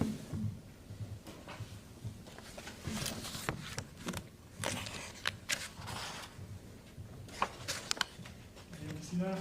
Yes, sir. And is that a custodian records declaration that came with the warrant, with the records that you received pursuant to the search warrant? Yes. And this is for the AT&T records? Yes, sir, it is. Okay. I have here a USB drive that's marked as 42. Before your testimony in court today, did you have a chance to look at the contents of what's on the USB drive of People's 42? Yes. And was it the records for the phone number that you did the search warrant for and the records that you received pursuant to your search warrant? Yes, sir, it was. And so, have you been able to look at these records at all? Yes. And were you able to see who the records were indicating that it belonged to? There was subscriber information with the records, and I believe it belonged to the defendant's father. Okay. And in addition to the other search warrants, did you do a search warrant to Amazon? Yes, sir, I did. And what was your search warrant to Amazon for? Like, what records were you seeking? Similar to AT&T, we were looking for information as far as who the account belongs to, the methods of payment, the addresses in which the accounts are billed, the accounts are shipped. We were looking for items purchased. We were looking for search history, all belonging to the account. Okay, and did you receive records responsive to your search warrant? Yes. And I'm handing you what's been marked for identification purposes as People's 39A. Can you take a look at that for me, please? Yes, sir.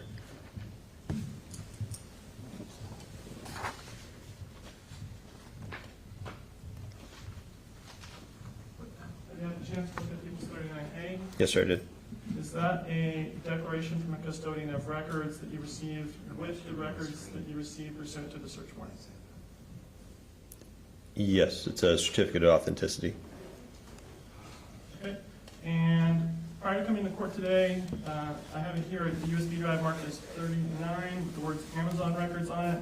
Did you have a chance to look at this prior to coming into court here today? Yes. And did this USB drive contain the Amazon records that you received pursuant to your search warrant? Yes. And those are the records that came with that same custodian's declaration? Yes. So, Your Honor,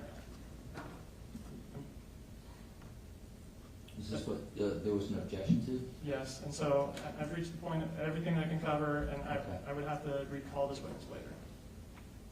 Continue. Okay. Let me just, now that I've seen the foundation you've tried, let me sidebar with counsel. Thank you. Just a moment, folks. Give us a second to circle back on this off the record.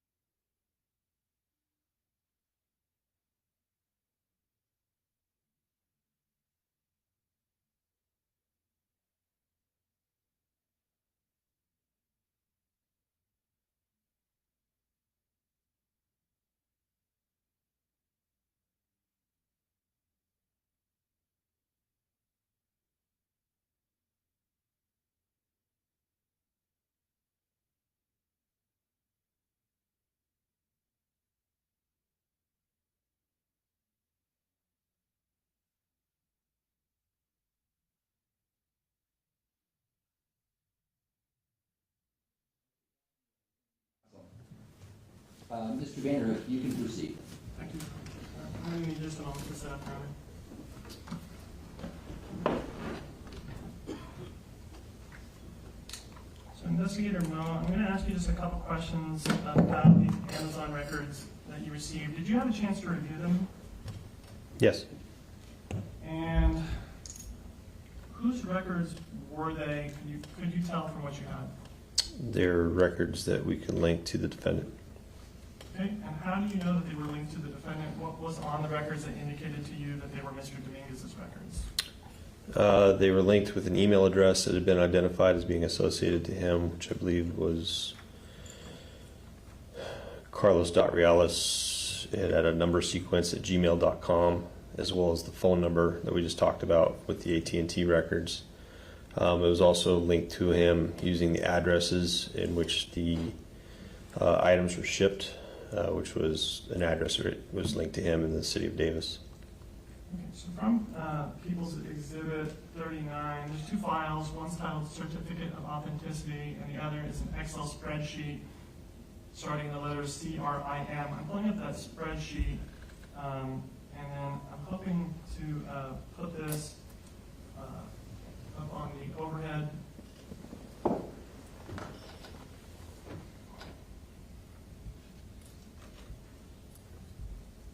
Are you able to see that, sir? Yes.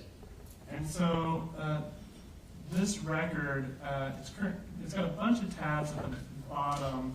The first one is subscription info. Do you see that? Yes. And does it, the subscription info for these records show you who the Amazon subscriber is associated with these records? Yes. And so were you able to locate the order of the Smith & Wesson knife from Amazon in the records?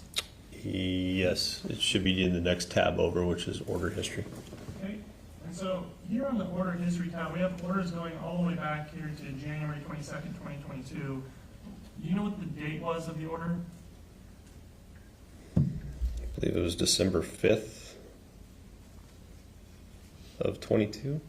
Okay, so going down to December 5th of 2022, there's an order here on line 127, and scrolling to the side, just gonna highlight the row. Going to the side along the row,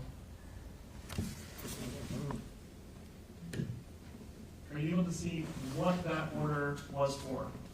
Yes. And what was the order for? It's the Smith & Wesson knife. The model number is right next to Smith & Wesson, which is the first two words of that column.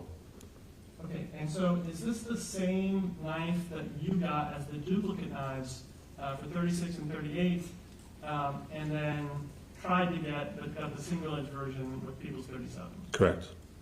And this name here on the line, have you actually gone to the Amazon website and checked out this item? The item specifically, yes. We had to locate it in order to order it. Okay, and so, you shopped on Amazon before? Yes. All right. Do you know how items have like a description as far as the name of what the item is? Yes. Is this text here that we're seeing on line 127 the name for the item description when a user clicks on it? Yes, it says Smith & Wesson, and then the model number is contained within the body of the description. All right, but does it include all these other words like 9-inch high carbon SS fixed blade knife with 4.7-inch? Sorry, we're not at losing. Start over. 9-inch. Does it contain all these other words of 9-inch high carbon SS fixed blade knife with 4.7-inch dual edge blade and TP handle for outdoor, tactical, survival, and EDC? So the description of the 9-inch blade, or correction, the 9-inch knife with the description of the blade is, I believe, in the description of the item. It's listed under the Smith & Wesson manufacturer, and then the outdoor, tactical, survival, EDC are the different methods in which you can locate it. So those are like the categories that it's linked to. Okay, and so then here, going further down the record, were you able to see where the item was shipped to? Yes. And where was it shipped to? It was 762 Hawthorne Lane. All right, and could you see when the order was completed? Yes, if you go further to the left at that edge of that page, it says complete, and then has a date. I just can't, the overhead lighting is on, I can't read the exact date. And so, were you able to look at the search history for Mr. Dominguez? Yes, that's also listed in that document. If you go another tab over where it says search history. And so, were you able to go to the search history for December 5th? Yes. And so, were you able to see what things were being searched for on December 5th by Mr. Dominguez? Yes. Right, so I have here the entries from December 5th, and then what are the terms that are being searched for on December 5th? The terms that are being searched for is misspellings of the word combat knife. Okay. Anything else other than combat knife? I believe there's hunting knife as well. Okay. And then after hunting knife, is there anything else? I can't see it from here, but I believe so. Okay. Is it just too small? Yeah. All right. That's okay. Is that better? Yes. After hunting knife, is there anything else? Again, the misspelling of the combat knife. It's combat knife, C-O-M-B, I think S-T-K-I-F. Okay. And are you familiar with computer keyboards? Yes. And regarding this misspelling, showing you people's 40 is the S key right next to the A key on a keyboard. Yes, sir, it is. And so if we, for the word combat, we replace the S with an A, is then properly spelled as combat. Yes. And then for the word knife, is not misspelled at all. I believe on the last entry it's missing the E at the end. Okay? And so it is short one left. Yes. Think of them as defense.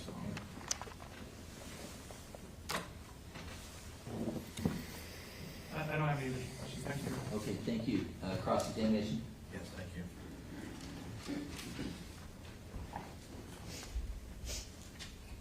Good afternoon, sir. Afternoon, sir.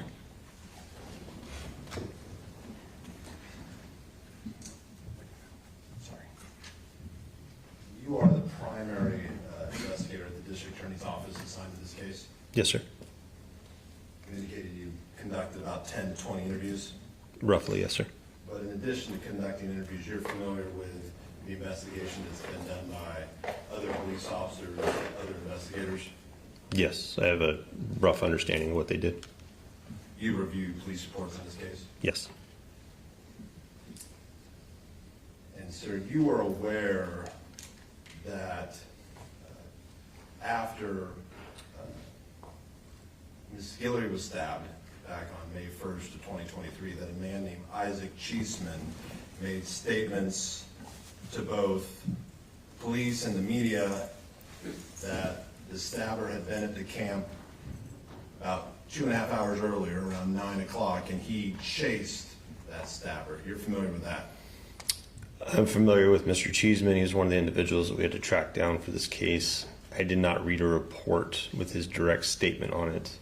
I know of his involvement as far as a general overview of knowledge. I didn't know that he talked to media or anything like that at all. Were you, and if you weren't, that's fine, were you aware that Mr. Cheeseman had been making statements that the stabber who stabbed Ms. Guillory was actually at that camp 2.5 hours earlier, and he and some other people had chased him? Were you aware of that? I was aware of an incident prior to Ms. Guillory's stabbing, but not anything specific from Mr. Cheeseman, no. Okay. Were you aware that someone had made a claim that the stabber had been there earlier and had been chased? Yes, that's from conversations with Ms. Guillory. Did you know that the Davis Police Department had determined as of May 3rd of 2023, 2 days after, that the person who had been chased was a restaurant worker from downtown Davis named Khalid Siddiqui? No, I didn't know that, sir.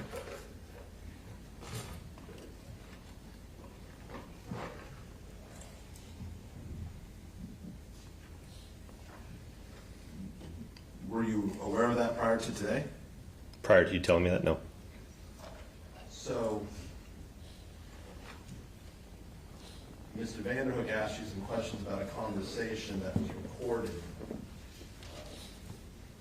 Did you know you were going to be asked questions about that conversation today?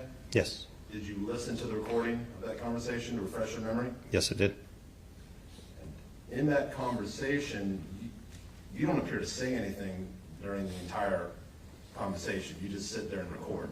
That conversation was kind of like a meet and greet where the attorneys introduced themselves to Ms. Guillory.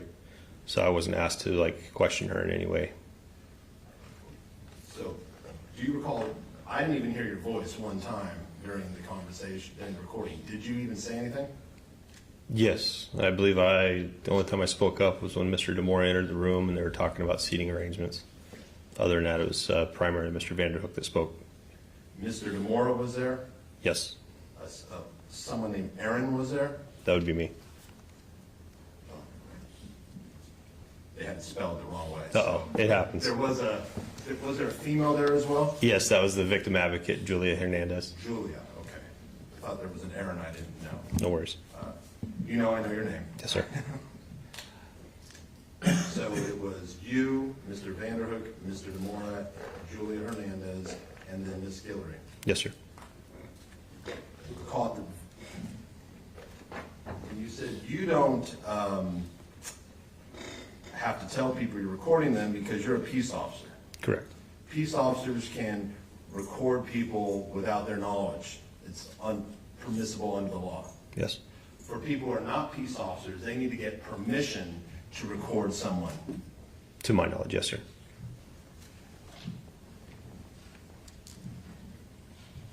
And so you did not tell Ms. Guillory that you were recording her conversation? No, I set my digital recorder right next to her on a couch that she was sitting on in plain Do view. you recall at the very beginning, right when your recording went on, that she said, quote, "Makes me sick that he is crying mental. I mean, yeah, after stabbing 2 people, you know, as many times as he did." Do you recall that?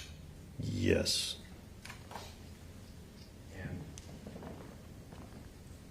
do you recall at approximately 4 minutes and 52 seconds, back up, the person who was doing almost all the conversation with Ms. Guillory was Mr. Vanderhook? Yes, sir.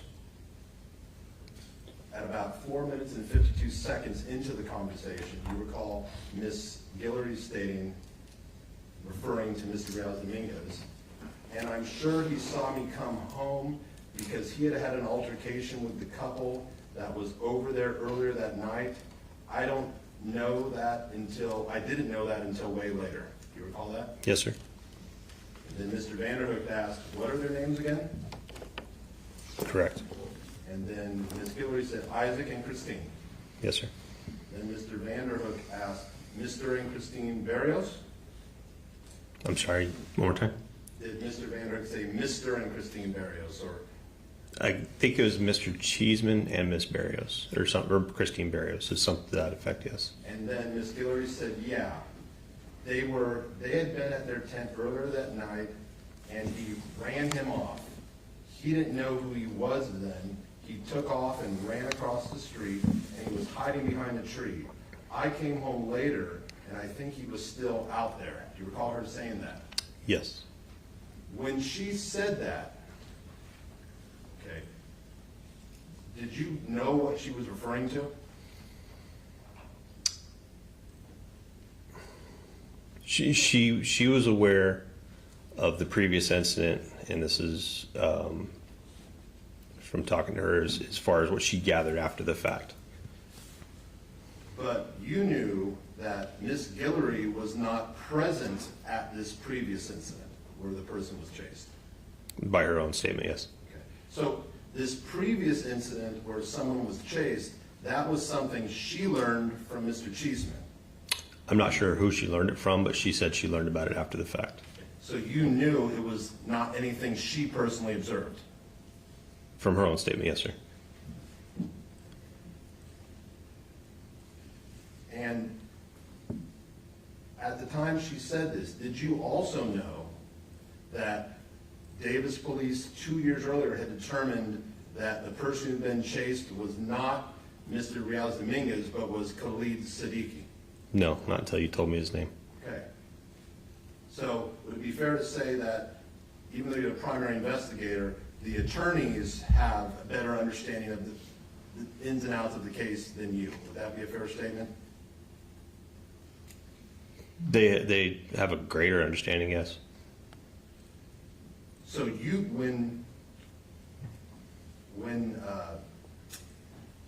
Ms. Guillory said that, you did not know that what she was saying was false. You didn't know that. I knew that she was aware of an incident that occurred prior. I didn't know the individual had been identified by Davis Police Department, and I didn't know his name at that point. Did you at least know that the person was not Carlos Reales Dominguez, or were you uncertain of that either? Not until you told me today, sir. Okay. So, I'd like you to assume some facts for me, okay? Assume that Davis Police and Officer Derek Russell, back on May 3rd of 2023, he saw a video of the person being chased and was able to determine that it was Khalid Siddiqui who worked at Steve's Pizza. Can you assume that fact for me? Yes. Okay. And also assume that Ms. Guillory was not present for this incident where Mr. Cheeseman and Mr. Osorio chased Khalid Siddiqui. Can you assume that? Yes, sir. Okay. You knew from listening to Ms. Guillory that her belief that Mr. Reales Dominguez had been stalking her 2 hours earlier, that was impacting how she felt about the case. It was clear in the interview, correct? That was her interpretation. That's what she spontaneously stated without being questioned about it, yes. Given that she was not a witness to this incident with Mr. Cheeseman, it was nothing she observed, and given that it wasn't true, how would someone be contaminating her testimony by telling her, Ms. Guillory, that wasn't Mr. Reales Dominguez, that was someone else? How would that contaminate her testimony? Who are you saying told it to her? No one told her. When she repeated this story about Mr. Reales Dominguez being there 2.5 hours earlier, did Mr. Vanderhook speak up and say, ma'am, that wasn't true, that's somebody else? Did he ever tell her that? No. His only request to her was to tell the truth as far as what she remembered from the incident. Right, but he asked you about how you don't want to contaminate a witness. How would telling a crime victim that something she'd heard from another unhoused individual was not true, how would that contaminate her testimony? Because she'll second guess what she believes occurred from what she actually knew on that side of it. So if they were to tell her, ma'am, Mr. Reales Dominguez was not the person who was at the camp earlier, that would cause her to second guess her testimony? That would cause her to reevaluate what she believes. From my contacts with her, that's been an issue as far as her leading up to her testimony. She was concerned that she may not remember things correctly. But you could tell she was relying on something that she didn't observe, which somebody else had told her, and which was 100% not true. What is the harm in telling her, ma'am, that was not him, don't consider that, focus only on what you saw and what you observed at 11:45? What is the harm in doing that? It can cause her to not provide the information as she believes.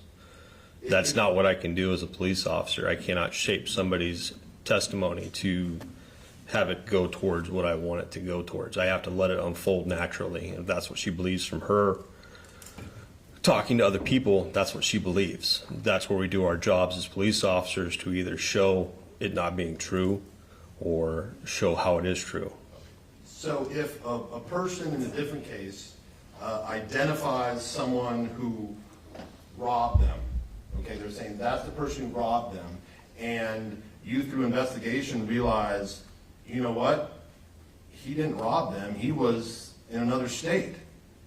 You would never tell that crime victim that she was mistaken. You would just let her keep believing that this innocent individual had robbed her? Is that what you're saying? I would contact my superiors and explain to them what I uncovered in my investigation and see how they want to deal with the issue. Okay, let me stop there. You have a few more questions on cross? Yes. Okay, all right. Detective Mo, thank you for your testimony. Can you be back at 9:30 tomorrow and finish up? Yes, sir. Okay, I appreciate it. Have a good night, sir. Thank you. Okay, ladies and gentlemen of the jury, then I haven't had a chance to consider this, I'm just being honest, the schedule for tomorrow, other than that it's a full day. I did tell you that I was going to work on that. So I'll try to have an answer first thing in the morning. I'm sorry I'm not able to give it to you sooner. But the trial's on schedule. So right now, in your mind, tomorrow's 9:30 to 4:30, the same. I'm trying to assess whether I can end it earlier, and I'm sorry I didn't get that done before. There's a lot of work to do. So anyway, plan for a full day tomorrow. Remember the three-part admonition: don't discuss, don't form any opinions, don't research, and I'll see everybody back tomorrow on Friday for 9:30 start. Thank you, folks. Off the record.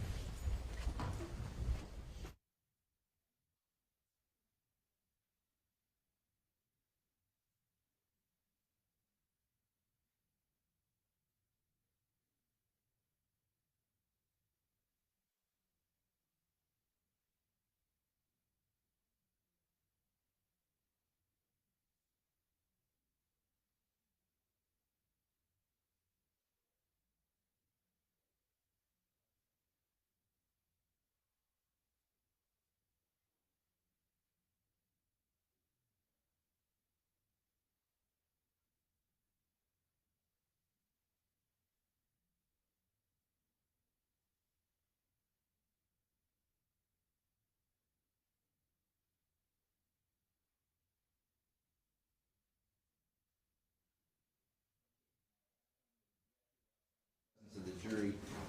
So, Mr. Hutchinson,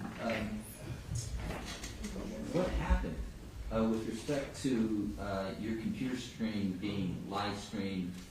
Give me the facts, and then let's talk about a remedy. I'm not sure if there's a remedy. I had my HDMI cable plugged in when I was projecting. Then the screen went off, but apparently whatever, so I assumed it was off. I leave my HDMI cable in, but apparently it continued to live stream while I worked on my computer. Okay. And how long? Do you have a timeline, do you think? I would have to speak to when I first got I'm hopeful it only was a few moments, only 4 minutes. So you have maybe somebody in the office that was following it and then text you immediately, maybe? Well, they were trying to contact me, okay. And I wasn't, because I was working on my computer, I wasn't checking email, I wasn't looking at text, and they contacted Mr. Mora after they could not reach me, who was kind enough to come over and tell me. But so attorney work product was disclosed publicly? Correct, and I think it was basically the transcript of the conversation. I think that's what I was working on, but there were... Which witness was this? It was the conversation between Mr. Vanderhook, Ms. Guillory, and Mr. Moe testified. So you had the transcript from the video, the audio recording of the interview with Ms. Kimberlee Guillory? Yes, and I also had some other screens open.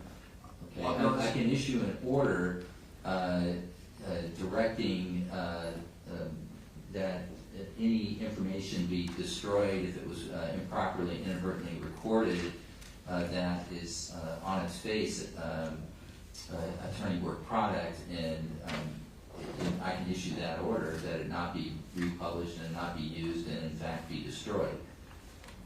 I would ask the court to issue that order. In all honesty, I think of the things I could have had on my screen, this is probably pretty harmless, but I am concerned that... Well, let me stop you. Listen, this isn't the first time I've live streamed a trial. I've never had that happen before. I appreciate that. And I would ask all of us to be diligent in that regard. So anyway, I'm not going to stop live streaming it because I think it's an innocent error. I just have no control over live streaming.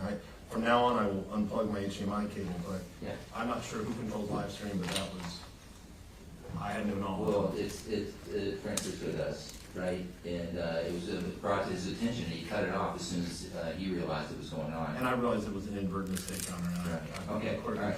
Outstanding. Thanks. Do we need to meet? I got to have people getting back to their jobs right now. And is there anything urgent, or do we need to meet at 9 o'clock tomorrow morning? We don't. Okay, nothing from the prosecution? Well, we come at 9 o'clock, Your Honor. There was an issue about another date, a search history on the Amazon, which we were at sidebar. Mr. Vanderhook said he wasn't going to go into it. He immediately flashed it on the screen for several seconds, the part he said he was not going to go into. Can this matter be? I feel lost on this issue, and you're going very fast at me on it. Is it a matter that can be addressed next week, where with short 2 or 3 page briefs, so I can come up to speed on it? I think if we discuss it at sidebar tomorrow or in chambers tomorrow, we can explain it. All right. Well, you want to do that? Mr. Mo's going to be back on the stand, so it'd be a great idea if we can get it sorted, then we can use that witness if it works out. So why don't we come at 9 o'clock and we'll have law in motion on the objection to the Amazon search results. Yeah, we'll just sort it out. Then you can orally argue it, and hopefully I can track at that time. Okay? And we talk a little bit about